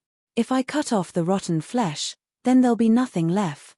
Qian Rongji lowered her head slightly and looked at the bowl of sludge. If the lotus seeds can't bloom into lotus flowers, then they can only turn into sludge. How many lotus seeds of despair are in this bowl of sludge? Jiyu Yangying is speechless for a moment. It is the instinct of all life to escape from suffering and sorrow and to pursue happiness and joy. Even Gautama Buddha, who has no self, calls the world of self-existence nirvana. The sufferings of the common people are what they wish for. However, if someone knows how to obtain happiness and joy, and has the ability to obtain happiness and joy, but insists on overcoming this instinct, willingly degenerating into the mud, not admiring the lotus, not seeking the lotus seed, then even the Buddha will find it difficult to change. Thus, Jiyu Yangying said, "You'll probably be more talented than me in cultivating the illustrations of the Naraka Sutra." "Thank you, Master. There's nothing to thank me for. I thought I saw the shadow of my past in you, so I did a lot of pointless things. Turns out I was wrong." After listening to the unraging monk's explanation, Jiyu Yangying originally thought Qian Rongji would be extremely suited to practicing the demon suppression statuary, but as it seems now, that was not the case. If she condensed a demon heart, she would only be allowed to develop into hysteria, becoming a demon among demons. "It's all right." Qian Rongji drank the entire bowl of sludge and smiled resplendently. "I'm still me." Ayushin returned to Benevolence Island and passed through the long underground passageway. White light lit up with every step she took, leading her straight into the underground palace. An ordinary-looking man meditated among a pile of books. He was Chu Tian. After so many days of hard work, his cultivation had just barely returned to the second layer of Qi practitioner. To him, this speed was basically unbearably slow. First of all, it was because of the many hidden injuries from the destruction of his cultivation, and second of all, he lacked sufficient resources. Even the cleverest housewife could not cook a meal without rice. "Fellow are you? I need some pills." "It's not like I'm your mother. I'm in charge of your food and shelter, so why would I care about your pills? Will you be filial to me in the future? I'm just checking to see if you're dead or not. Since you're not dead, then just stay here." Chu Tian smiled. "Fellow are you? You're in such a bad mood. Did something happen during the exhibition matches of the 9 prefectures?" Ayushin was slightly stunned. She realized that her emotions were a little off. A flame was currently burning in her chest, spreading uncontrollably. She waved her hand. "All right, I can give you some normal pills, but I won't take anything that's too expensive." Chu Tian bowed slightly. "Thank you. Recently, I've recalled quite a few things. Among them, there's a cultivation technique that I feel is very suitable for fellow Ayu to cultivate." "Is that so? What's it called?" "The Heavenly Tome of Cloud Furnace is one of the 10,000 heavenly tomes. It requires one to combine the art of alchemy, placing oneself in an alchemy furnace. Both the body and chi will be tempered, and combined with the Heavenly Tome of Cloud Furnace Daoist technique, it has endless mysteries. Although one will have to endure quite a bit of torment and pain during cultivation, it's definitely worth it. In this world, there are probably only a handful of cultivation techniques that can compare to it. As a repayment for saving my life, I'll give it to you. Whatever pill you want, as long as it's not too excessive, I can give it to you." Ayushin nodded slightly. The value of a good cultivation technique to a cultivator was self-evident.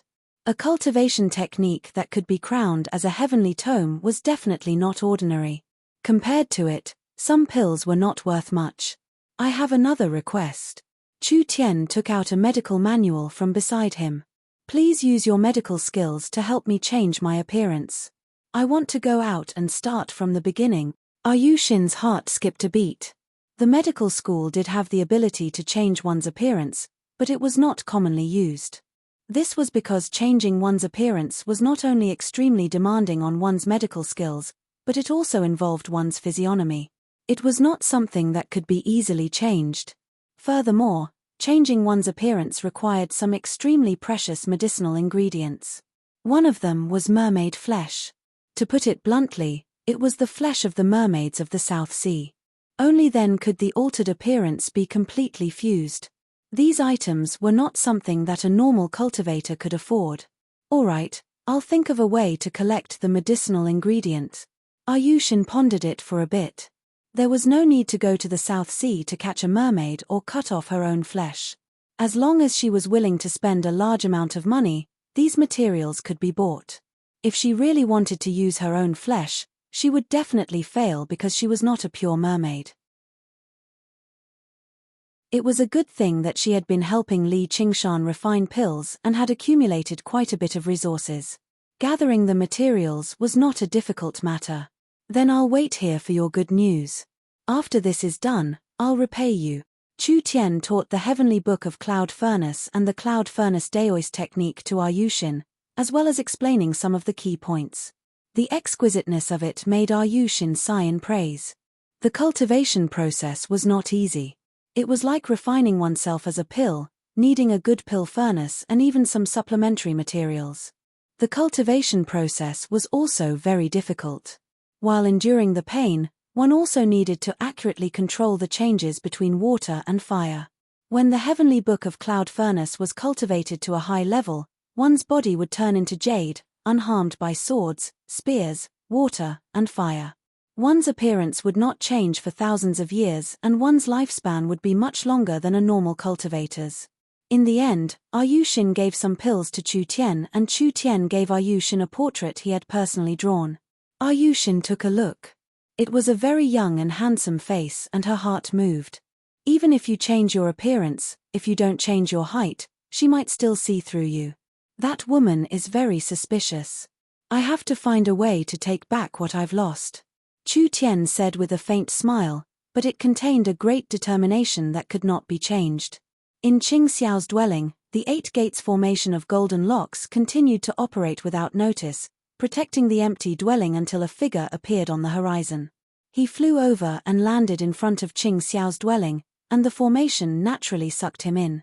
Li Qingshan gently stroked the 3 words that Little and had personally written, Qing Xiao's dwelling. He could not help but glance in the direction of the Chan monastery of Nga. However, his gaze was obviously unable to transcend the mountains, so all he could do was look away and recall what he had gone through in the past few days. Sure enough, Sai Qing was unable to produce that tremendous sum of money. Even when Li Qingshan recalled how distressed he was to the point of almost going mad, he found it extremely funny. In the end, he only managed to fork out 30% of the various spiritual stones, talismans, and pills. Li Qingshan wanted to mock him a little more, but he was stopped by Jin Fugue's gaze. He said, "What belongs to you will belong to you sooner or later. The imperial family won't owe you anything. You should know when to stop. Your master can't take care of everything either. Unless you become a monk in the Chan monastery of Nga, the world will still belong to the imperial family at the end of the day." As a result, Li Qingshan stopped pestering him.